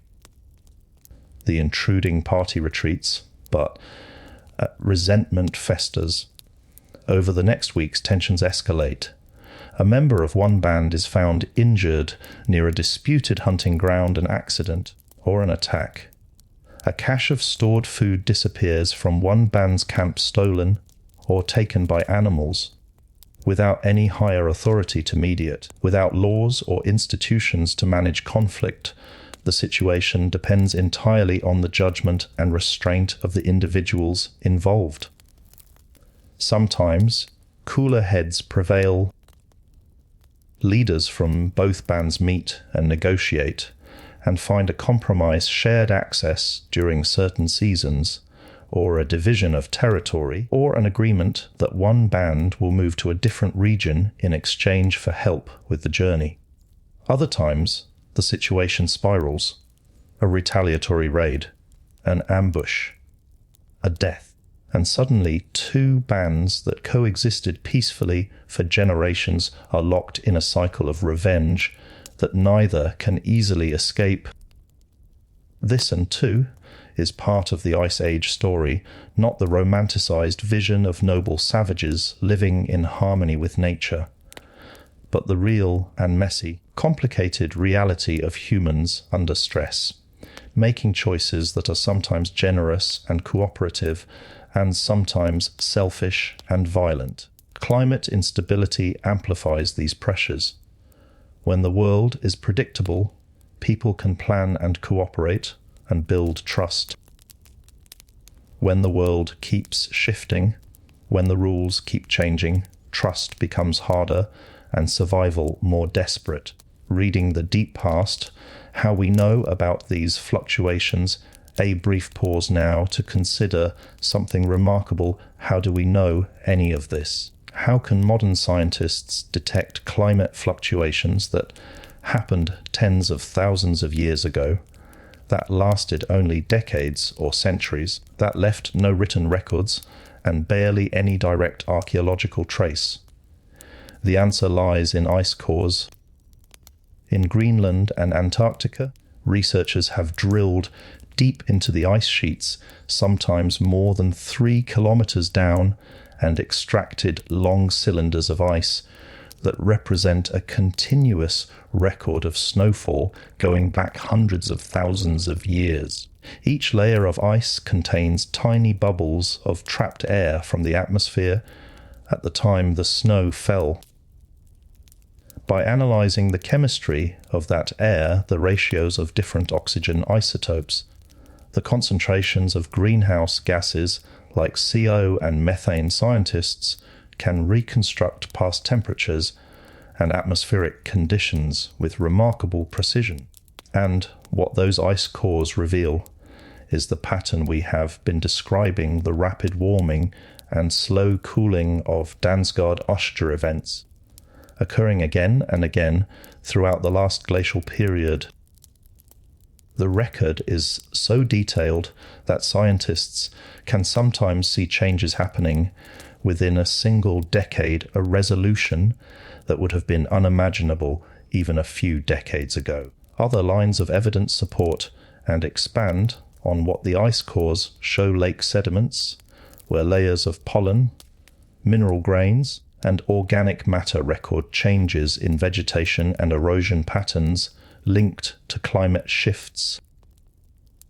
Speleothems cave formations like stalagmites and stalactites, whose growth rates and chemical composition vary with temperature and rainfall.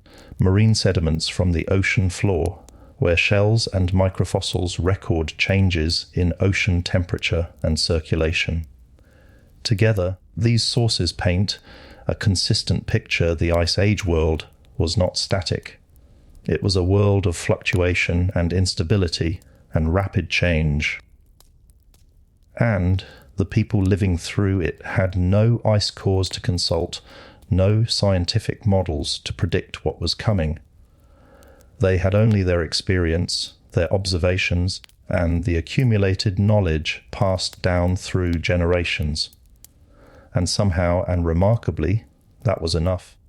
Human timescale vs Earth's timescale, one of the most striking things about the Dansgaard-Oster events and about climate change in general is the mismatch between human perception and geological reality.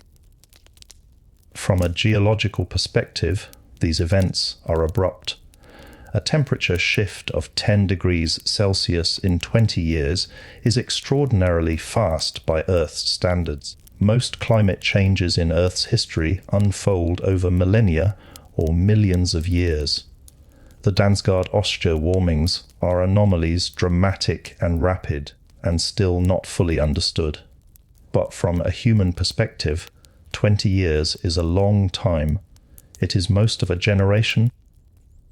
A child born at the start of a warming pulse would be an adult by the time temperatures peaked. They might remember, and dimly, the colder winters of their early childhood, but to them, the warmer conditions would feel normal, not like a dramatic shift. It is only the elders, those in their 50s or 60s, if they lived that long, who would have the perspective to see the change clearly. And even then, without written records or scientific instruments, they could only describe it in terms of their own experience: longer summers, different animal behaviors, changes in the landscape. This is why oral traditions and the knowledge held by elders are so crucial in pre-literate societies. The elders are the living memory of climate patterns, the repositories of information about how the world used to be and how it has changed. When an elder dies, a library burns not just of stories and cultural knowledge, but of environmental data accumulated over a lifetime of careful observation. Return to the camp on the drowned coast one more time.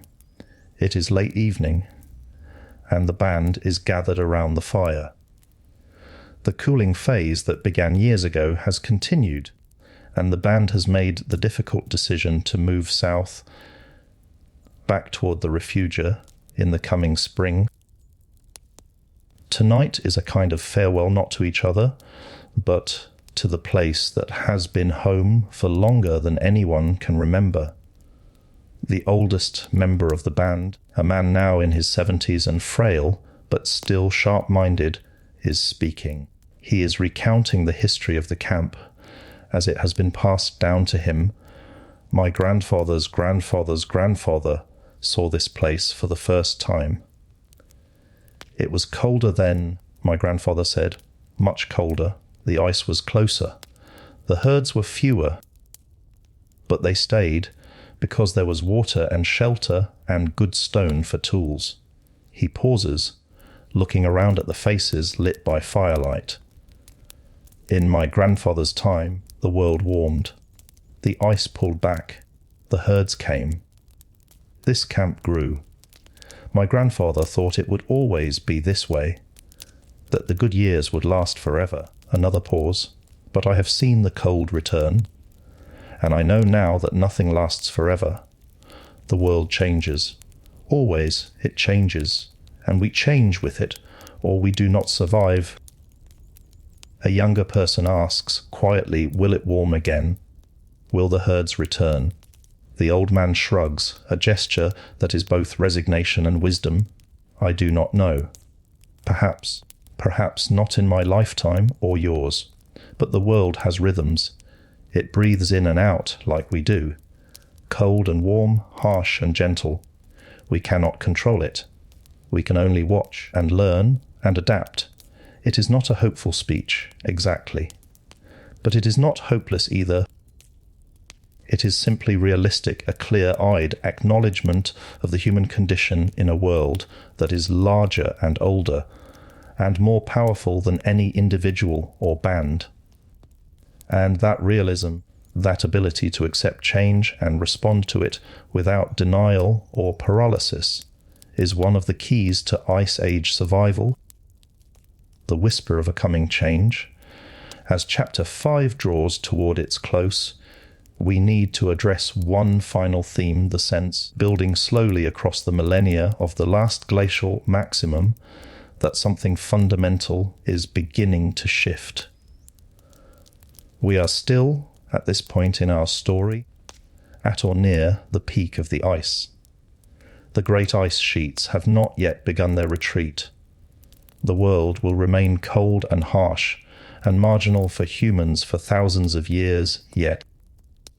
But the Dansgaard Oster events, these pulses of warming and cooling, are clues to a larger pattern. They reveal that the climate system is sensitive, capable of rapid change in response to relatively small shifts in conditions. And they hint that the stability we think of as normal, the warm, predictable climate of the past 10,000 years that allowed agriculture and civilization to flourish is itself the anomaly. The Ice Age world, with its instability and fluctuations, may actually be closer to Earth's default state than the stable Holocene we have come to expect. For the people living through the LGM, of course, these larger patterns are invisible. They experience only their own moment, the cold, the herds, the summer hunts and winter hunts, the births and deaths, the small joys and large fears that make up a human life in any era. But if you could gather all the elders from all the Ice Age bands, every person who had lived long enough to see patterns across decades, and if you could somehow share their observations, you might begin to see the shape of something larger, a sense that the world is not unchanging, that the ice, for all its immensity, is not permanent, that the cold, deep and pervasive as it is, might someday ease. This is the whisper of a coming change, faint, easily missed, but there if you know how to listen. In the next chapter, we will begin to explore what happens when that whisper becomes a roar, when the ice starts to retreat in earnest, when new lands open up, when human populations expand and diversify, and when the seeds of future civilizations still dormant during the LGM begin, and slowly, to germinate. But for now, on this cold night at the drowned coast, as the band prepares to abandon a camp that has been home for hundreds of generations, the future is uncertain. The fire burns low. The stars wheel overhead, cold and distant, and somewhere to the north, invisible in the darkness, the ice waits ancient and patient, and just beginning and imperceptibly to crack. Close your eyes and imagine a single moment frozen in time. It is dawn, perhaps 18,000 years ago, roughly 1,000 years after the absolute peak of the last glacial maximum, though no one living in this moment knows that the worst of the cold has already passed. You are standing on a rocky outcrop overlooking a valley in what will one day be southwestern France, in a region that archaeologists will call one of the great refugia of Ice Age Europe. The air is cold, not the brutal, bone-breaking cold of deep winter, but the crisp, clear cold of early spring, when the world is poised between ice and thaw. Below you, in the shelter of the valley, a camp is waking. Smoke rises from several hearths, pale grey against the deep blue of the pre-dawn sky. You can hear voices, muffled by distance, but unmistakably human, someone calling instructions, children's laughter, the rhythmic sound of stone being worked. Around the valley, the landscape stretches in layers of brown and white and grey exposed rock, patches of snow, sparse vegetation clinging to life wherever the ground allows. To the north, though you cannot see it from here, the ice waits, kilometres thick, hundreds of kilometres wide, a presence so vast it shapes weather patterns across half a continent. But here, in this valley, life persists. Not just survives, thrives in the careful, hard-won way that Ice Age humans have mastered over tens of thousands of years. This camp is not temporary. The shelters are substantial frameworks of wood and mammoth bone, covered with layers of hide and turf, designed to last for years. Storage pits dug into the ground hold dried meat, preserved fat, and carefully collected plant materials. The people here, perhaps 60 or 70 of them, an unusually large group by Ice Age standards, are not desperate wanderers barely clinging to existence. They are a community, organised and skilled and deeply rooted in this landscape that has been their refuge for countless generations. But if you could speed up time, watching not just days or years, but centuries unfold, you would see something remarkable beginning to happen. The ice to the north is retreating, slowly at first, so slowly that no human lifetime can fully perceive it. But steadily and inexorably, the glaciers are pulling back, exposing land that has been buried under ice for millennia, and in this valley, in dozens of valleys, like it's scattered across southern Europe, populations that have been compressed into refugia for thousands of years are beginning to expand. Not all at once, not in a single great migration, but in a slow, pulsing movement that will, over the next several thousand years, carry humans back into territories their ancestors abandoned, into lands no human has walked in living memory, into a world that is opening up in ways that will shape everything that comes after. Tonight, we are going to follow that expansion. We will trace the pathways out of the refugia, watch as populations spread northward and eastward, see how the experiences of the Ice Age, the skills, the knowledge, the hard-won adaptations become the foundation for new cultures, new technologies, and eventually new ways of life that will lead thousands of years in the future to agriculture and cities and civilizations. We will also explore what genetic and archaeological evidence reveals about these movements, who left, who stayed, how populations mixed and diverged, and how the bottleneck of the LGM left its mark on the human genome in ways we can still detect today. And we will gently open the possibility, clearly marked as interpretive, not proven, that some of the myths and memories carried by later cultures might contain distant echoes of these Ice Age experiences, stories of cold, of darkness, of giants, and harsh lands that could be, in some way, cultural memories stretching back across the millennia. If you fall asleep along the way, that is perfectly fine. The story of these migrations unfolds across thousands of years and thousands of kilometers, and you can drift in and out and still grasp the essential pattern. Because the pattern is this: the Ice Age did not just test humans, it shaped them. And the people who emerged from the refugia, carrying their tools and stories and hard-won knowledge northward into a warming world, were the ancestors of everyone who would follow. Refugia as cradles, the genetic reservoirs of post-glacial Europe, return to that valley in southwestern France. But now let us zoom out, not physically, but conceptually, to understand what this place represents in the larger story of human survival and expansion. During the last glacial maximum, when ice sheets covered vast portions of Europe and harsh, cold conditions made much of the continent uninhabitable for humans, populations contracted into a handful of refugia regions where conditions, while still difficult, were tolerable enough to support human communities over long timescales.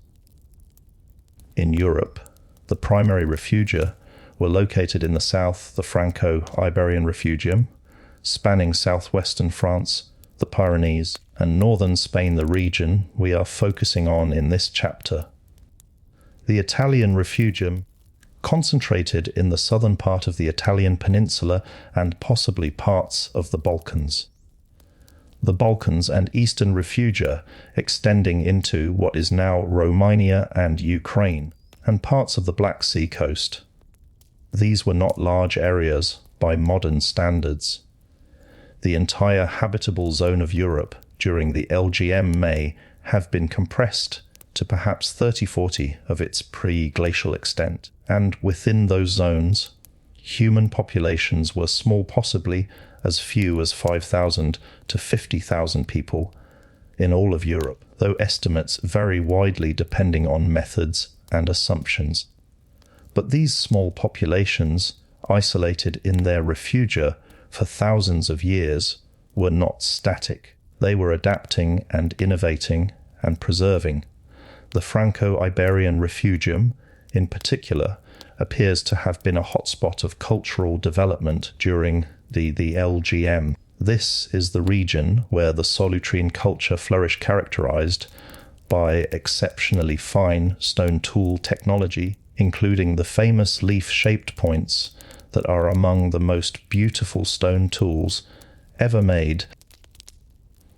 This is also where some of the most elaborate cave art of the Ice Age was created, the painted caves of Lascaux and Altamira, and dozens of others, with their vivid depictions of horses and bison and mammoths and human handprints. And this is where genetic studies now reveal a population survived and grew throughout the coldest millennia, maintaining genetic diversity and cultural continuity, even as the world around them remained locked in ice. A scene, and now, to ground this in human experience, imagine a young woman in that valley camp, perhaps 25 years old, sitting near the entrance to her shelter on a spring morning. She is pregnant, visibly so, perhaps 6 or 7 months along, and taking a break from the heavier tasks that she would normally be doing at this time of year, processing hides, gathering early season plants, helping with the communal preparation of a large hunting expedition. Instead, she is working on something more delicate, carving a small figure from a piece of mammoth ivory. The figure is abstract, stylized, a female form with exaggerated features, similar to the so-called Venus figurines that have been found across Ice Age Europe. She does not know that, tens of thousands of years in the future, archaeologists will find figures like the one she is making and debate their meaning, fertility symbols, and portraits, religious objects, or perhaps simply art for its own sake. She knows only that she is making something that feels important, that connects her to the women who came before her, her mother, her grandmother, the long line of women stretching back through the generations who have lived in this valley, given birth here, raised children here, and passed on their knowledge of how to survive and thrive. As she carves, she thinks about the child she is carrying. Will it be a boy or a girl? Will it survive the dangers of infancy, the cold, the diseases, the accidents that claim so many children despite everyone's best efforts? If it survives, what kind of world will it grow up in? She does not know that she is living at a turning point in history, that the ice is beginning to retreat. That within a few generations, people from this valley will begin moving north, expanding into territories that have been closed for millennia. That the child she is carrying could be among the ancestors of populations that will spread across Europe, carrying with them the genes, the tools, the stories, and the knowledge that originated here in the refugia. She knows only this: she is part of a chain, a continuity that stretches backward into the past and forward into the future. And the work of her hands, whether carving ivory, preparing food, teaching children, or any of the 1,000 other tasks that make up a human life, is part of what keeps that chain intact. Pathways open and close the routes of expansion as the ice begins to retreat, a process that accelerates after about 0 years ago and continues with interruptions. For the next several thousand years, the geography of Europe transforms. Land that was under glaciers is exposed, raw and barren at first, but gradually colonized by pioneer plants, mosses and lichens, low shrubs, and eventually grasses and trees. Rivers carved by glacial meltwater create new valleys and lake systems. Coastlines shift as sea levels, still lower than today, begin their slow rise toward modern levels, and humans, tracking the changing landscape and the animals that follow the expanding vegetation, begin to move. The Franco-Iberian refugium becomes a source population, sending groups northward into what is now France and Belgium, the Netherlands, and eventually Britain, which is still connected to the continent by a land bridge where the English Channel will eventually form. The expansion is not a single, organized migration. It is a slow, generational process, a series of small movements, each covering only modest distances, but accumulating over centuries into a repopulation of vast territories. Archaeological sites that were abandoned during the LGM begin to show signs of reoccupation. New sites appear in regions where no human presence is documented during the coldest millennia. And the material culture, the styles of tools, the techniques for making them, the artistic traditions shows clear continuities with the refugia populations, confirming that these are not entirely new peoples but descendants of those who survived the Ice Age in the southern refugia. Let us follow one such group as they make the journey north. It is approximately 500 years ago, and a band of perhaps 40 people, extended families connected by blood and marriage, and long association, has decided to leave the valley that has been their home for as long as anyone can remember. The decision was not made lightly. Leaving means abandoning the known, the hunting grounds where every feature of the landscape is familiar, the campsites where generations of ancestors are buried, the relationships with neighboring bands that provide trade, marriage partners, and mutual support. But staying has become difficult. The valley, which supported 60 or 70 people comfortably during the good years, is now stretched thin. The population has grown. Resources, while not scarce, are under pressure. And stories from travellers, people who have passed through from the north or from other refugia to the east, speak of lands opening up, of herds moving into new territories, of opportunities for those willing to take the risk. So, the band prepares. They spend weeks gathering supplies, dried meat and fat, hides and furs, tools and raw materials for making more tools, fire-starting kits, medicinal plants, and everything else they will need to sustain themselves during the journey and in the first seasons after they arrive in new territory. They send scouts ahead, young and strong, fast runners who can cover ground quickly and return with information about routes, water sources, and potential dangers.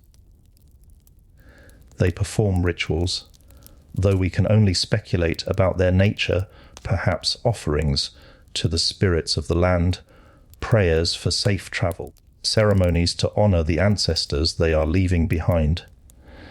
And then, on a spring morning when the weather is as favourable as it is likely to get, they depart. The journey is slow, not because the terrain is particularly difficult. They are following river valleys, for the most part, which provide natural corridors through the landscape, but because the band moves at the pace of its slowest members, the very young, the very old, the pregnant, the injured. They travel in stages, moving for a few days and then camping for a week or more to hunt and forage and replenish supplies.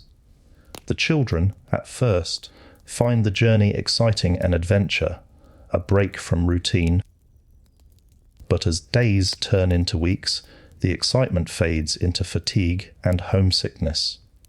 The adults, and meanwhile, are vigilant, constantly scanning the landscape for signs of danger or opportunity. Every decision requires careful judgment. Should they cross this river here, where the current is strong but the distance short, or travel upstream to a safer but longer crossing? Should they camp in this sheltered valley, which offers good protection but limited visibility, or on the open ridge above, which is more exposed but offers a view of approaching weather or threats? Should they approach that distant smoke sign of another band or avoid it, uncertain of how they will be received? These are the kinds of choices that define Ice Age mobility, not dramatic, life or death moments though those occur too, but a constant stream of small decisions, each requiring knowledge and experience, and the accumulated wisdom of generations. After approximately 2 months of travel, covering perhaps 200 to 300 kilometers, the band reaches a region that feels different from the refugia they left behind. The landscape is more open, the vegetation sparser. The signs of recent glaciation are everywhere, great boulders scattered across the land, deposited by retreating ice-steep-sided valleys, carved by meltwater, lakes filling depressions left by the glaciers. Game is abundant, reindeer and horses, and bison are numerous in a way they have not been in the crowded refugia, but also warrior, less accustomed to human presence. The band's lead hunter, a man in his 40s with decades of experience, surveys the land and makes a decision: we will camp here for the summer. Learn the land, see where the herds move. If it is good, we will stay. If not, we can return south before winter. It is a cautious approach, keeping options open, not committing irrevocably until they are certain this new land can support them. But over the course of that summer, as they explore their new territory and begin to understand its rhythms, The band gradually comes to a consensus: this is home now.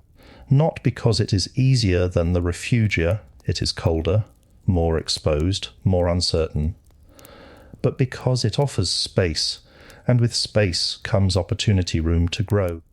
Resources not yet depleted by generations of use, a future for the children that is not constrained by the limits of overpopulated refugia. By the time winter arrives, they have built substantial shelters and laid in stores sufficient to survive the cold months. They have established relationships with the land identifying hunting grounds, water sources, tool stone outcrops, and the routes animals follow.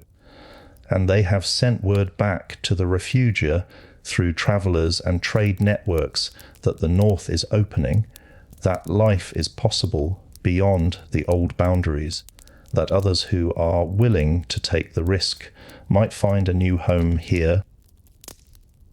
Over the next 1,000 years, this pattern will repeat hundreds of times, as band after band makes the journey from refugia to newly opened territories, gradually repopulating the vast regions that were abandoned during the LGM. Genetic echoes what DNA tells us about expansion modern genetic studies, analysing both ancient DNA from Ice Age skeletons and the genomes of living Europeans, have revealed remarkable details about this post-glacial expansion. What they show is broadly consistent with the story we have been telling, but with fascinating nuances. The Franco-Iberian refugium was indeed a major source population for post-LGM Europe. People carrying genetic markers characteristic of this refugium expanded northward and eastward, eventually spreading across much of Western and Central Europe. However, the expansion was not uniform. The Italian refugium appears to have been more isolated, with less genetic exchange with other populations. People from this refugium contributed to the ancestry of modern Italians and some Balkan populations, but their genetic influence on Northern Europe is much smaller than that of the Franco-Iberian refugium.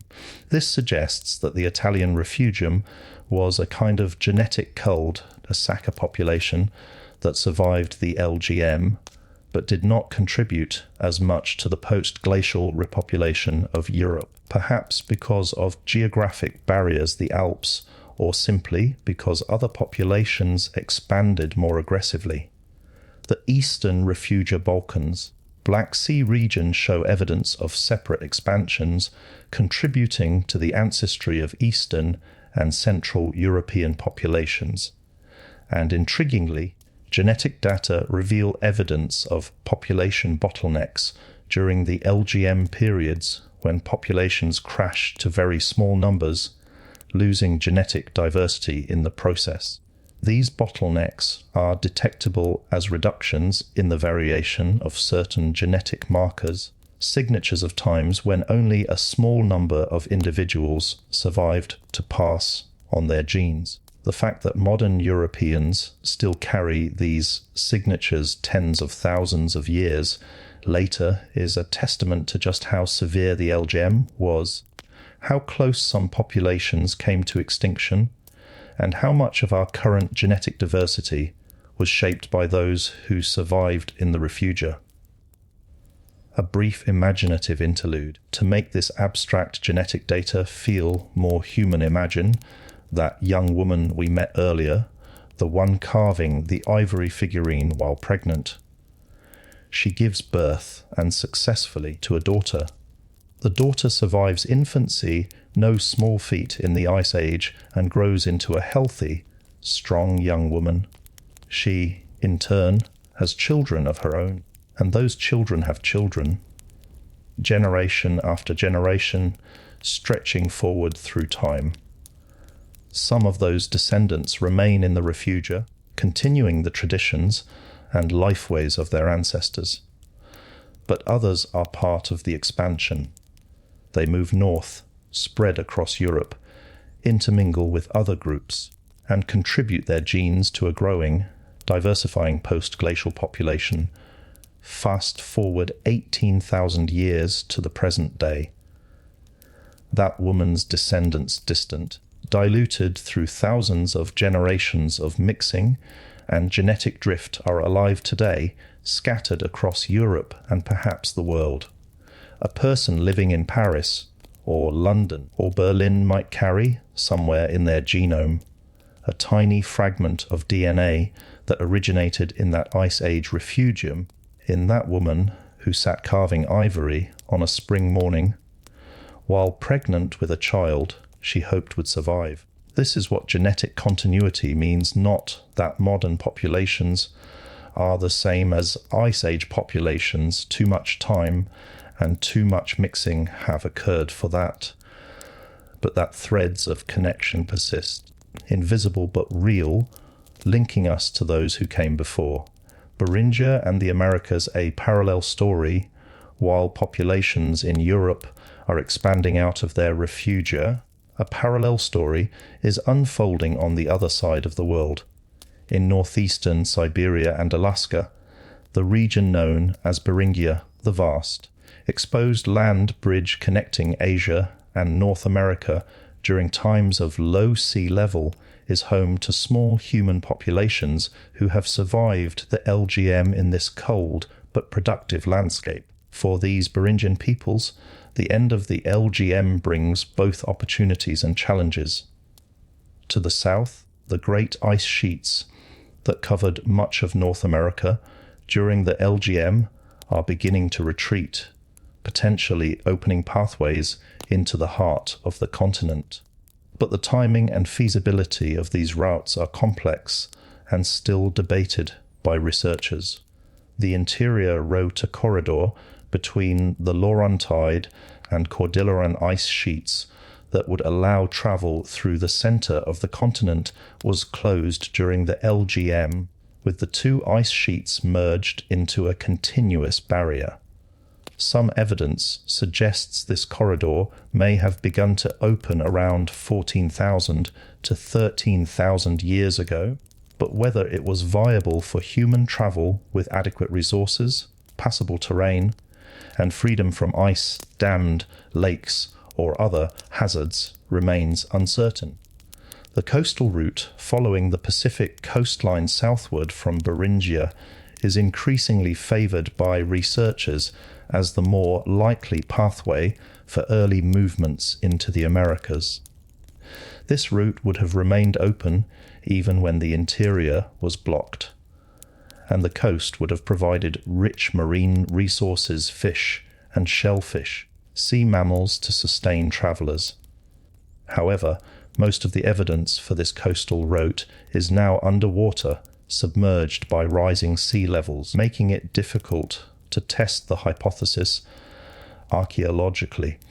What is clear is that some human populations did make the journey from Beringia into the Americas, eventually spreading throughout North and South America and giving rise to the diverse indigenous cultures that European explorers would encounter thousands of years later.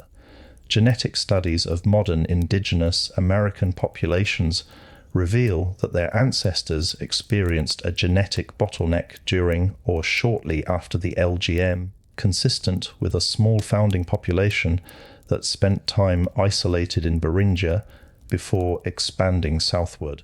This Beringian standstill hypothesis suggests that populations remained in Beringia for perhaps several thousand years, long enough to develop genetic distinctiveness from their Asian ancestors before moving into the Americas when conditions allowed. Imagine a scene now, similar to the one we explored in Europe, but set on the shores of Beringia abandoned camps near the coast, where the land meets the sea, or, more accurately, where the land meets the ice, because the ocean here is choked with sea ice for much of the year. It is early summer, and the ice has broken up enough to allow travel by small, skin-covered vessels that can navigate between ice floes and along the coastline. a young man perhaps 18 or 20 years old, on the cusp of full adulthood, is helping to prepare one of these boats for a long journey. The band's elders have decided to send a small party southward along the coast, following stories and rumours that have filtered back from earlier scouts' stories of lands where the ice is less oppressive, where forests grow closer to the shore, where new resources and new opportunities might exist. The young man is excited and terrified in equal measure. He has never travelled beyond the familiar range of his band's seasonal movements, perhaps a few dozen kilometres at most. This journey will take him hundreds of kilometres from home into lands he has only heard about in stories, with no certainty that he will ever return. But he is also aware that staying is not an option. The band is growing, and resources in their traditional territory are stretched thin. Someone must explore new lands, and he has been chosen for his strength, his skill, and his willingness to take risks. As the boat is loaded with supplies, dried fish and meat, water bladders and tools, furs for warmth, and provisions for repairing the boat, an elder approaches him. She is his grandmother, a woman who has lived through more than 50 winters and carries the accumulated knowledge of her entire life. She gives him a small carved figure of a bird, rendered in ivory with careful attention to detail. "This was made by my grandmother's grandmother," she says. "It has travelled with our people for as long as anyone remembers. Now it travels with you. If you find a good land, make a home there.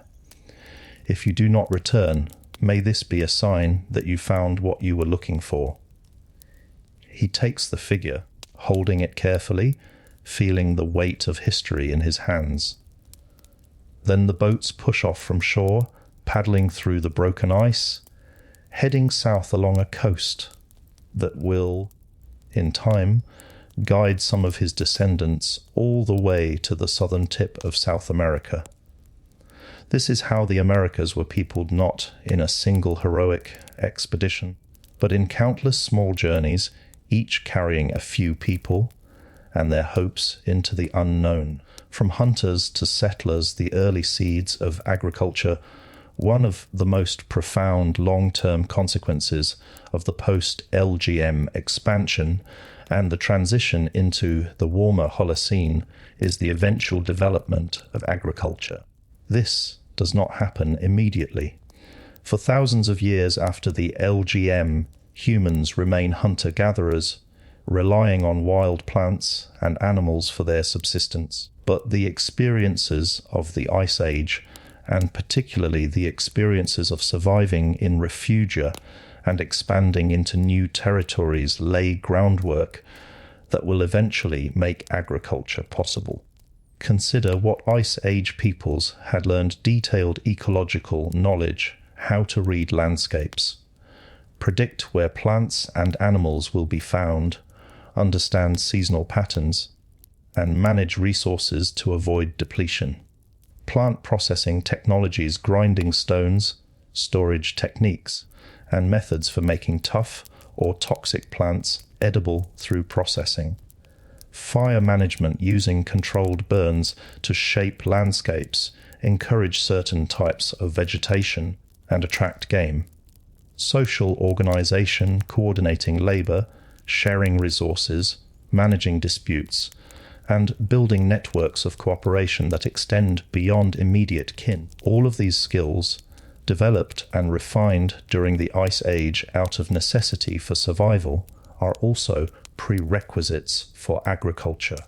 When the climate stabilizes in the early Holocene and conditions become favorable for plant cultivation, the peoples who have emerged from the Ice Age refugia have the knowledge base to recognize opportunities and experiment with new strategies. In the Levant, modern-day Israel and Palestine and Jordan, Syria, one of the regions where agriculture develops earliest, The transition begins around 11,000 to 10,000 years ago with the cultivation of wild cereals and the gradual domestication of plants like wheat and barley. In other regions, China and Mesoamerica, the Andes, Sub-Saharan Africa, independent agricultural revolutions will follow over the next several thousand years, each building on local knowledge and adapting local plants and animals. But the roots of all these developments trace back, in some way, to the Ice Age, to the peoples who learned to survive in marginal environments, who developed the tools and social structures necessary for managing resources, and who passed that knowledge forward through generations. A speculative scene now, set approximately 12,000 years ago in the Levant. A woman in her 30s kneels near a small plot of ground where wild grasses are growing, grasses that, thousands of years in the future, will be recognized as the ancestors of domesticated wheat. She is not farming, not in the way we would understand the term, but she is managing these plants in a way. Each year, she and her community return to this spot during the season when the grass seeds ripen. They harvest some of the seeds, grinding them into flour for making flatbreads. But they also, whether consciously or not, are selecting the plants they harvest from choosing the ones with larger seeds, or seeds that cling to the stalk longer, making them easier to collect, or plants that grow more vigorously. And each year, some of those seeds fall back to the ground or are deliberately scattered and grow into the next generation. Over decades and centuries, this process repeated in this place, and others like it will gradually transform these wild grasses into domesticated crops with larger seeds, easier harvesting, and other traits that make them more useful to humans. The woman does not know she is participating in one of the most important transitions in human history. She is simply doing what her people have always done, reading the land, using what it offers and adapting strategies to make the most of available resources.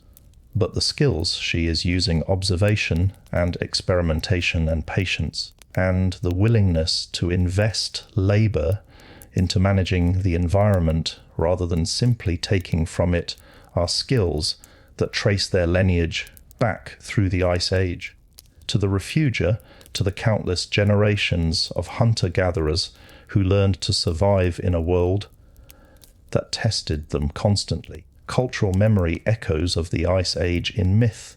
We must tread carefully here, because we are moving from the realm of hard evidence into the realm of interpretation and speculation. But it is worth considering the possibility that some of the myths and legends and cultural memories carried by later societies might contain distant echoes of Ice Age experiences. This is not to suggest that specific stories about the Ice Age were passed down unchanged for thousands of years. Oral traditions are dynamic, constantly evolving with each retelling. But patterns and themes and imagery that appear across many cultures might, in some cases, have roots that stretch back into deep time. Consider, for example, the widespread occurrence of flood myths across cultures around the world. Nearly every major cultural tradition, from the biblical story of Noah to Mesopotamian and Hindu and Chinese, indigenous American and Australian Aboriginal flood stories, contains narratives of catastrophic floods that destroyed the world, or nearly did.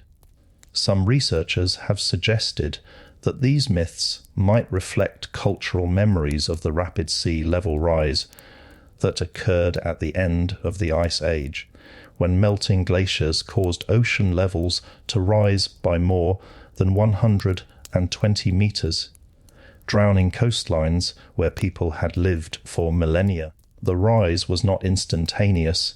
It took place over several thousand years, but there were periods of particularly rapid increase, sometimes meters per century, that would have been noticeable within human lifetimes and could have displaced coastal communities dramatically. Is it possible that stories of great floods, passed down through countless generations, preserve a dim memory of these events? It is an intriguing idea, though difficult to prove definitively.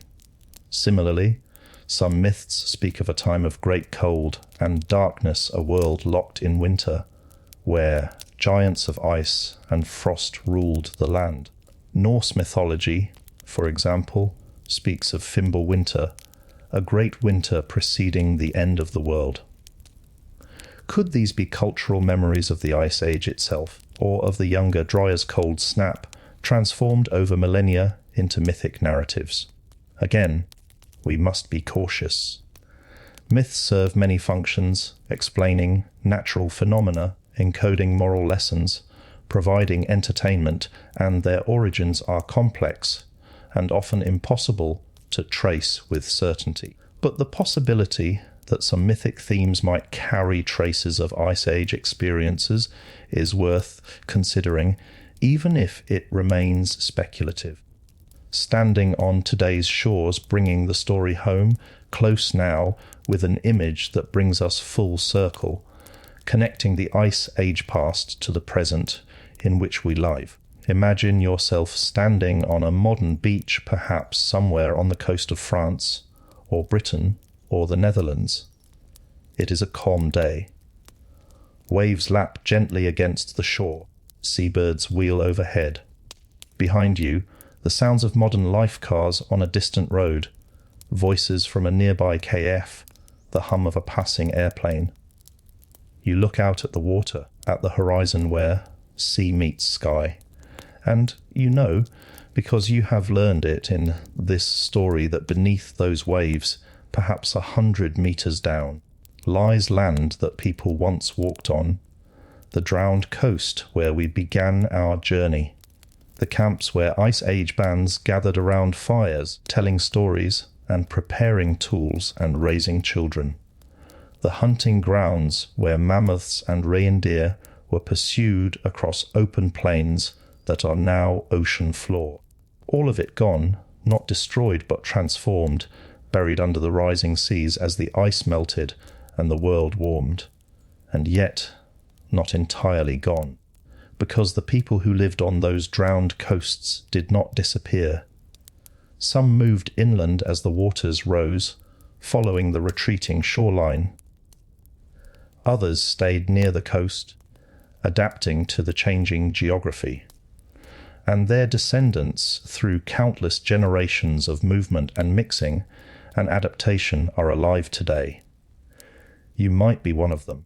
If you have European ancestry, there is a very good chance that somewhere in your genome are fragments of DNA that originated in the Ice Age refugia, carried forward by the people who survived the LGM and expanded into the post-glacial world. If you have indigenous American ancestry, your lineage traces back, and ultimately, to those who crossed Beringia and made the long journey southward into a new world. If you have ancestry from other regions, Africa and Asia, Australia, similar connections exist, though the details differ.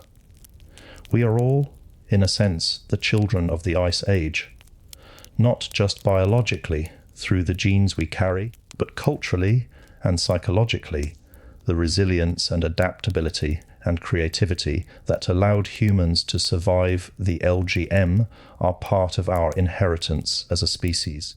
The knowledge that humans can endure extraordinary hardship and emerge on the other side, not unchanged, but still recognizably human, is a legacy of those who lived through the coldest chapter of our story.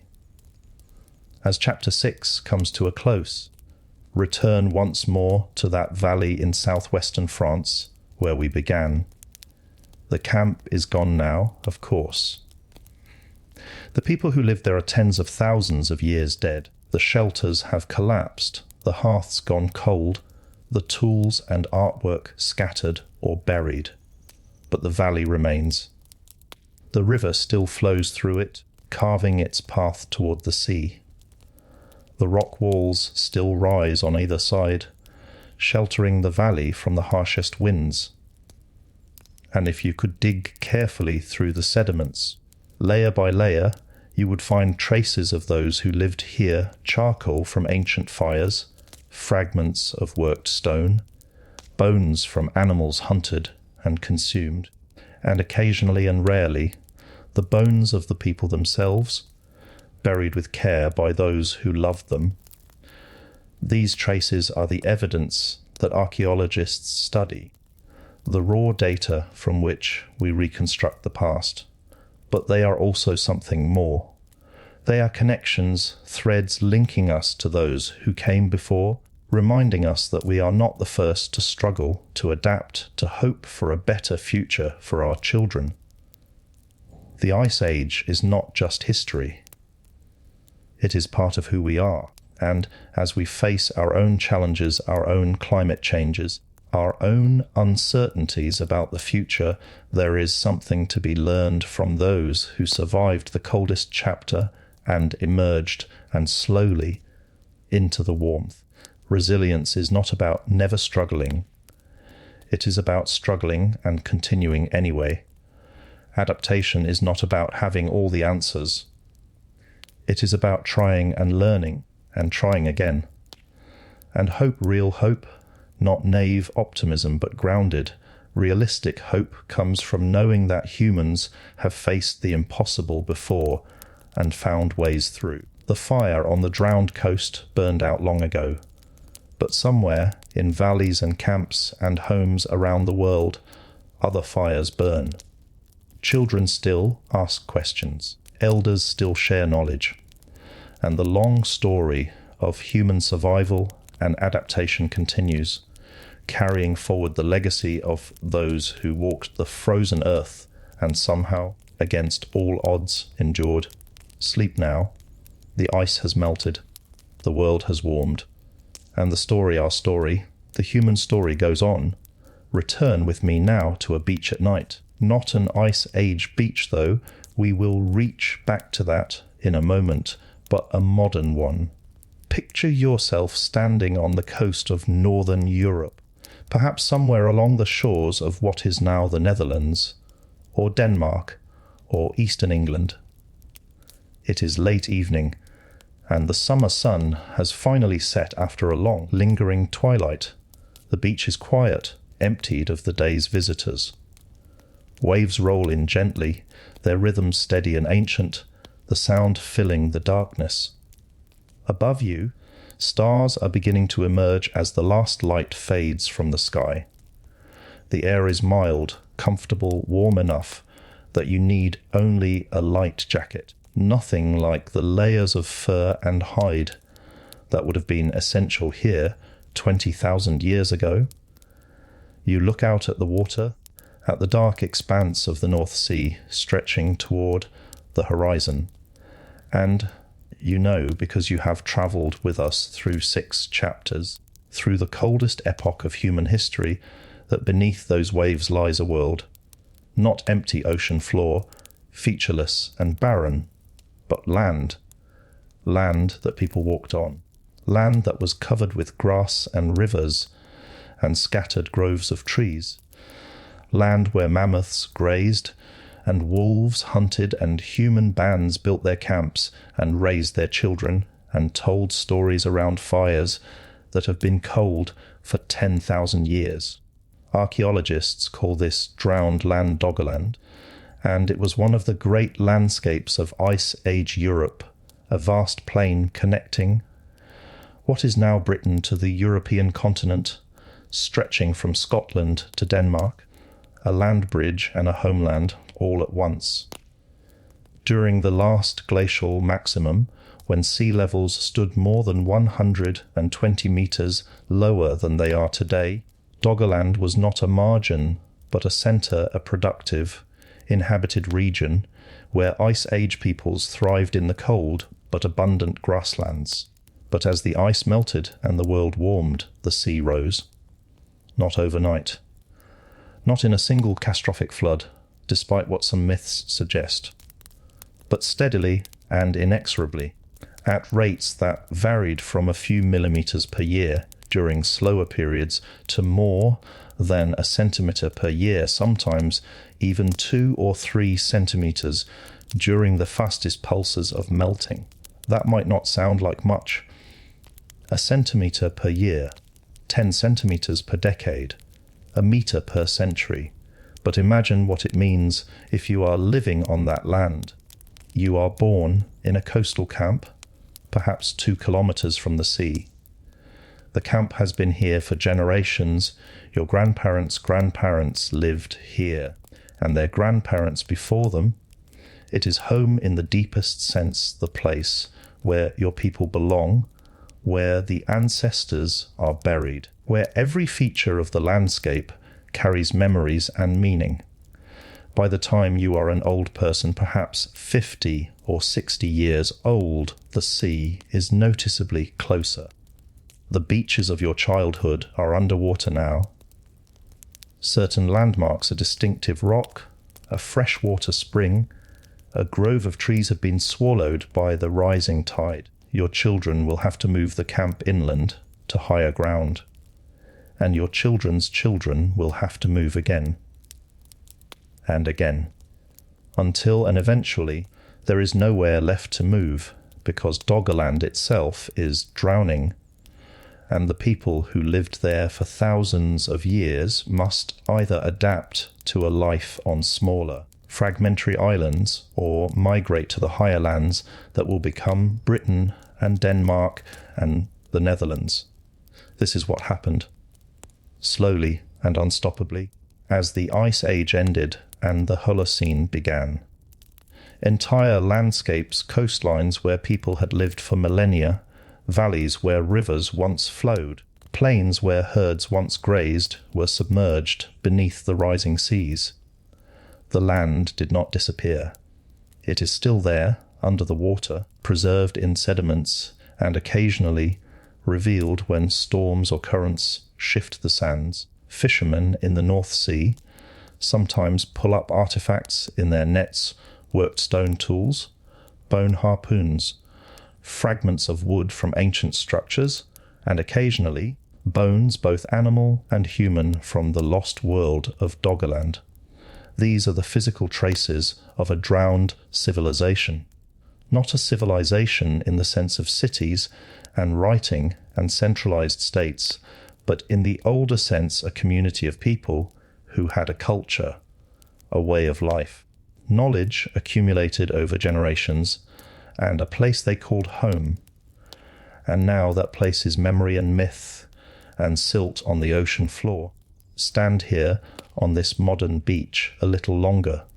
Feel the sand beneath your feet, sand that might contain, somewhere in its countless grains, fragments of stone tools or bits of charcoal from Ice Age fires churned up by waves from the drowned lands offshore. Listen to the waves, the same sound that Ice Age peoples would have heard, though from coastlines now far below the surface. Look up at the stars, the same stars that guided Ice Age travellers, that marked the seasons, that shone down on camps and hunts and births and deaths across 10,000 generations. The stars, at least, are unchanged. And so, in essential ways, are we, the people who survived the last glacial maximum, who endured the cold in refugia, and then expanded across a warming world, were not a different species from us. They were us, anatomically modern humans, with the same brain capacity, the same range of emotions, the same capacity for language and creativity and cooperation and problem solving that we possess today. What they lacked was not intelligence or capability, but accumulated knowledge, the thousands of years of cultural and technological development that would eventually lead to agriculture and metallurgy and writing and cities and everything that followed. but the foundation for all of that was laid during the Ice Age. The skills that allowed survival in a world of ice and scarcity, reading landscapes, tracking animals, making tools, managing fire, building shelters, organizing cooperative hunts, maintaining social networks, teaching the next generation are the skills that, transferred to new contexts and combined with new opportunities, would eventually build civilizations. And the resilience that carried humans through the bottleneck of the LGM, the ability to adapt, to persist, to keep going even when conditions seemed impossible, is part of our inheritance as a species. Modern genetic studies reveal that all humans alive today carry the marks of that bottleneck in our DNA. Reduced genetic diversity compared to what we would expect if populations had remained large and stable throughout our history. Signatures of population crashes and expansions, visible in the patterns of genetic variation across different regions and populations. Evidence that at certain points, including the LGM human populations, were small enough, isolated enough, and stressed enough that we came closer to extinction than most people realize. Some estimates suggest that during the coldest phases of the Ice Age, there may have been fewer than 10,000 breeding humans in some regions, a population that, if confined to a single location, would fit comfortably in a small stadium. And yet, from that bottleneck, here we are 8 billion strong, spread across every continent, thriving in environments from the Arctic to the tropics, having built technologies that would be indistinguishable from magic to our Ice Age ancestors. The journey from there to here, from small bands huddled around fires on a frozen coast to the complex, interconnected global civilization of the present, is a story of extraordinary resilience and adaptation. It did not happen because humans were uniquely strong or uniquely clever. It happened because humans were uniquely cooperative, uniquely able to share knowledge across generations, and uniquely willing to keep trying even when the odds seemed impossible.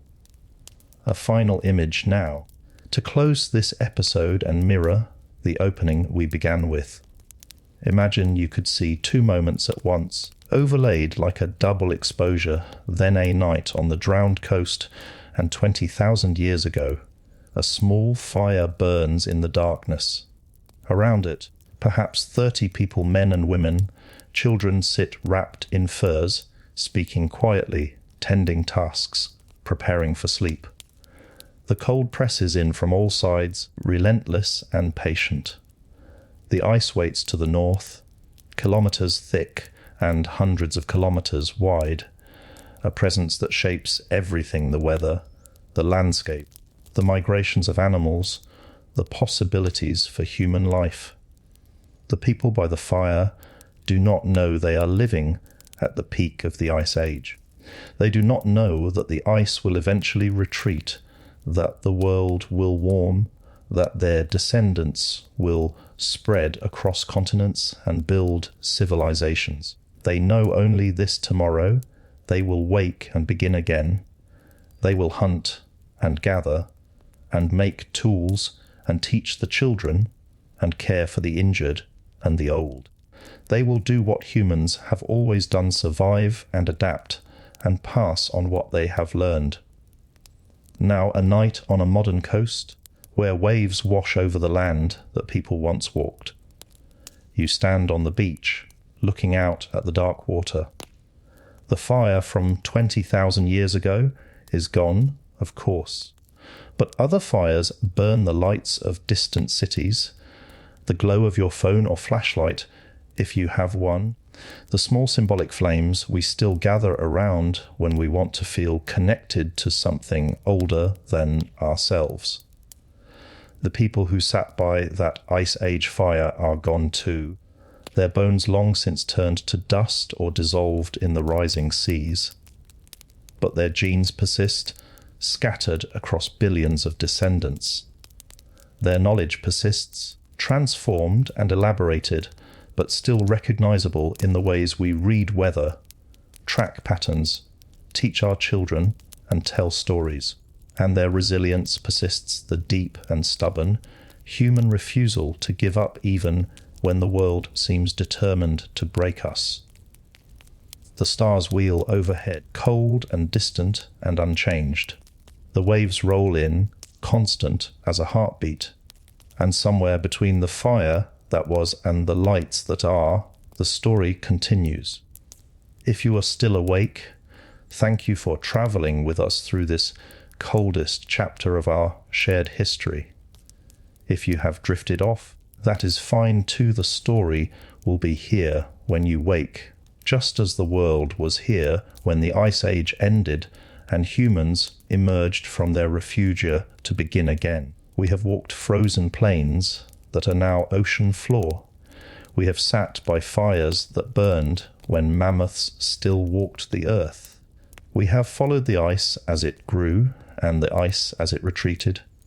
We have traced the paths of our ancestors from refugia to expansion, from survival to the seeds of civilizations yet to come.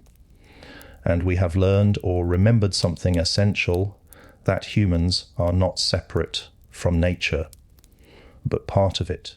That we have always been vulnerable to forces larger than ourselves, climate and ice, the slow grinding of geological time, but that within those constraints we have also always been remarkably and stubbornly, beautifully adaptable.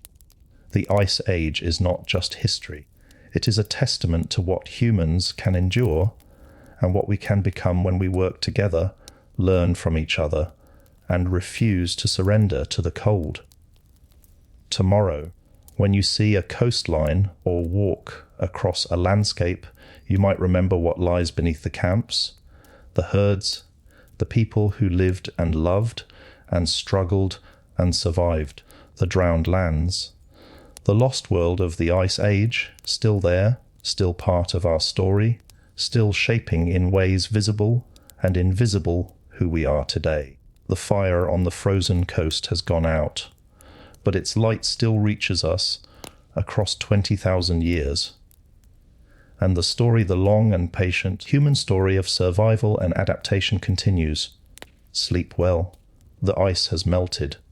The world has changed, and we endure.